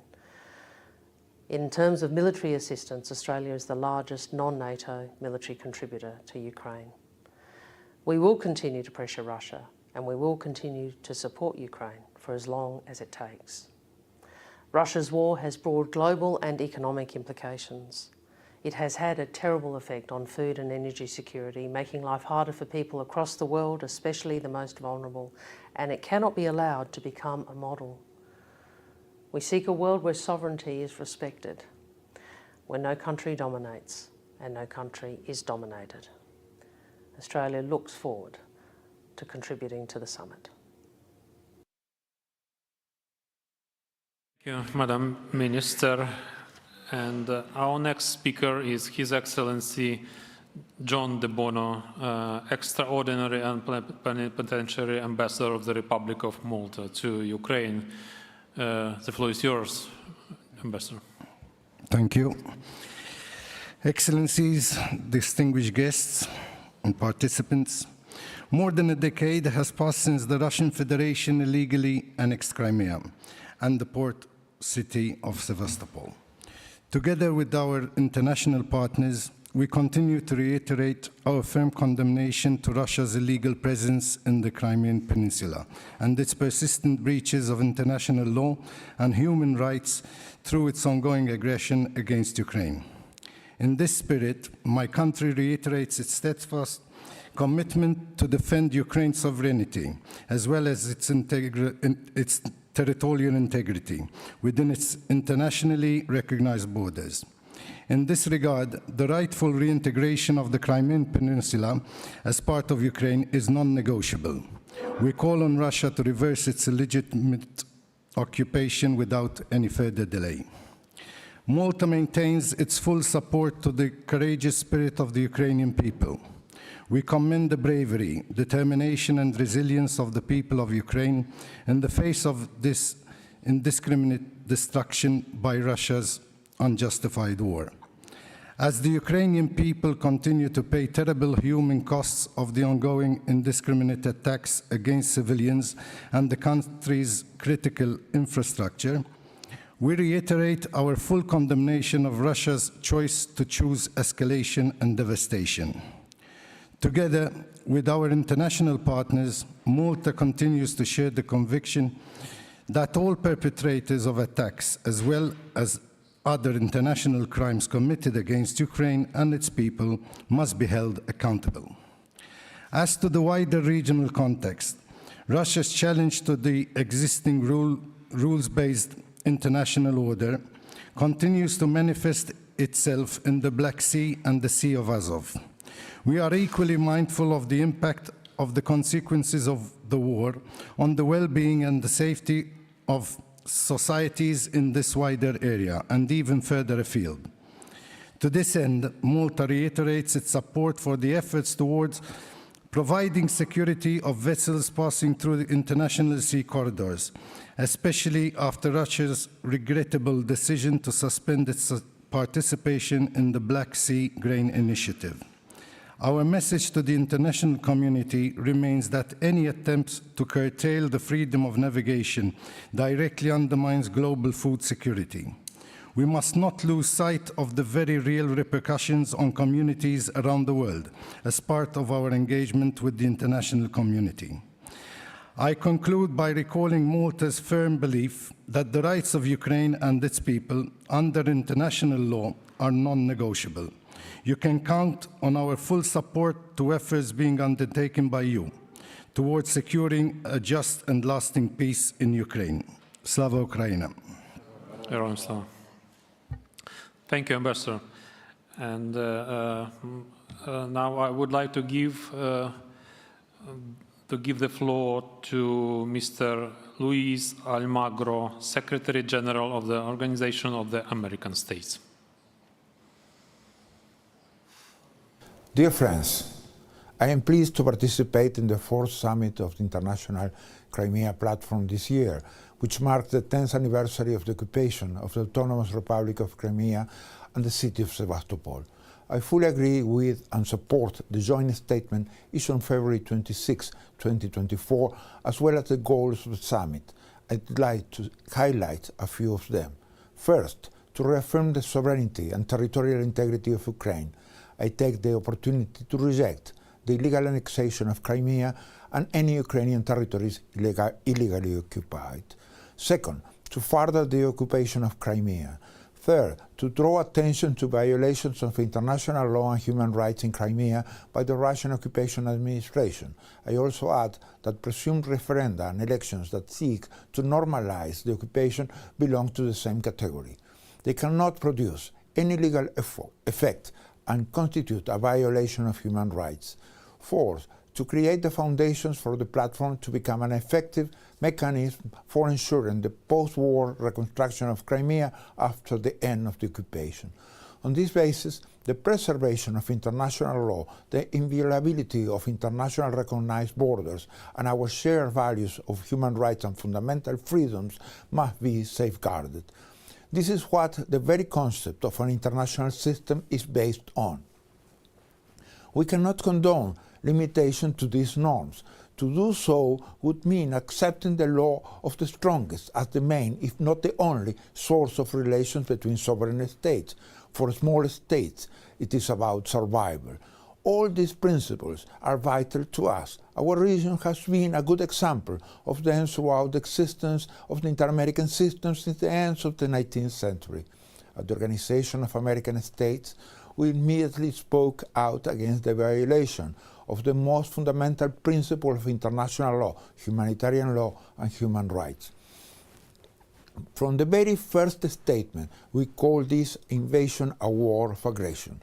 Immediately thereafter, our Permanent Council withdrew the Russian Federation status of observer before this organization, reaffirming the principle that guide us.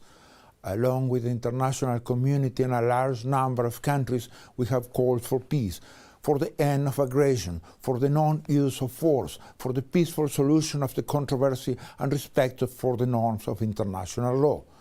We have also said that the invasion poses a threat to the peace and security of the entire planet, including the Western Hemisphere. And we have seen Russia making inroads among autocratic regimes in the Americas. We are especially concerned in the Americas with the fact that it is precisely in the Black Sea where the economic war of aggression has taken place against Ukraine and the rest of the world. If Ukraine cannot export grain, its economy will suffer, prices will rise, and hunger will spread among low-income countries. For all these reasons, we remain fully committed to peace with justice and territorial integrity for Ukraine and for Ukrainian Crimea. The Americas are with you. Thank you. Thank you, Your Excellency. The next floor will be given to the Secretary of Foreign Affairs of Argentina, His Excellency Leopoldo Francisco Saores. The floor is yours. The Argentine Republic strongly condemns the invasion of the territory of Ukraine by the Russian Federation, which took place in 2014 and 2022. The Russian Federation must immediately cease the use of force and military operations in Ukraine soil and withdraw its military equipment and personnel. Argentina is convinced that the lasting solution to the delicate situation in Ukraine can only be achieved through peaceful settlement means.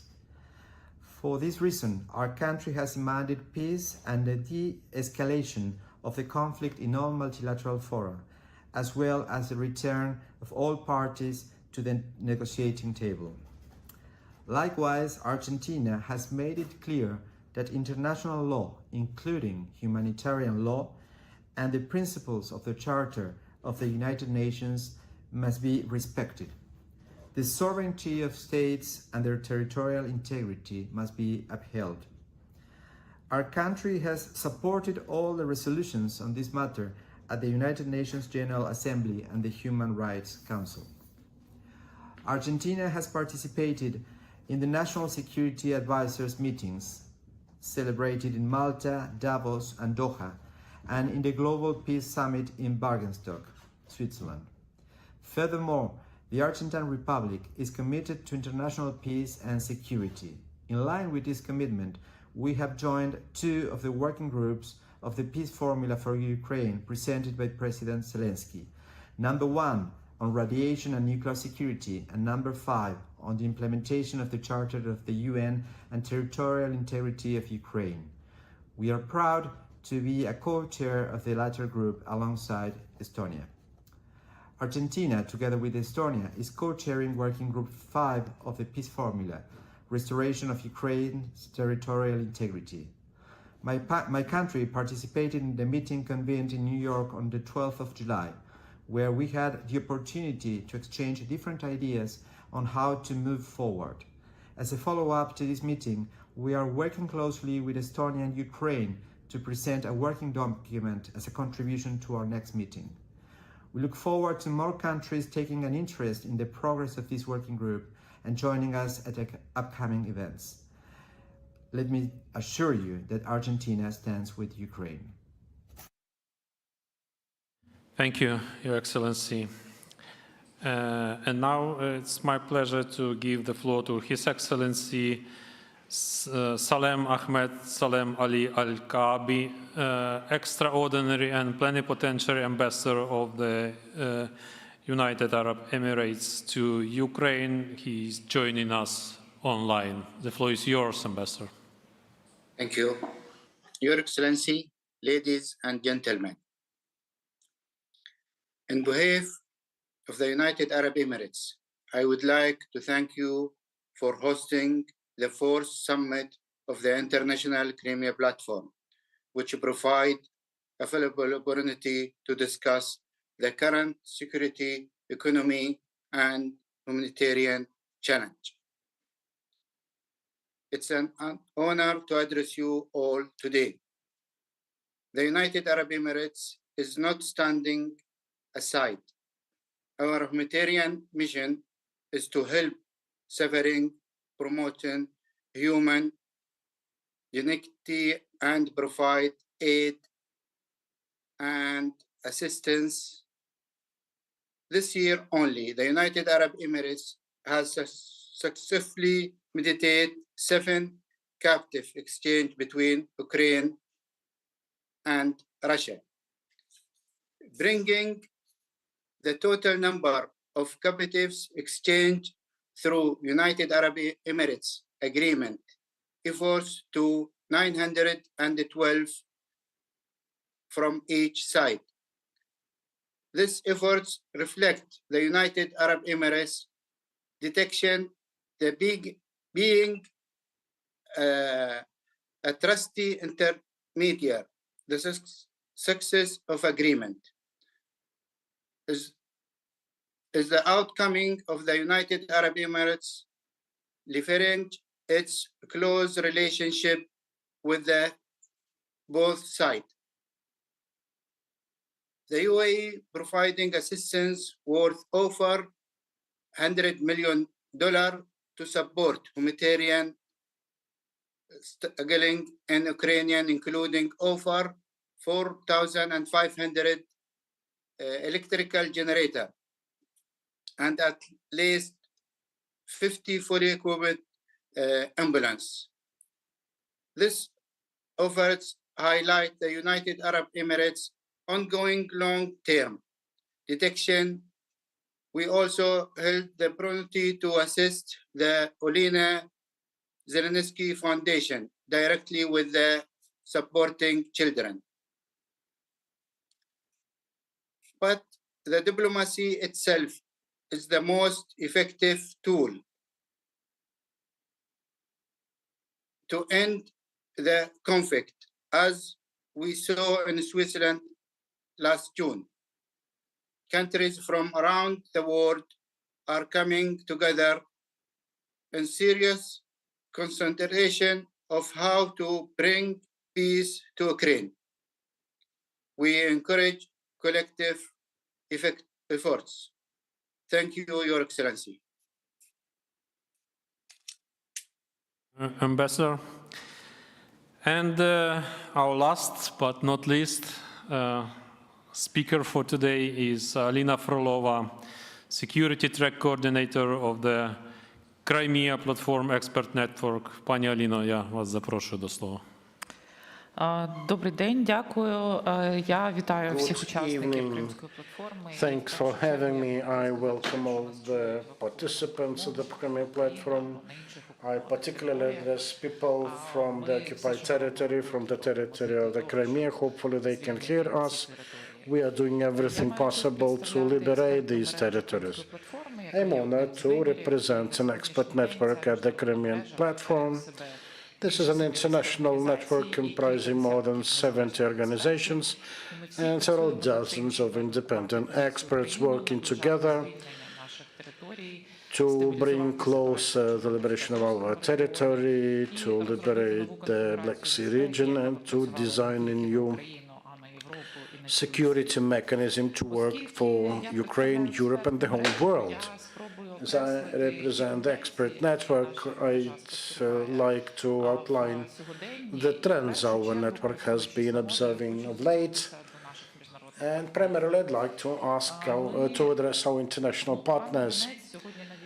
Mr. Lubinets provided today to us the statistics of political prisoners, considered actually political prisoners in the Crimea today.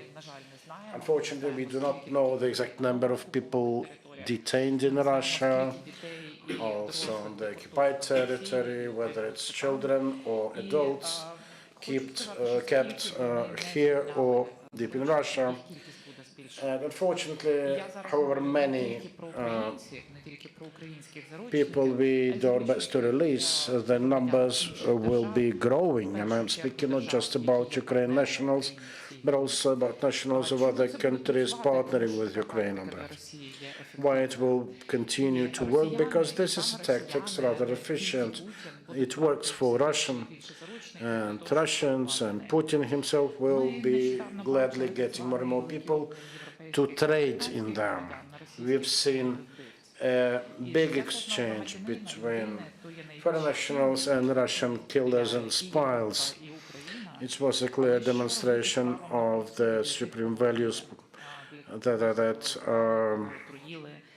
the world, democratic world, and Europe stand to. But what can be said of those who was, tortured, raped, killed? Will we have enough force to protect our people and our borders? At various international conferences, we talk a lot generally about human rights and freedoms. As someone involved in security matters, I can tell you that protection is not about one's weakness.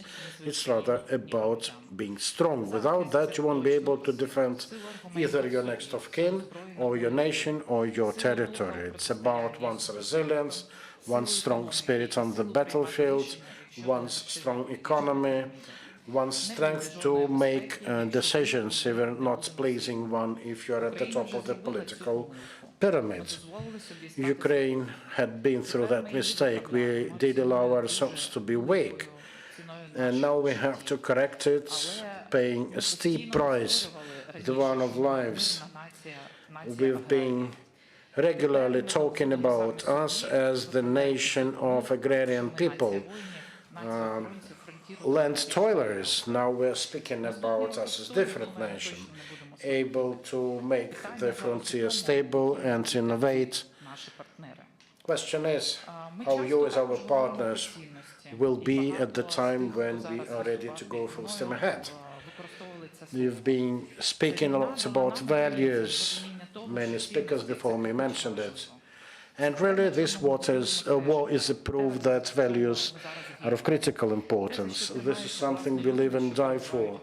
This is what people being in detainment try to use to stay afloat. I did talk to a lot of them, and I was being told that it was very important for us to know that it still made sense, that it wasn't in vain. We, Ukrainians, do not want to go back to the Soviet Empire. We want to be able to independently decide how we live. Democracy is not an empty shell for us. It's very important for us to accept that. It's nonetheless important to understand how people that, have opted to live in dictatorship, in authoritarian country, they have to continue with. The life shows that we cannot affect their choice. Let them do it. But we want to be able to stand to our own principles, to avoid someone else deciding for us. From here, the question will we be strong enough to defend us and our democracy? Last but not least, human rights, a buzzword today. I think still that the key thing here is about human. It's again about one's humanity, this basic right to remain humane, something we are being regularly stolen from us, sometimes even by our partners who allow themselves to humanize war crimes, like the recent documentary by a Russian filmmaker on kind of poor Russian soldiers waging that hard war. This documentary is being widely screened at Biennale and so on. It's, like monetizing one's lives. This devoids us of normal human emotions, this feeling of justice, our humaneness.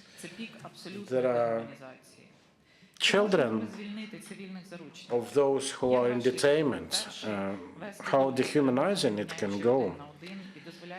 How can we release these people? We can continue with those one-on-one negotiations, spending years of their lives in these attempts. We may invite other activists. Another thing is probably to prevent people from being caught and taken, kidnapped, taken into prison. There should be some very strict measures to prevent anyone from attacking us, whether hybrid or no. Our military force is to be able to take down drones regardless of the type, without just going to considerations whether it's really too dangerous or not too dangerous one. International maritime shipments should be secure and free to use convenient corridors rather than lengthy bypass ways. Politicians have to be able to call war its proper name, and killers have to be called killers. Definitely, they should not be hugging with invaders' representatives on the premises of the Zaporizhzhia NPP. I think the best strategy of victory is the one of humaneness over evil. A recent security forum in Prague saw Ursula von der Leyen saying these words: we have made a mistake, we had to listen to what Eastern European countries had to tell us.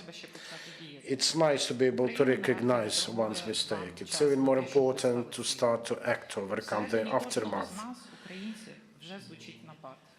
There's really the bell tolling inside all of us Ukrainians. We plead with you, never let yourselves go into hostage status like we had allowed ourselves with the Crimea. This would work better for the world.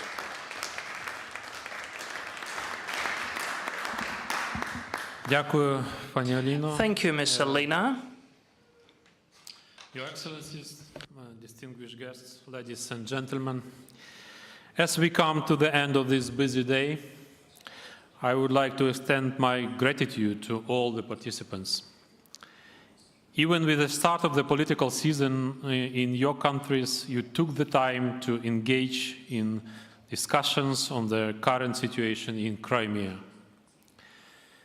Today's summit clearly shows that the international community recognizes the grave and far-reaching consequences of Russia's illegal occupation of Crimea. A special thank you to the countries joining the International Crimea Platform for the first time. Your participation underscores that the Russian war of aggression against Ukraine is a matter of global concern and anxiety. The message is profoundly significant. Restoration of just and lasting peace in Ukraine is inconceivable without the occupation of the whole territory of Ukraine. The Crimea Platform serves as a crucial tool in this process. Ukraine is developing reintegration policies and training young leaders to manage state and municipal bodies in the deoccupied territories. We are grateful to the partners who support these efforts led by the representative office of the President of Ukraine in Crimea. We conclude today's work by approving the joint statement from the 4th summit of the International Crimea Platform. This statement reflects our shared commitment to supporting the deoccupation of Crimea and restoring Ukraine's sovereignty and territorial integrity within its internationally recognized borders. In particular, participants agreed to firmly uphold and affirm unwavering support for the sovereignty, independence, unity and territorial integrity of Ukraine within its internationally recognized borders, and for Ukraine's inherent right of self-defense against the Russian Federation's unprovoked war of aggression. The participants agreed to continue and increase political, financial, economic, humanitarian, military and diplomatic support for Ukraine in the restoration of its territorial integrity, including the Autonomous Republic of Crimea and the city of Sebastopol.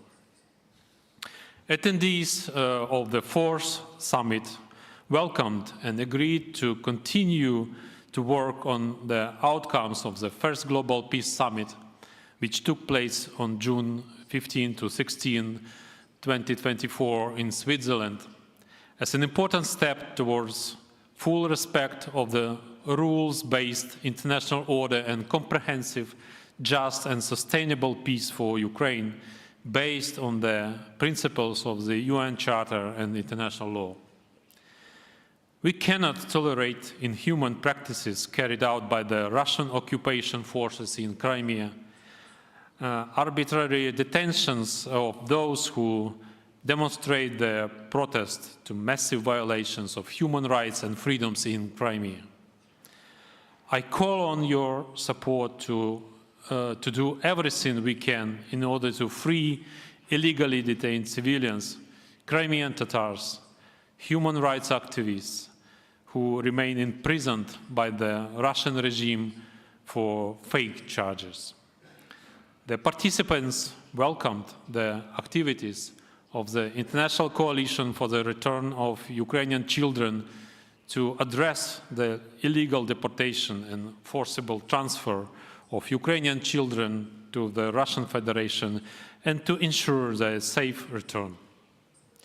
Actions of the Russian Federation against Ukraine, in particular the restriction of freedom of navigation in the Black and Azov Seas, severely challenge the maritime security in the region, gravely affect the security and stability of the Black Sea region, disrupt connectivity, threaten global food security, and hamper the economic development of the littoral countries.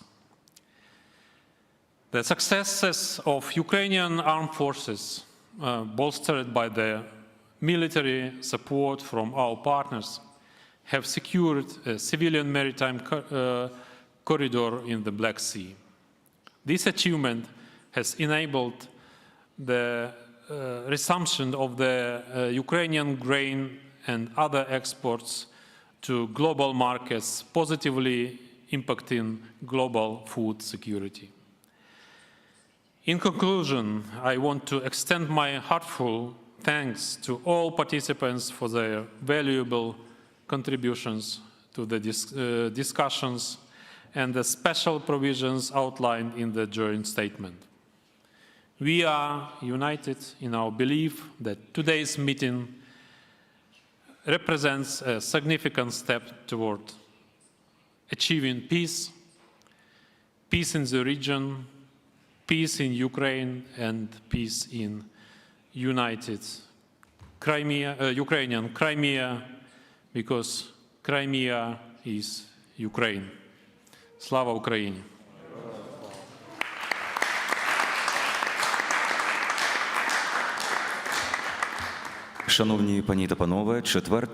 Dear ladies and gentlemen, the fourth summit of the International Crimea Platform is over.